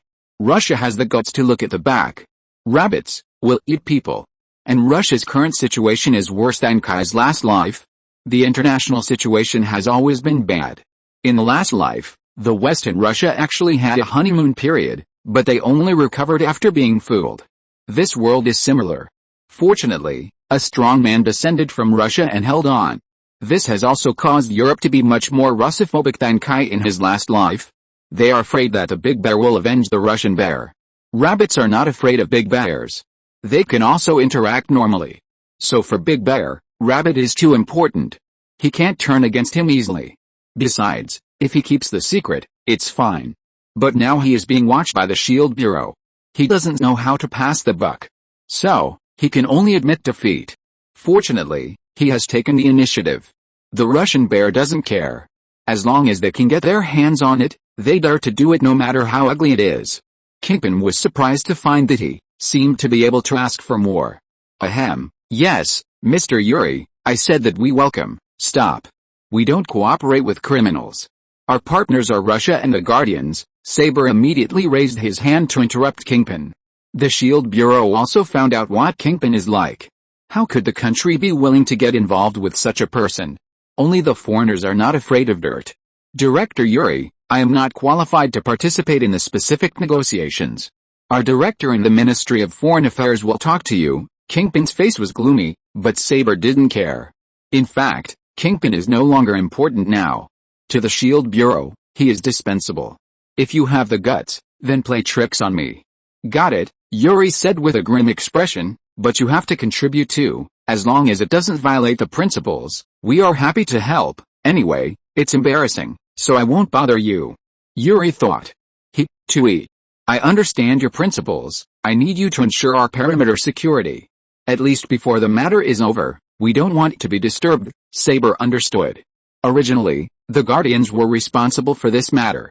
There was no other way. They wanted to eat alone, so they naturally had to bear this tiredness. But now it's different. The SHIEA is here. Why don't they take advantage of it? No problem. We guarantee that even if you blow up the whole of Wakanda, no one will bother you. Saber would naturally not refuse this request. It's much more pleasant to eat with 2 people than to share with 5 people. Chapter 1194 Battle for the Throne. Will Eric cooperate with Kingpin? Of course not. Eric knew very well that the ninjas following him were all here to watch him. However, he didn't care. Because as long as he entered Wakanda, everything would go according to his plan. As for these ninjas, the warriors of Wakanda would deal with them for their king. Eric was very excited. His lifelong pursuit was already in front of him. The changes in the world situation and the outside world spying on vibranium have made him invincible. Stop, the entrance to Wakanda is actually not difficult to find. Even if you just know the direction of Wakanda, you can reach the border by walking straight. But entering Wakanda is another matter. The entire Wakanda is protected by the energy stand created by Wakanda. Any outsider who does not know how to open the energy stand will only be affected by the energy. For example, you think you are walking straight ahead, but in fact, you have already deviated from the route without knowing it, and perfectly bypassed the territory of Wakanda. This influence is very secretive and cannot be detected at all. But if you know how to open the energy stand, then things will be simple. When they entered the energy stand, they were immediately stopped. It was a group of black people wearing hoods, holding cold weapons, and riding rhinos. They were covered with patterns painted with white paint. They looked no different from ordinary African tribes, except that they were taller and healthier. Eric threw the tightly tied Ulysses' claw to the ground, then raised his hands and shouted in the most authentic Wakanda language. I am Njatika, the son of Prince Najib of Wakanda. I brought back Ulysses' claw. I have the right to meet with T'Challa and the king. The border tribe is responsible for the defense of the entire Wakanda. They are believers of the hyena god, living on the border of Wakanda. They appear to be ordinary herdsmen, but they are actually well-trained soldiers, forming the first line of defense to guard Wakanda. The blue cloth robes worn by their tribesmen can form a defensive barrier, and the rhinos they raise are all covered with vibranium decks, with amazing combat power. As a tribe that takes conquest as its mission, they have been able to linger on the border for thousands of years, watching the white people trample on their land without any use, which has led to their dissatisfaction with many policies of Wakanda. They are also the most radical tribe. At the same time, he is also the first tribe that Eric wants to persuade. After all, he can't seize power with his bare chest. He needs the support of the army. I am a noble, I want to see your chief. Things went smoothly. Just as Eric thought at the beginning, the border tribe was already very dissatisfied, so after Eric made a guarantee, they immediately turned around to support Eric. What's more interesting is that because the border tribe is the most radical tribe, many people in the tribe are very supportive of T'Challa. As a result, when Eric came up with a more radical policy, the border tribe immediately turned. With the help of the border tribe, Eric easily came to Bernanzana, the capital of Wakanda. Faced with the sudden return of a member of the royal family, not only the royal family themselves were dumbfounded, but even T'Challa was also confused. But it doesn't matter. The Black Panther god would never mistake his people. The moment he saw Eric, King T'Chaka was sure that Eric was a member of the royal family. "Are you Nizib's child?" T'Chaka asked in disbelief. "Of course. It's the real deal." Eric threw Ulysses' claw to the ground. "I know you. You are my father's brother. Have you seen me?" T'Chaka noticed very keenly that the child knew him.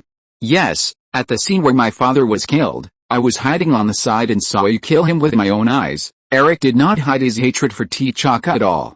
T'Chaka's face was miserable. He had always felt guilty about killing his brother with his own hands. He had never thought of killing Nizib at the beginning. He just hoped that Nizib could go back with him and hand Ulysses' claw to him.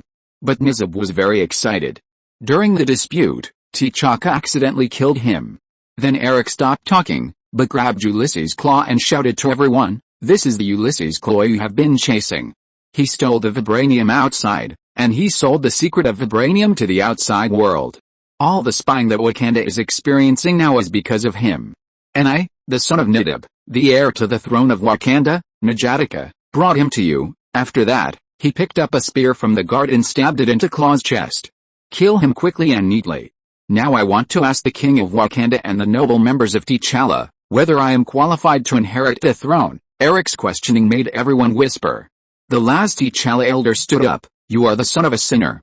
Nidib and the smuggler are in cahoots. He is dead, died at the hands of his brother." "And, what crime did my father commit?" Eric questioned. Then, without waiting for the elder to speak, Eric opened his arms and shouted, "His only crime is that he takes Wakanda too seriously. He is not doing it for himself. He conspired with Claw just to improve the situation of us black people in the world. He is doing it for hundreds of millions of black compatriots. He loves this country, loves his own nation, loves his compatriots of the same skin color, and he also loves his family. If this is also a crime, then yes, he is a sinner." The elder opened his mouth, not knowing what to say. After all, Nizib was indeed such a person back then. He was not doing it for selfish reasons, so no one wanted Nizib's life from the beginning. They just wanted to take him back and not cause trouble outside. At this time, Wakabi of the border tribe stood up. He is the commander of Wakanda's defense, the minister of the military department, and is responsible for commanding the Wakanda army. He is also the chief of the border tribe. We can put aside the crimes. I just want to ask whether Prince Nizib's identity was deprived back then, and whether his body is still in the royal tomb. Wakabi asked the point this time. Whether guilty or not, these are all false. The key is the definition of Nizib's identity. No. Nizib is still buried as a prince. Very good, Wakabi nodded. Then His Majesty the King also recognizes that N'Jadika is Nizib's son, right? T'Chaka nodded. He had guessed what they were going to do. But he did not try to deny it. After all, the Black Panther goddess has always protected her people. As a royal family, everyone is the Black Panther goddess's elect, and he cannot deny this. Then the border tribe supports N'Jadika's appeal. All the members of the border tribe who attended the meeting stood up and stamped their feet to express their support for N'Jadika. Others also understood at this time. Nizib's son did not come back simply to recognize his relatives. I request a duel in front of the gods with the king of Wakanda, the kinslayer T'Chaka. To decide who is the most suitable to sit on the throne of the king, the members of the T'Challa Council looked at each other and began a heated discussion. After all, this was completely beyond their expectations. They originally thought that such a cruel king selection meeting would not be seen for a long time. In fact, in Wakanda, which was originally a paradise, this kind of king election conference to determine the position of the king through challenges has not been held for a long time. After all, Since the previous generation of kings, there has been a peaceful handover. Even when it comes to T'Chaka, Nidib has gone far away and did not compete with his brother for the king's crown. Unexpectedly, now that everyone has become accustomed to the peaceful handover of the royal family, a king election conference will take place again. Soon the members of the T'Challa Council finally reached a consensus. They are not qualified to stop Eric's request. First of all, Eric is qualified in terms of inheritance rights. He is a blood relative of the previous king, and he also has the qualifications to initiate a challenge. He brought back Claw, an arms dealer that Wakanda has never caught. Ulysses Claw is not just a thief and an arms dealer to Wakanda. He knows too many secrets of Wakanda. He even knows how to bypass Wakanda's outer defenses and sneak into the country secretly. His existence is a huge threat to the entire Wakanda. So Eric is not without merit to Wakanda. Although this merit came a little late. But the request was met after all. They had no reason to reject Eric. Although they now began to think that it was not bad for T'Challa to ascend the throne. But, it was too late. T'Chaka did not say much, and took off his clothes directly. He only left a pair of shorts and walked into the duel arena. There was a waterfall there. Eric obviously would not hesitate. He also took off his clothes and came to T'Chaka. I didn't think of killing Nizib at the beginning, T'Chaka said with a complicated expression. Do you want to surrender? Eric was unmoved. Forget it. If you really want to repent, then you have plenty of time to repent your mistakes in front of the goddess. I don't think I am wrong. T'Chaka was indeed upset about killing his brother, but he never regretted it. Everything I did was for Wakanda, but Wakanda doesn't need you. The duel began. No. T'Challa smashed the operating table in front of him furiously. No. Father. No. Just then, T'Challa saw his father being killed by a young man, and then lifted up and thrown down the waterfall. Yes, the duel was broadcast live for the whole of Wakanda to watch. The ratings were off the charts. However, the battle was lackluster. T'Chaka was old, and his long career as a king had basically kept him away from fighting. He was fat and no longer agile. His movements were much slower. Originally, as the Black Panther, T'Chaka would not be so depraved. But who told the royal family that they had not experienced such a bloody duel in front of the gods for many years?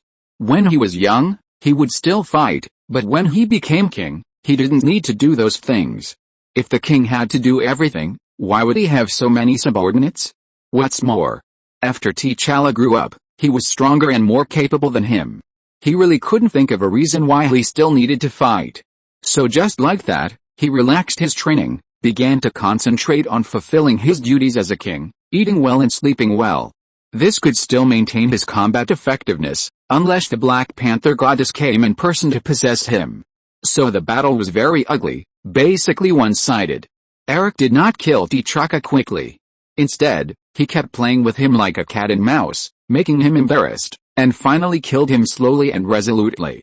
I have to go back, T'Challa. Okoye tried to calm T'Challa down. Okoye is the captain of the Dora Milaje, the royal guard, and T'Challa's confidant. Every king of Wakanda is protected by a group of all-female guards who are highly skilled in martial arts and good at using various weapons, that is, the Dora Milaje, and the members of the Dora Milaje are women selected from the major tribes of Wakanda. These guards may also become princesses, so to a certain extent, these women are selected as members of the guards not only to be loyal to the king, but also to compete for marriages among the major tribes to consolidate their political positions. For a long time, these female guards were actually the king's harem. T'Chaka once thought about abolishing this system.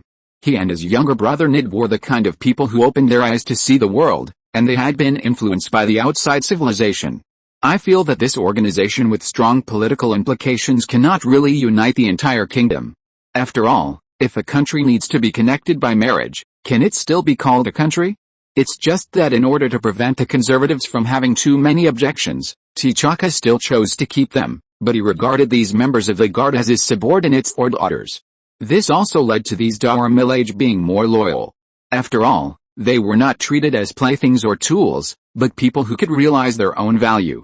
This also led to Okoye being very loyal to T'Challa and his son. We can't go back like this, Okoye told the truth. Why? You are not qualified enough to challenge the king, Okoye told the truth. Although T'Challa is a recognized prince, he lacks merit. Let the tribe recognize that he is qualified to challenge. The best way now is to continue to complete the mission and seize the nano bomb. Gain merit, so that you can be qualified to compete with Eric for the throne. There is no way. If anyone can challenge the king, then the king doesn't have to do anything in his life, waiting to be challenged every day, right? T'Challa turned his head and stared at Okoye fiercely. Okoye also stared at T'Challa. No. I want to go back. Even if it's for my father. I want to do to him everything he did to my father. Okoye was going to say something else. But her mind suddenly became confused, and then she nodded involuntarily. That's right. The hatred must be settled. This change confused the other Dora Milaje members around. What was going on? But soon an uncontrollable anger burst out from their chests. They remembered how good T'Chaka was to them and how much he respected them. Then they began to hate Eric. They wanted revenge. Yes. Revenge. T'Challa stared at Eric on the screen with a hideous face. Chapter 1195, Thunderbolt. Your method is too despicable, isn't it? Not far from where T'Challa and the others were hiding, Saber looked at Yuri with a bit of contempt. It turned out that all the unusual things just now were all the work of Yuri. Yuri, the leader of the Guardians, is a bit similar to Nick Fury's position in SHIELD. However, the Guardians are not as powerful as SHIELD in Russia. In fact, it is unlikely that Russia can establish such a powerful intelligence organization. Not only that, because Russia absorbed a lot of Soviet-era property, there are actually many similar organizations in the country. The most famous ones are the KGB's Red Squadron and Red House. The Guardians were established much later than them. It was an organization specially established by the current Russian president to suppress various domestic forces when he came to power. At that time, Russia had just split from the Soviet Union. The oligarchs in the country were rampant, and those organizations were more or less related to the oligarchs. In order to suppress these oligarchs, the new Russian president at that time had to start a new organization. After so many years of hard work, the Russian oligarchs were either killed or incorporated, and the Guardian organization got the public organization from the president's private organization. But in the same way, due to the political victory, the organizations in the former Soviet Union were also incorporated by the president very smoothly, which also led to the Guardian no longer being the only one. Naturally, they would not get as much support, so although the Guardian organization rose quickly, it still lacked foundation. Otherwise, this action would not be carried out by Yuri himself. In this world, the former Soviet Union is a master of living like Hydra, and SHIELD Yuri is a successful experiment of the former Soviet Union. After World War II, countless men died on the front line, and a large number of poor people were displaced and homeless, which also led to the birth of a large number of war orphans. Yuri is one of them. At that time, many children with special abilities were secretly collected by the Soviet government. However, the Russians have always been ruthless and brutal, and the lives of those children can be imagined. In short, Yuri graduated. After killing all his friends and classmates. His ability has also been greatly enhanced by these inhuman treatments. The Russians like this. They are afraid of these mutants, but at the same time they desire the power. So they will find ways to destroy their personal consciousness and train them into killing machines that obey the government. But at the same time, they will also create monsters one after another. Otherwise, in addition to those objective reasons, the collapse of the Soviet Union is also subjectively related to its sometimes inhumanity. Yuri is such a monster. Countless stimulations have caused his mind to be broken, reorganized, broken again, and reorganized again. If it goes back and forth, his ability has become so powerful that it is shocking. Just now, he just used a little trick, and T'Challa and her female guards were all caught. Moreover, they didn't even notice it. If they don't mess up, how can we have a chance? Yuri did not comment on Saber's evaluation. Although he hated the Soviet Union, Yuri had to admit that he was too deeply influenced by the Soviet Union. For example, in terms of inhumanity. He is not as moral as those Western ghosts. Saber shrugged. They didn't play like that. After all, everyone's well-being is the real good. Of course, he wouldn't be stupid enough to stop it. He didn't have any relatives in Wakanda. The weather which is already in place. Saber talked about another thing. The Zodiac in Poland seems to have discovered your actions.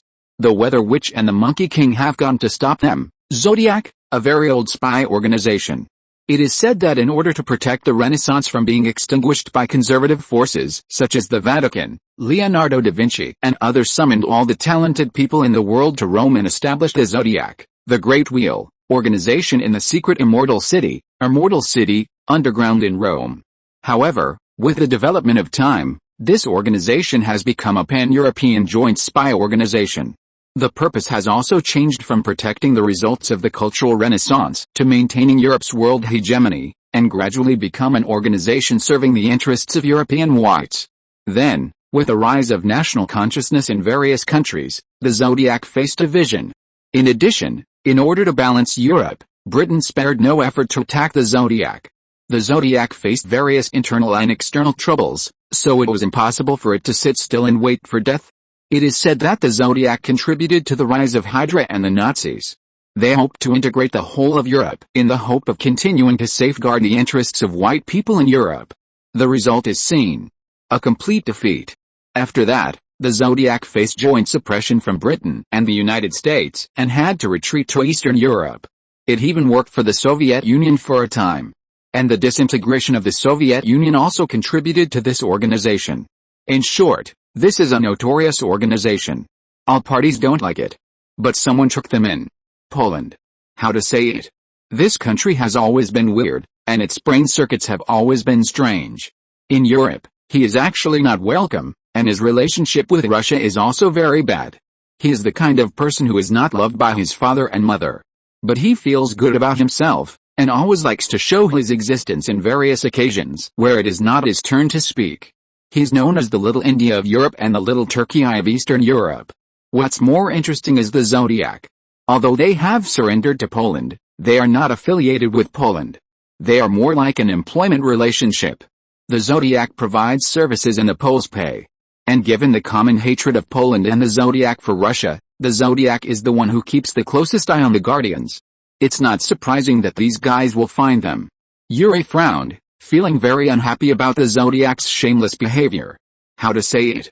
Poland and the Zodiac are actually not in the eyes of the Guardians at all. They are not a threat at all, but because they are the front line against Russia, other countries have always been very sensitive to the Polish issue, so Russia has never been able to touch them. That's why they are allowed to stay there. But it's really annoying. Bug, Saber grinned. They don't have so many scruples about the Zodiac. After all, over the years, although Poland has always hoped to get the Zodiac off the list of terrorist organizations, the five big gangsters don't have a good impression of this organization, so they have never succeeded. Russia cannot openly deal with the Zodiac for geopolitical reasons. But the rabbit doesn't care so much, and does whatever it wants. When they see him, they beat him up and take him back directly. Poland can only bear it. So the Saber has no pressure on this. 3 days later, the civil war in Wakanda began. Eric thought very well. He originally planned to use the power of Kingpin to kill T'Challa, and then he sold Kingpin back. He had planned it all out, and directly framed those ninjas to assassinate him, and then used this as an excuse to go to war with the outside world. Unexpectedly, Kingpin not only did not follow his plan, but at the critical moment, he revealed the news of the ninjas to T'Challa. Let T'Challa seize the handle, directly impeached Eric at the Council of Elders, and demanded a duel in front of the King God. After Eric was sold by Kingpin, he was really caught off guard. But he soon calmed down. Directly turned the tables and slandered T'Challa for colluding with outsiders. Each side argued that they had their own reasons, and then it developed into a war. T'Challa has a deep foundation and many supporters in Wakanda. Eric is the orthodox one, he is already the king, and Wakanda is a country that respects tradition very much, and tradition is very powerful here. Both sides have no shortage of supporters, so naturally no one is convinced by the other. No one can tell who started it. Anyway, they just started fighting. However, at the beginning of the Civil War, Eric took the absolute initiative. There was no way. The army of the entire country stood on his side, and the tribes that supported T'Challa were the river tribes and the merchant tribes, which had greater political influence but weaker military power. So from the beginning, T'Challa was at a disadvantage. What's more, T'Challa was not as ruthless as Eric. Eric really dared to attack the rebels. And T'Challa has always hoped to persuade everyone to resist Eric together, and he was unwilling to die or be injured. It would be a miracle if he could win this way. What's more, There is the Russian family behind him. Under the secret instigation of Yuri and other members of the Guardians, T'Challa had no choice but to withdraw from the country, hoping to ease the civil war and reduce the casualties of the fearless. This is also the scene that Big Bear and Rabbit are happy to see. Rare goods are worth keeping. After all, T'Challa has widespread support, and he has the right of inheritance in legal terms. This is too suitable to be a card in hand. With it, they can threaten Eric anytime and anywhere. Once he doesn't obey, then they can play this card. This is not a rare operation. The Western powers played this set to pieces when they colonized. But before the Russian and Chinese sides contacted T'Challa, Eric started the war at an unimaginable speed. This made Big Bear and Rabbit angry enough. Is this man sick? The day after T'Challa escaped from Wakanda, Eric ordered the border tribes to attack, starting with Ethiopia. Wakanda destroyed all the armed forces in Ethiopia in just one day and officially took over Ethiopia. Now Wakanda appeared directly on the headlines of newspapers all over the world.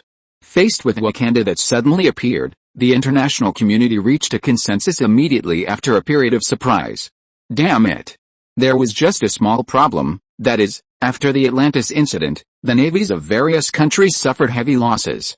It was a bit difficult to transport troops to Ethiopia to help the Ethiopian people resist the invasion. The United States was better. They had military bases all over the world and could mobilize troops from the Middle East. France was relatively better. After all, part of North Africa and West Africa were their backyards. The only problem was that France was relatively lame and did not have too many troops stationed in Africa. As for the other three players, it was obviously a bit out of reach. Then, these two countries were unlucky. The military bases of France and the United States were attacked first. They suffered heavy losses. In addition, Eric also united many African countries and planned to form a Black African alliance to drive all white colonists out of African land. With the experience of the United States and France, many African fence-sitters saw that there was a way and immediately rushed to get involved. But just when they were feeling complacent, China and Russia, which had always been considered out of reach, suddenly took action. Rabbits have a complete navy. They are now the strongest navy on Earth. And Russia has the foundation of the Soviet Union. They have a large number of Soviet transport planes. Although many of them are old, they can still be used. They copied the strategic air transport that the Soviet Union had done in Ethiopia. Moreover, the two countries are very clear about Wakanda's capabilities, so they use extraordinary power as the vanguard. Then use superior forces to focus on attacking. Wakanda has a lot of vibranium, which is very powerful. But war is not something that can be solved by vibranium alone. And China and Russia are not without high-tech weapons. Soon Wakanda's technological advantage was offset. Then when the large troops were dispatched, Wakanda's disadvantages became apparent. They have less than 1 million people and have just fought a civil war. Originally, according to Eric's idea, he immediately launched a foreign war after T'Challa escaped, just to divert contradictions and use war to unite all groups in the country. After all, they have already started to fight with others. Why do they still fight against each other? Because of the little internal disputes. Eric's plan was originally very successful. After the power of the United States and France in Africa was disintegrated, Wakanda could deter other countries, thereby buying time for him to win over more black countries, and by the way, trade in weapons, and arm those black armies with Wakanda's high technology. In this way, he can form a huge black army to conquer the world. Unexpectedly, Russia and China have already had countermeasures. They immediately delayed Wakanda's own army, and then let their large forces deal with those vassal armies. The two big countries fighting the Black Uncle's vassal army is simply an adult beating a baby. They directly broke down the huge number of vassal armies. Wakanda has few troops and cannot fight the two major countries head-on. Vibranium is very powerful, but they can't be covered in vibranium all over their bodies, right? As the situation in Ethiopia was reversed, the fence-sitters who had defected before immediately changed their tune and directly denounced Wakanda's invasion, looking like victims. Britain, the United States, and France were even more furious. Damn, it's fine if they can't take it, but China and Russia just pushed it over. What's even more aggrieved is that they can't say anything. Before, for the sake of vibranium, Western countries, in order to gain public support, directly described Wakanda as African Nazis and the axis of evil. Anyway, they dared to throw any dirty water. This formed a kind of political correctness. Now China and Russia's actions have been directly whitewashed by them as being for cooking and seed oil. They can't change their minds. After all, the excuse was provoked by them. What is this? Just when the three countries were in urgent consultations and planned to use diplomatic means to get benefits from China and Russia, T'Challa appeared in the United Nations Army. He reached an agreement with the two countries as the orthodox heir. Ally with the two countries in exchange what they have. T'Challa saw it clearly that it was much easier to talk to the two major countries than to talk to the five major gangsters. With the power of the two major countries, Wakanda can also officially enter the international community. Russia is a little dissatisfied with this, and they want to eat everything. But the rabbits look much better. They can't come to colonize. Having a close government is enough for them. So with the support of the two major countries, T'Challa returned to the country and challenged again in full view of the public. Chapter 1196. The United States was also shocked by the shocking change in Wakanda. At first, Americans were confused and didn't understand why the newspapers and TV were so excited. After all, they didn't even know what Ethiopia was, let alone Wakanda. They were very curious, why would a war between two small African countries that they had never heard of attract so much attention? Then they waited for the news that the French and American military bases in Africa were destroyed. Americans were stunned. Since Pearl Harbor, the U.S. military bases have never suffered such an attack. Then public opinion exploded, and countless people frantically clamored for revenge on the White House official website. After all, the United States has been the world's number one for too long, so they take many things for granted. The U.S. military invaded other countries for democracy and freedom. Even if it was turned out afterwards and was made out of nothing, ordinary Americans didn't care much because they thought it was nothing and normal. They even said hypocritically, although they have nothing, they have freedom. Now that they have been publicly slapped in the face, their overflowing sense of superiority has been hurt all of a sudden. President Benjamin is very troubled by this. Doesn't he want to retaliate? What can he do? The Navy. Their Navy now only has one fleet stationed in the United States, and the other fleets are still in the shipyard. The Navy has never been a branch of the military that can be completed overnight, nor can it be called a Navy just because it has ships. This kind of high-tech military branch requires a lot of professional soldiers to work together to make the fleet operate. In other words, when the warships are built, they still need to spend a lot of time to rebuild a destroyed navy. Air transport is feasible. But transferring troops from the mainland. The number of troops required to operate is astronomical. Military bases in the Middle East? It's not impossible. But the problem is that this thing is a domino effect. In the case of large-scale troop transfers in the mainland, the 12 military bases in the Middle East can only have very limited manpower. What's more, weapons and supplies all require large-scale deployment by the Navy. Relying on air transport alone is too costly, and the transportation capacity is also a problem. What's more, those military bases themselves have their political significance. They are key nodes for the U.S. military to ensure the situation in the Middle East. Once these troops are transferred, who knows what will happen? You have to know that the situation in the Middle East was already very tense after the U.S. Navy was submerged. It would be meaningless to withdraw fewer troops, which would be like sending food to Wakanda. Withdrawing too many troops. Haha, Americans are not welcome in the Middle East. In the past, the soldiers were hanging over their heads, and everyone swallowed their anger. If you transfer the soldiers now, if everyone doesn't come out to make trouble, it would be a waste of such a God-given opportunity. This made the government and the Pentagon dare not mobilize personnel from the Middle East military bases. Europe can mobilize. But again, what is the cost? So Benjamin immediately started diplomatic efforts after the attack. They tried to turn Wakanda into New Age Nazi. Of course, there is another issue involved here. Wakanda is a black country. Seeing a black country so powerful, some black people in the United States were very excited. They also started to take action, a bit like when Israel was founded. The Jews in the United States heard the news and moved.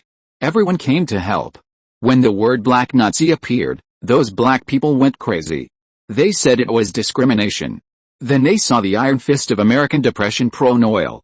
The racial discrimination stick that they used to be invincible not only had no effect this time, but many so-called human rights fighters who jumped for joy were immediately taught a lesson by the iron fist of the capitalist world. Usually when they had nothing to do, They relied on these blacks to win votes and so on, so they naturally flocked to the so-called political correctness. Anyway, the blacks' troubles would not affect those big masters. But this time was different. The emergence of Wakanda endangered the entire world situation, not to mention the huge benefits of vibranium. Niggers, get out of the way. Then the blacks began to shout that this was the day of the death of American depression. America was dead. Then the Black Panther Party revived, and it was obvious that the emergence of Wakanda gave the blacks the confidence to resist. They played the slogan that America is the America of black people. Then they were hit hard. You have to know that public opinion has always been in the hands of the American elite. In addition, a large part of the American people themselves look down on black people, such as rednecks. There are quite a few people of this kind, but the elite used to ignore them. Now the situation is different. These two forces have joined forces and are still hitting the Black Panther Party hard. However, before the situation in the United States suddenly changed, something happened in Wakanda. China and Russia followed the international public opinion raised by the United States and directly hit hard. With a force of thunder and lightning, they defeated Wakanda in just half a month. Other countries naturally had to come out to drag their feet, hoping to muddy the situation and prevent China and Russia from taking advantage. As a result, T'Challa stood up and gave legal support to China and Russia directly. Soon the internal disputes in Wakanda ended. Wakanda is not a fool. After being beaten up by China and Russia, even the arrogant Wakandans understand that they really can't fight. Think about it, their army has no external enemies at all. What they do every day is either baring their teeth at the lions on the plains of Wakanda or riding rhinos for a walk. They really can't fight. What is war? War is an act of violence, attack, killing, etc. by a collective, group, organization, faction, country, or government. It is an armed battle between two hostile parties to achieve certain political, economic, territorial, and other goals. Since wars are often triggered by politicians rather than soldiers, wars are also regarded as extreme means of politics and diplomacy. It is a manifestation of high organization and comprehensive strength. A group of tribesmen are very good at fighting in groups, but fighting? Can black uncles fight? They are similar to Italians. They are not born suitable for activities such as war. It is better to scare lions with spears. It is not possible to fight with modern weapons. If you let a group of PLA soldiers and a group of black uncles hold the same weapons on the same battlefield, the PLA can beat the black uncles to tears. Wakanda has a high level of technology, but a low level of civilization. In this regard, it is no different from other black people on the African continent. Even if they have laser weapons, it is useless. So after suffering huge casualties, the various forces in Wakanda immediately reached a consensus that they could not win, and they really could not win. At this time, T'Challa stood up and gave all parties an excuse to end the war. So all parties decided to cease fire very smoothly. Although it was almost like surrender, ceasefire sounded better.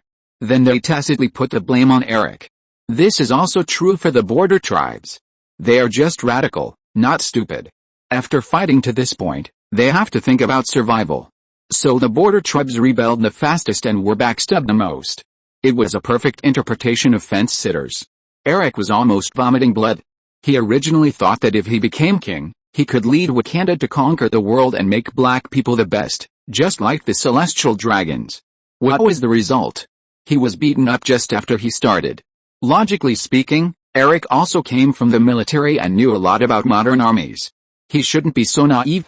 Unfortunately, the education he received since childhood was that black people are the smartest, the strongest, Wakanda is invincible, and black people are naturally superior. This is his own imagination. His father did not teach him, a child without a father. So once he got to power, he immediately lost his way. In fact, many black people are like this. Before they came to power, most of them were very normal, but once they came to power, they immediately changed. For example, the leaders of those strange small countries mentioned by Khan are all like this.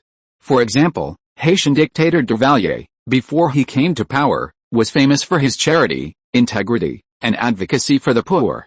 He also gave free medical treatment everywhere, and was affectionately called Dr. Dad by Haitians. As a result, he changed immediately after becoming president. He was as cruel and stupid as he could be. A doctor who studied in the United States ended up playing superstition. There are a lot of leaders like this in Africa. To put it bluntly, They are all dog meat that cannot be served at the main table. Eric is the same. He wanted to conquer the world when his brain was hot. I really don't know what he was thinking. Not to mention how many armies there are in the world, just the superheroes alone can pin him to the ground. Then he was stabbed in the back by his own people. He himself couldn't figure out why it turned out like this. But he didn't give up. After regaining his sanity, this guy also understood that he needed to save himself. So he planned to find Kingpin, hoping that he could help him. It's ridiculous to say. Eric saw the conflicts between the 5 gangsters, and he thought he could use these conflicts to buy himself a chance. Now that China and Russia are at his doorstep, he can completely turn to the United States. With the nature of Americans, they are very likely to accept Eric. Whoever has milk is the mother. Isn't it just selling out Wakanda's interests to please the United States? Eric needs to survive first before considering other things. It's not impossible to sell out the country.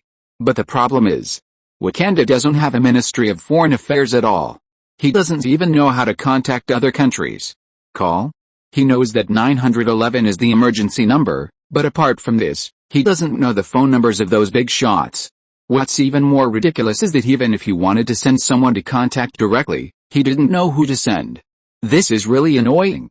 There's a good opportunity in front of him, and he can see it clearly, but he just can't implement it. It's really fucking. Facing internal and external troubles, Eric had no choice but to contact Jinbing. I hope he can help me contact big shots. Although Jinbing is just a gang leader, he knows a lot of people in the political arena. Well, although those people can't reach the level of the White House, at least they can report it, right? Then he broke down again. Jinbing didn't refuse. After all, China and Russia. No, it should be the price given by Russia that made him dissatisfied. Although they delivered according to the agreement, Jinbing felt that he could get more. So there was no problem for him to sell Eric to the United States. Make another fortune. Unfortunately, there was no problem with Jinbing. The problem was the American bureaucracy. Jinbing found a politician he was familiar with and asked him to report Eric's conditions. The politician thought it was a good thing and reported it. The result? The report card owner. The politician couldn't contact the White House directly. He went through the normal channels. Then that day was Sunday, a holiday. The report was suspended for 2 days. Such an important report was suspended for 2 days. The politician also felt a little strange at first, but he didn't think about the weekend. After waiting for more than a day, there was no response. He thought that the big boss was discussing, but why didn't he even meet with him as the messenger? At least he had to find him to confirm the truth of the news, right? So he used his connections to contact the White House directly. The White House was in a mess. Although he didn't ignore his request to report to the president, he didn't arrange it immediately. Instead, he made an appointment for him. Appointment. Such a thing actually requires an appointment? Then Eric was numb.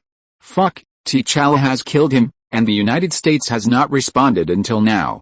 When the US government reacted and was anxious to contact, the news came out. Eric was dead. Died in a duel. T'Challa ascended the throne with the support of the people of the country, and signed treaties with China and Russia. Wakanda's vibranium is developed by 2 countries. China and Russia become agents of Wakanda's vibranium. All the vibranium produced by Wakanda is handed over to the 2 countries for operation, and the 2 countries provide international guarantees for Wakanda. The US government is crazy. These 2 countries actually took it all. There was an opportunity in front of me, but I didn't cherish it. If I have the opportunity to come again, I will definitely cancel the weekend. And the idiot who answered the phone in the White House, get out immediately. The big countries in the world naturally can't just let it go. But China and Russia are not idiots. They have the initiative. If they don't know how to do it, then their leaders will really work in vain. So after a series of alliances, the originally aggressive international situation eased down. After all, China and Russia did not intend to really monopolize the vibranium resources, because that is unrealistic. They control the share, and it is natural to say who to give it to and who not to give it to. You want vibranium, you can make an offer. Seeing that China and Russia are willing to trade the vibranium, the countries are not so resistant. What's the point of resistance? They didn't plan to take it for free in the beginning. Does the United States control the vibranium and will not take their money? Impossible. So they are all buying things, and it doesn't matter who they buy from? Of course, The other three of the five gangsters are naturally very unhappy. But China and Russia, which have vibranium resources, have plenty of ways, especially in this strange international situation. Do you have the guts to go to war with me? Do the three gangsters have the courage? The answer is no. I won't say anything about it. It's already the end of the world. Fight? He even has a hard time beating Argentina, and he won't tolerate him if he fights with a Russian bear. Not to mention France. He has a lot of messes in his own country. Don't forget that the most black country in the world is France. In other words, among the five gangsters, only the United States is just yelling there. It's just a mouth cannon. The least feared thing in the international community is a mouth cannon. The United States can only compromise, and there is no other choice, unless it is willing to see other countries have vibranium but it doesn't have it. If the United States doesn't want this important strategic resource, no one will be grateful to it. Benjamin is now in a state of panic. But there is no way. People have to bow their heads under the eaves. In the end, Benjamin can only be humiliated. The status of the United States in the international community -1, although it still holds the title of the strongest country, everyone knows that the situation of one superpower and many strong countries has completely collapsed. Chapter 1197, First update, please give me your monthly vote. Kai didn't know how the United States negotiated with China and Russia, and he didn't care too much. After all, it was clear that the United States was being treated as a weakling. It was the Americans who suffered, not the motherland. Kai had to care about it. In fact, Benjamin had not hinted to Kai secretly whether he could do something radical for the interests of the United States. Benjamin meant that he hoped that Kai could lead the American superheroes to put pressure on China and Russia. But Kai refused very clearly. He told Benjamin that his ability would only be used when maintaining the world. This is of course nonsense. The ability is his own. Kai can use it however he wants. But Kai ate too much, and he would make trouble for his family for the sake of the ghosts? Of course, the words cannot be said so bluntly. After all, he still has to live here. He can only tell Benjamin that he did not take action for the overall situation. After all, it is impossible to rely solely on the United States to deal with aliens in the future. If they take action now, there will be no room for maneuver in many things. Benjamin is a politician. Although he has a sense of the overall situation, he will feel uncomfortable if he has to serve the overall situation. But Kai's words were so high-sounding, and he couldn't say anything. Could he really force Kai to go? Don't forget that Kai's existence itself is his political capital. If he falls out with Kai, it will not be of any benefit to him. He is a man who wants to surpass Roosevelt. So after Kai refused, he didn't get entangled. After all, the federal government can't rely on Kai alone. In fact, Benjamin didn't just find Kai. They contacted all the superheroes that the US government could contact. But almost no superheroes with names agreed. After all, this could cause violent international disputes at any time, and no one wanted to destroy peace. There was no way. The US government could only solve it by itself. The US government even pulled in the British government and planned to ask the Night King to help, but the British refused without hesitation, and the reason for the refusal was high-sounding. It seems that they really don't want the Night King to participate in such a dirty thing. In fact, they can't contact the Night King at all. In fact, after Kingsman, the only person related to the Night King, disappeared from the UK, the connection between the UK and the Night King was completely cut off, and they didn't know how to contact the Night King at all. In this case, what can they say to the United States? The mutant team formed by the US government agreed. They decided to go to China and Russia to cause trouble. After all, mutants are not superheroes, they are just capable ordinary people, and it is not surprising that they will listen to the orders of the US government. The United States did this not to force China and Russia to make concessions by force. Of course, if the other party really gave in, it would make a lot of money, but most people know that this is impossible. This is at most a way to vent anger, and it is also a way to increase bargaining chips. Unfortunately, things did not go smoothly.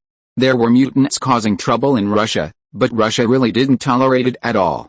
It directly dispatched its own extraordinary power to kill the American mutant team. As for China, there is no news. After those people sneaked into China's territorial waters, there was no more people. No one knows whether they are dead or alive. They don't even know whether they have entered China. The United States did not give up and sent people again. Russia was as tough as ever, and broadcast the whole process live. But China is still calm. Nothing happened. It seems that the United States did not send anyone. In short, the matter of Wakanda has come to an end. But for Kai, this is a good thing. After all, strategic materials such as vibranium can be popularized. Although it is not possible to have 1 ton of vibranium per person, all major countries have a stable supply, which is enough. In the current situation, small countries have completely lost their voice. There is no way. If aliens come, you will ask those small countries whose names you have never heard of to go to the battlefield? Are they going to the battlefield or to make fun of them? In fact, among the 5 permanent members of the UN Security Council, only the first 3 are really doing things, and the others are just joining in the fun. The current situation is like this. In fact, before T'Challa cooperated with China and Russia, he contacted Kai and Tony. Among the people T'Challa knows, if anyone has the ability to solve the crisis in Wakanda, it is only these 2. Not only because of their strength, but also because they have the US government's endorsement behind them. But T'Challa cannot accept the requirements put forward by Kai and Tony. They all hope that Wakanda can develop vibranium resources. When T'Challa heard this request, he was furious. He didn't expect that Kai and Tony were also eyeing Wakanda's resources. But Kai told T'Challa calmly that they had little need for vibranium, or even none. As for the wealth represented by vibranium, it was even less worth mentioning. At their point, money really only had digital attributes. What they needed was to arm all of humanity. With the operation of S.H.I.E.L.D., the Earth had been noticed by many alien civilizations, and no one knew when the next alien civilization would attack. Kai and Tony had been working to enhance the foundation of Earth civilization. So they really hoped that Wakanda could open up its vibranium resources. Without any selfishness. But there is a saying that goes, it is hard to give up good money. T'Challa did want to open up Wakanda, but that was when Wakanda took the initiative, and the development and circulation of vibranium were in the hands of Wakanda. In other words, even the most open T'Challa still believed in his bones that vibranium belonged to them, the Wakandans. The outside world could have vibranium, but it required Wakanda's charity. You can't say that he was wrong to do so. After all, it was indeed someone else's stuff. You can't just act rogue with a clear conscience just for your overall situation, right? But the reality is that humans need vibranium, but they really don't need Wakanda.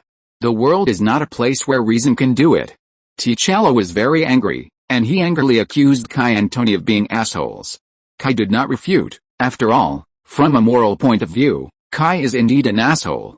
In fact, if it weren't for the threat of aliens, Kai would not have made such an unreasonable request.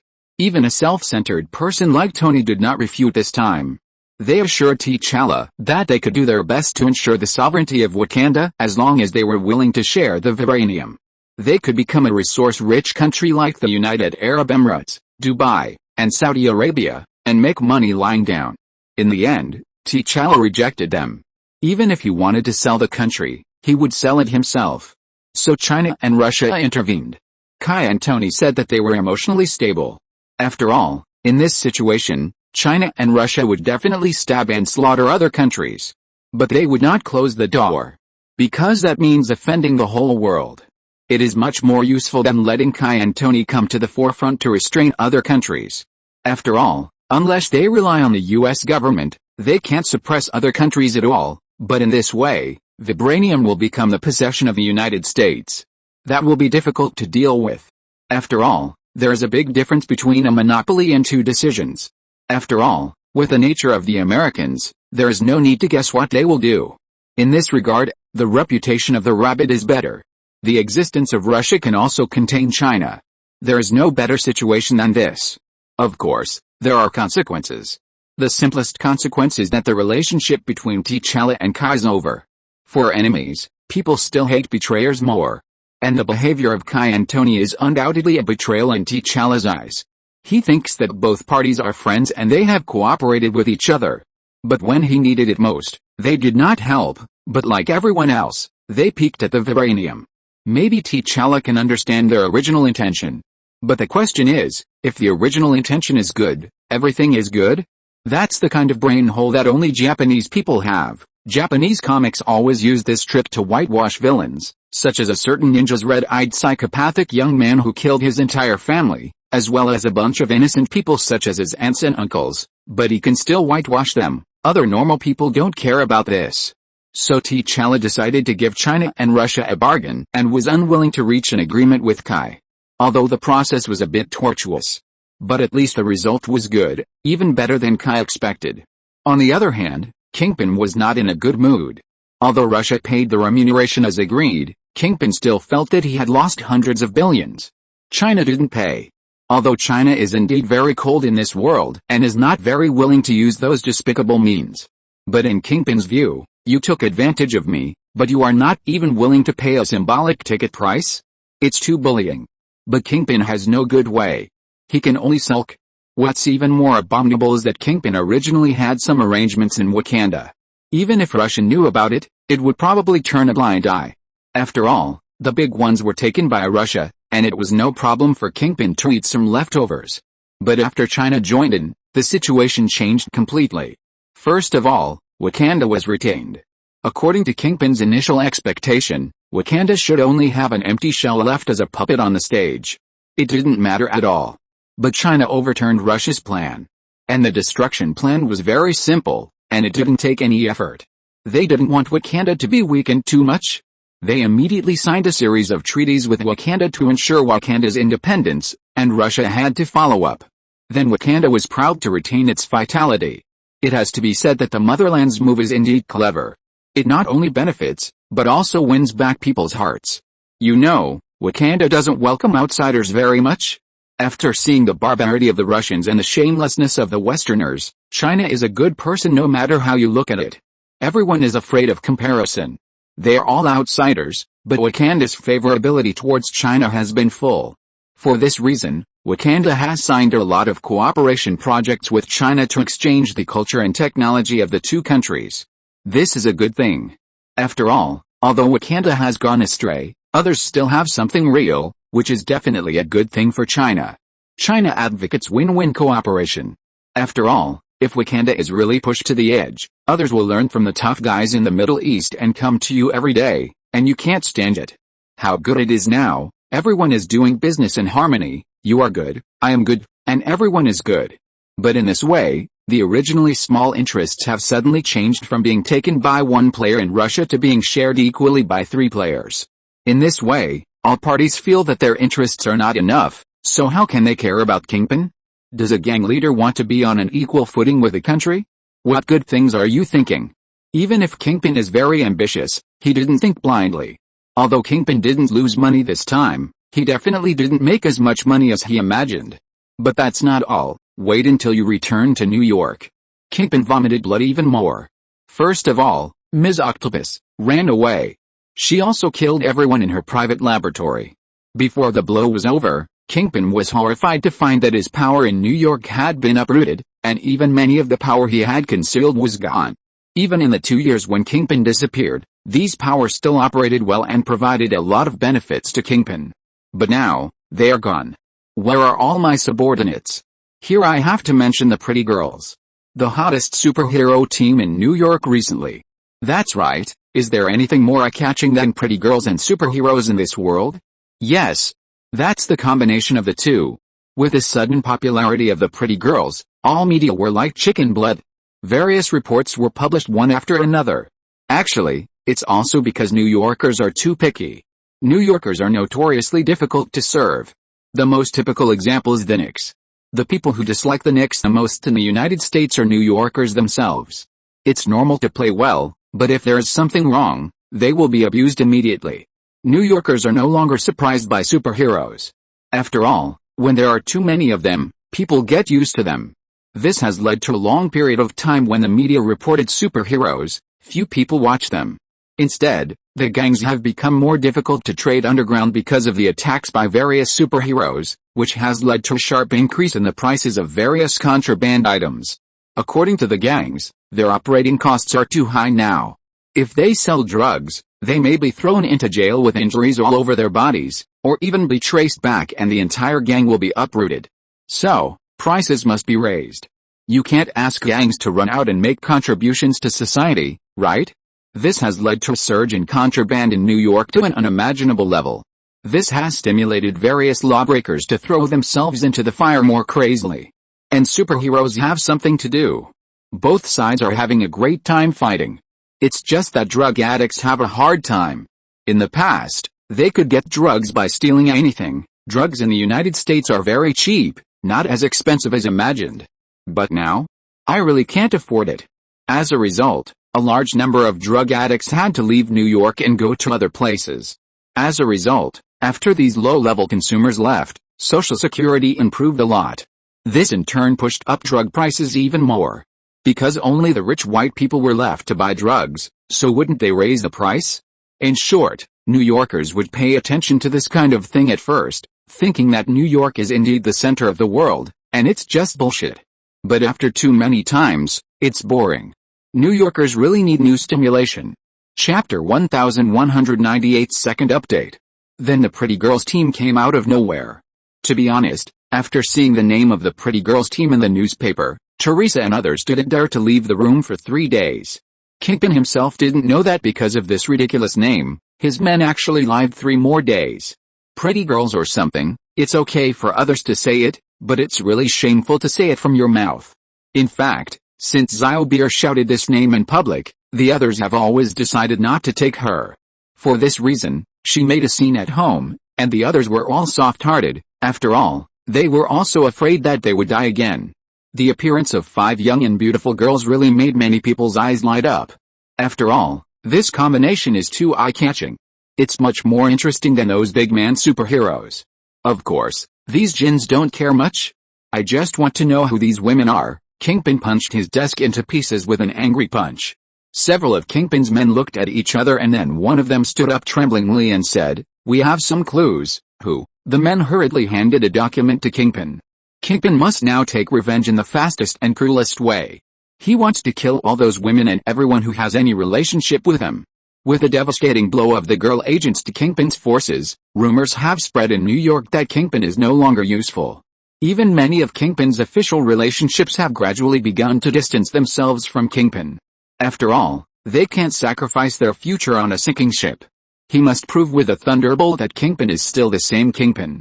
But when Kingpin saw the contents of the document clearly, he was silent. Kai? That's right, they found Kai. This thing is really not difficult, especially for the person involved. Others don't know who killed the small arms dealer, but Kingpin doesn't know. So others may not pay much attention to Liz's affairs, but Kingpin's men still noticed it. Next, Liz always showed up at Kai's house with a girl, and then the number of girls also matched. It was easy to guess. But the question now is, what if it was right? Give Jin Bing 10 guts, would he dare to cause trouble for Kai? Jin Bing's biggest advantage over Kai is that he is hiding in the dark. Kai doesn't know where he is, nor does he know who Jin Bing is. And even if he knows that I am Jin Bing, he won't do anything to me without evidence. Jin Bing has studied Kai carefully. Although outsiders all think that Kai is the Grim Reaper detective, cold-blooded and ruthless to criminals. But no one can deny that this guy always has solid evidence. This guy still abides by the rules. That's why Jin Bing is fearless. But if he takes the initiative to cause trouble, that's another matter. Moreover, he doesn't think he has the ability to cause any trouble to Kai. Why is he involved with those 2 bitches? Jin Bing's mentality has changed a little. His men looked at each other. How could they know? I guess only Kai himself knows. Can they ask him in person? Where's the female octopus? Since it was unrealistic to cause trouble to those girls, Jin Bing could only vent his anger on the instigator of this incident. This woman not only caused a big trouble for him, but also killed everyone in his private laboratory. You know, these days, if you want to build an excellent large laboratory, it is not just about having money. Excellent scientific researchers are scarce resources everywhere. But now these people are dead. Worthless dead. The people below still looked at each other. How do they know where to go? They are gangsters, and the one who took Ms. Octopus away is Hydra. Can these things be equated? Seeing his men looking like stupid geese, Jin Bing's anger rose all of a sudden. But his scheming allowed him to control his emotions. If you don't know, go find it immediately. Find that woman for me. Jin Bing and Ms. Octopus are still cooperating. Whether it is Chitauri technology or artificial sun, he should have a share. He spent money. Watching his men run away in embarrassment, Jin Bing just felt a headache. Kingpin felt like he was out of luck. How could this happen? "Boss, what should we do?" James waited until everyone left before asking carefully. Kingpin thought for a moment and said, "The power here in New York is starting to shrink. We should stay out of the spotlight for now and wait until we have digested the benefits from Russia before dealing with it." In the past, Kingpin always felt that he was a disgrace to the Kingpin in this world. Obviously, those superheroes didn't know who Kingpin was, but he was so scared that he hid in the countryside and didn't dare to go back to New York for several years. Now he understands that it's not that he is timid in this world, but some things are really beyond your control. After Kingpin returned to New York, he has been very secretive in his actions and deliberately bypassed those superheroes to try not to conflict with them. As a result, he didn't escape. The key is that he himself didn't know how he was targeted.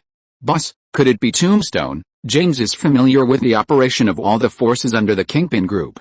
These forces operate very secretly and are difficult to detect, but those little girls can actually find their bases accurately and carry out precise strikes.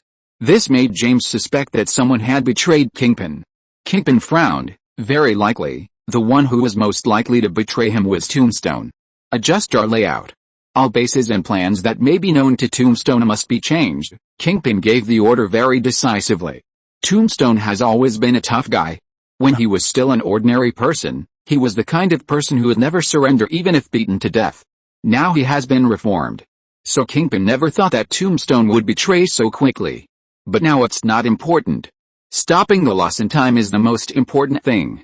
"But boss, if we don't respond, other gangs will definitely look down on us." James nodded, and then asked another question. "Don't target Kai Wayne for the time being. We have more important things to do. As for those bastards who can't help but jump out, let the Bigfoot gang deal with them." Kingpin's meaning is very simple. He is awesome, I can't afford to offend him, but he is not afraid of those gangs. Whoever dares to jump out, we will kill him. "Understood." As Kingpin disappeared again, the pretty girl's agents also stopped. Chapter 1199 First update. New York Presbyterian Hospital. Maria was lying on the hospital bed, and opposite her was Nick Fury, who is wanted by the whole world. "Maybe I can contact Carol, maybe she can solve your cancer," Nick Fury said to the pale Maria Rambeau with a little sadness. A black man, pale face. From this, it can be seen that her condition is very bad. "No need, Nick," Maria said with a smile. Although she was smiling, her eyebrows were slightly wrinkled when she smiled. It seemed that the pain was tormenting her all the time. Maria is an extremely strong woman. When she was very young, her parents valued boys over girls, and she didn't even have the opportunity to complete her studies. Her father wanted her to drop out of school when she was in high school and go out to work to reduce the burden on the family and better help her brother complete his studies. If it weren't for her grandmother, who couldn't bear it, firmly supported her and helped her pay the tuition, she wouldn't even be able to graduate from high school. When she finally graduated and had the opportunity to go to college, her grandmother passed away. Her father was still unwilling to support her to complete her college studies. He hoped that Maria could work honestly and get married. But Maria was unwilling to give up. She had a fierce quarrel with her father, and finally ran away from home, deciding to complete her studies on her own. After that, she was admitted to the Air Force as a pilot with her extraordinary ability and perseverance. That was the 1980s. There were not many female pilots, let alone black female pilots. And it was in the U.S. military, which was severely discriminated against. There is no doubt that this woman is not simple. Carol has more important things to do. Maria rejected Nick Fury's suggestion. Carol Danvers, well, she should be called Captain Marvel. Born in Massachusetts in 1972, she joined the Air Force as an adult because of her love of flying and became a fighter pilot. It was also at that time that Carol and Maria became good friends. In 1987, she and Carol became test pilots for the Pegasus project. In 1989, they were attacked by the Kree while testing an experimental engine. Although the two of them fought back with their experimental fighters and even shot down several Kree aircraft, they were eventually shot down. When the engine was destroyed, Carol gained powerful energy manipulation abilities and lost her memory in the explosion. The Kree found her while cleaning up the scene and recruited her into the Star Troopers. Some people may wonder, why would aliens take in an Earthling? Is it because she has special abilities? Wouldn't it be better to kill her? In fact, this has something to do with the Kree themselves. The Kree originally came from Hala in the Large Magellanic Cloud. The original Kree had blue skin and was one of the humanoid races with opposable thumbs. Due to the high-gravity environment of their home planet, the Kree are usually taller than humans, with about twice the physical strength of humans and a longer lifespan. They have advanced technology and advocate military force. Every Kree is an excellent warrior. As the conquest progressed, the Kree established the Kree Empire, and then the other races that were conquered one by one were also absorbed into the Empire, and then the skin color and appearance of the Kree began to diversify. Among them is a pink-skinned subspecies similar to the white people on Earth. But even so, the blue race still has a significant influence in the Kree society, just like many Western countries, which talk about racial equality, but in fact, the national power has always been firmly in the hands of the main ethnic groups. So after discovering Carol, the Kree actually thought she was also a Kree. After all, humans don't have such a strong physique as Carol. With Carol's disappearance, Maria, who survived, was deeply shocked. She thought that Carol sacrificed herself and left the chance of life to herself. This made her feel that she had betrayed her best friend. Until 6 years later. During these 6 years, Carol has been serving in the Kree Empire Star Troopers under the name of Firth. It was also during this period that she relied on the technology of the Kree Empire to improve and control her abilities, making her the strongest warrior in the Kree Empire. In 1995, Carol accidentally returned to Earth because of an alien mission and met Nick Fury, who was still an agent. While Carol and Nick Fury were hunting down the shapeshifters who were causing trouble on Earth, they also discovered how they got their superpowers and that things were not simple. Then she met Maria, who told her about their past. With the encouragement of those old photos and the restored dog tag of her best friend's daughter, Captain Marvel finally mustered up the courage to question the memories she had firmly believed in the past. The reason why the Kree appeared on Earth was actually because of the Skrulls. They tracked the Skrulls to Earth. As a result, the Skrulls accidentally discovered the Cosmic Cube, so they sneaked into SHIELD to study the Cosmic Cube. They wanted to make a comeback with the Cosmic Cube. As the Kree tracked Carol to Earth, they also discovered the Cosmic Cube. The two sides immediately started a fight. In the battle for the Cosmic Cube, Carol was controlled and her real memories of the past conversations with the Supreme Wisdom came like a spring. She finally fully recovered with the belief and courage of never giving up. With the power of the Cosmic Cube, the energy exploded again, opening the double star form. The so-called double star form is that it can control each form of the electromagnetic spectrum and gravitational field energy at the cosmic level, with a greater degree of power, and fly at superluminal speed. After connecting with the white hole that can extract her energy, it has unlimited power to extract various forms. In short, relying on the powerful force, Carol defeated the leader of the Kree Empire accusation group who intended to destroy the Earth, the radical Kree, who inherited the militaristic tradition of the Kree Empire and was keen on the invasion war between the universe. Ronan, the judge. Faced with the almost unsolvable Carol, Ronan temporarily gave up the invasion of the Earth because he was afraid of Carol's power. Of course, Ronan did not really give up. This guy regarded this as a lifelong shame. He believed that Carol could become so strong because of the Cosmic Cube, so he is now looking for the Cosmic Stone everywhere in the universe, hoping to get powerful power and get back. Well, he is now working with Thanos and sending a little minion to find the Power Stone. Afterwards, Carol left a modified BB machine to Nick Fury, and then traveled the universe to do good deeds. She wanted to bring justice to more civilizations and races that were bullied by the cosmic hegemony, like the Kree Empire. So now, Carol still doesn't know where in the universe to save other civilizations? Maria doesn't want to delay the lives of thousands of other innocent aliens because of her own affairs. Chapter 1200, I went out for something, so this update can only be 2,000 words. I will make up for it tomorrow. Please give me your monthly vote. You're still thinking about this now that you've lost your life. Nick Fury didn't quite understand the so-called virgin heart, otherwise he wouldn't have been so reckless. My life is no more noble than others, Nick. Maria is obviously a person who firmly believes in the values of the white left, and more importantly, she takes it seriously. It must be said that this kind of person can definitely be called the brilliant heart of human civilization. Or rather, there are still too few of them. If there were people like this in the world, humans would have created a world like the Garden of Eden long ago. And humans can't lack such people.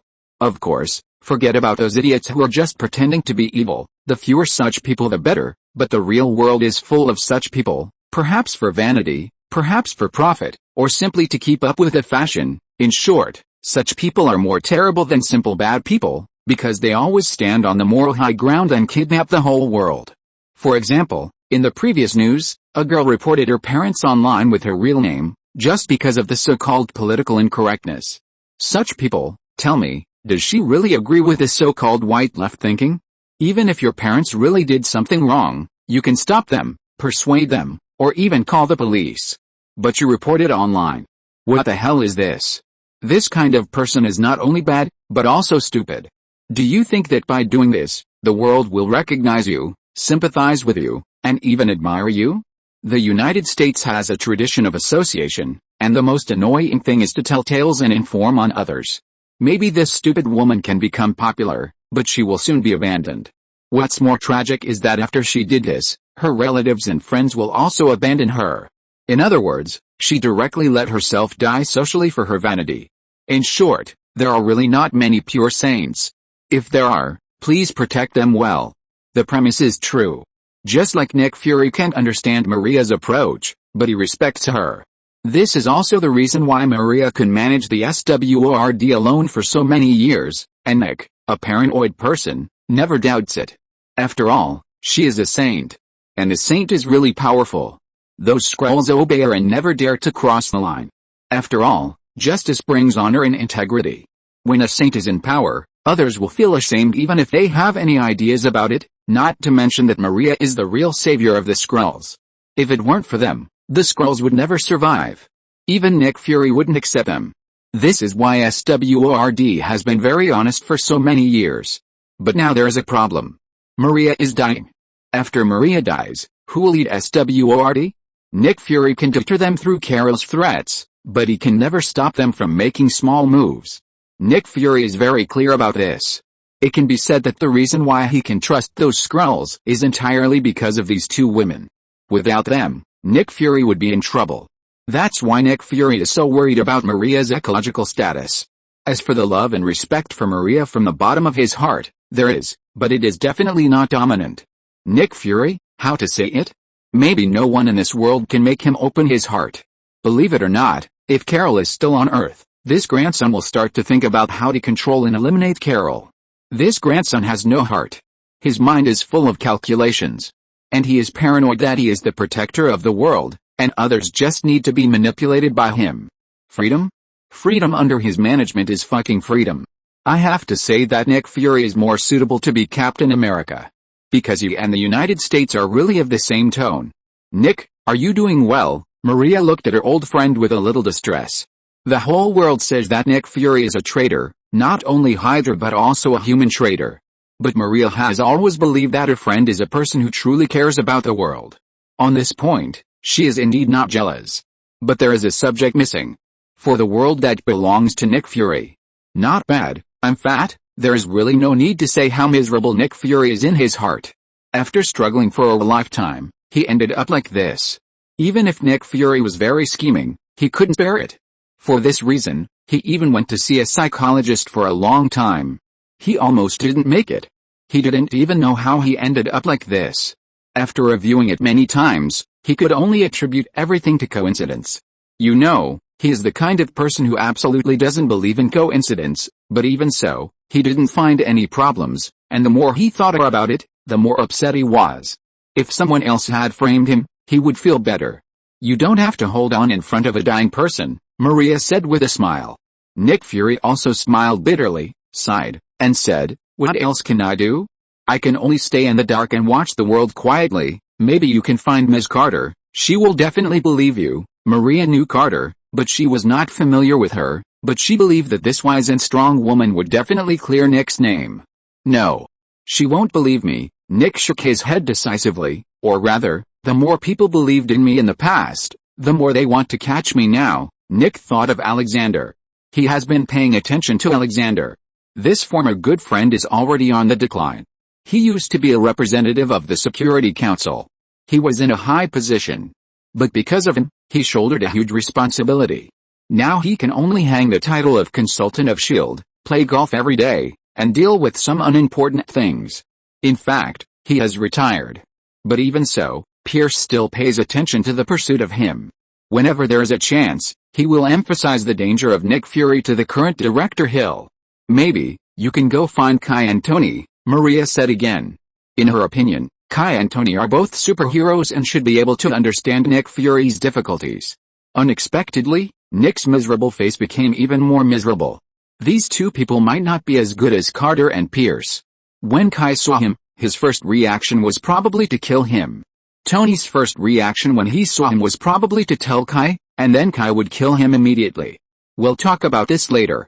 There will always be a chance. Nick Fury didn't want to waste time on this issue. Now he couldn't explain it clearly, so unless there was a suitable opportunity, it would be very dangerous for him to appear in front of anyone. SWORD, what are you going to do? This was the question that Nick Fury was most concerned about. End of this chapter. Thank you very much for reaching the end. Don't forget to like. Looking for more exclusive content and immediate access? Subscribe to our Patreon. Remember, every like, subscription, or donation encourages us to continue. Thanks to everyone. See you in the next video.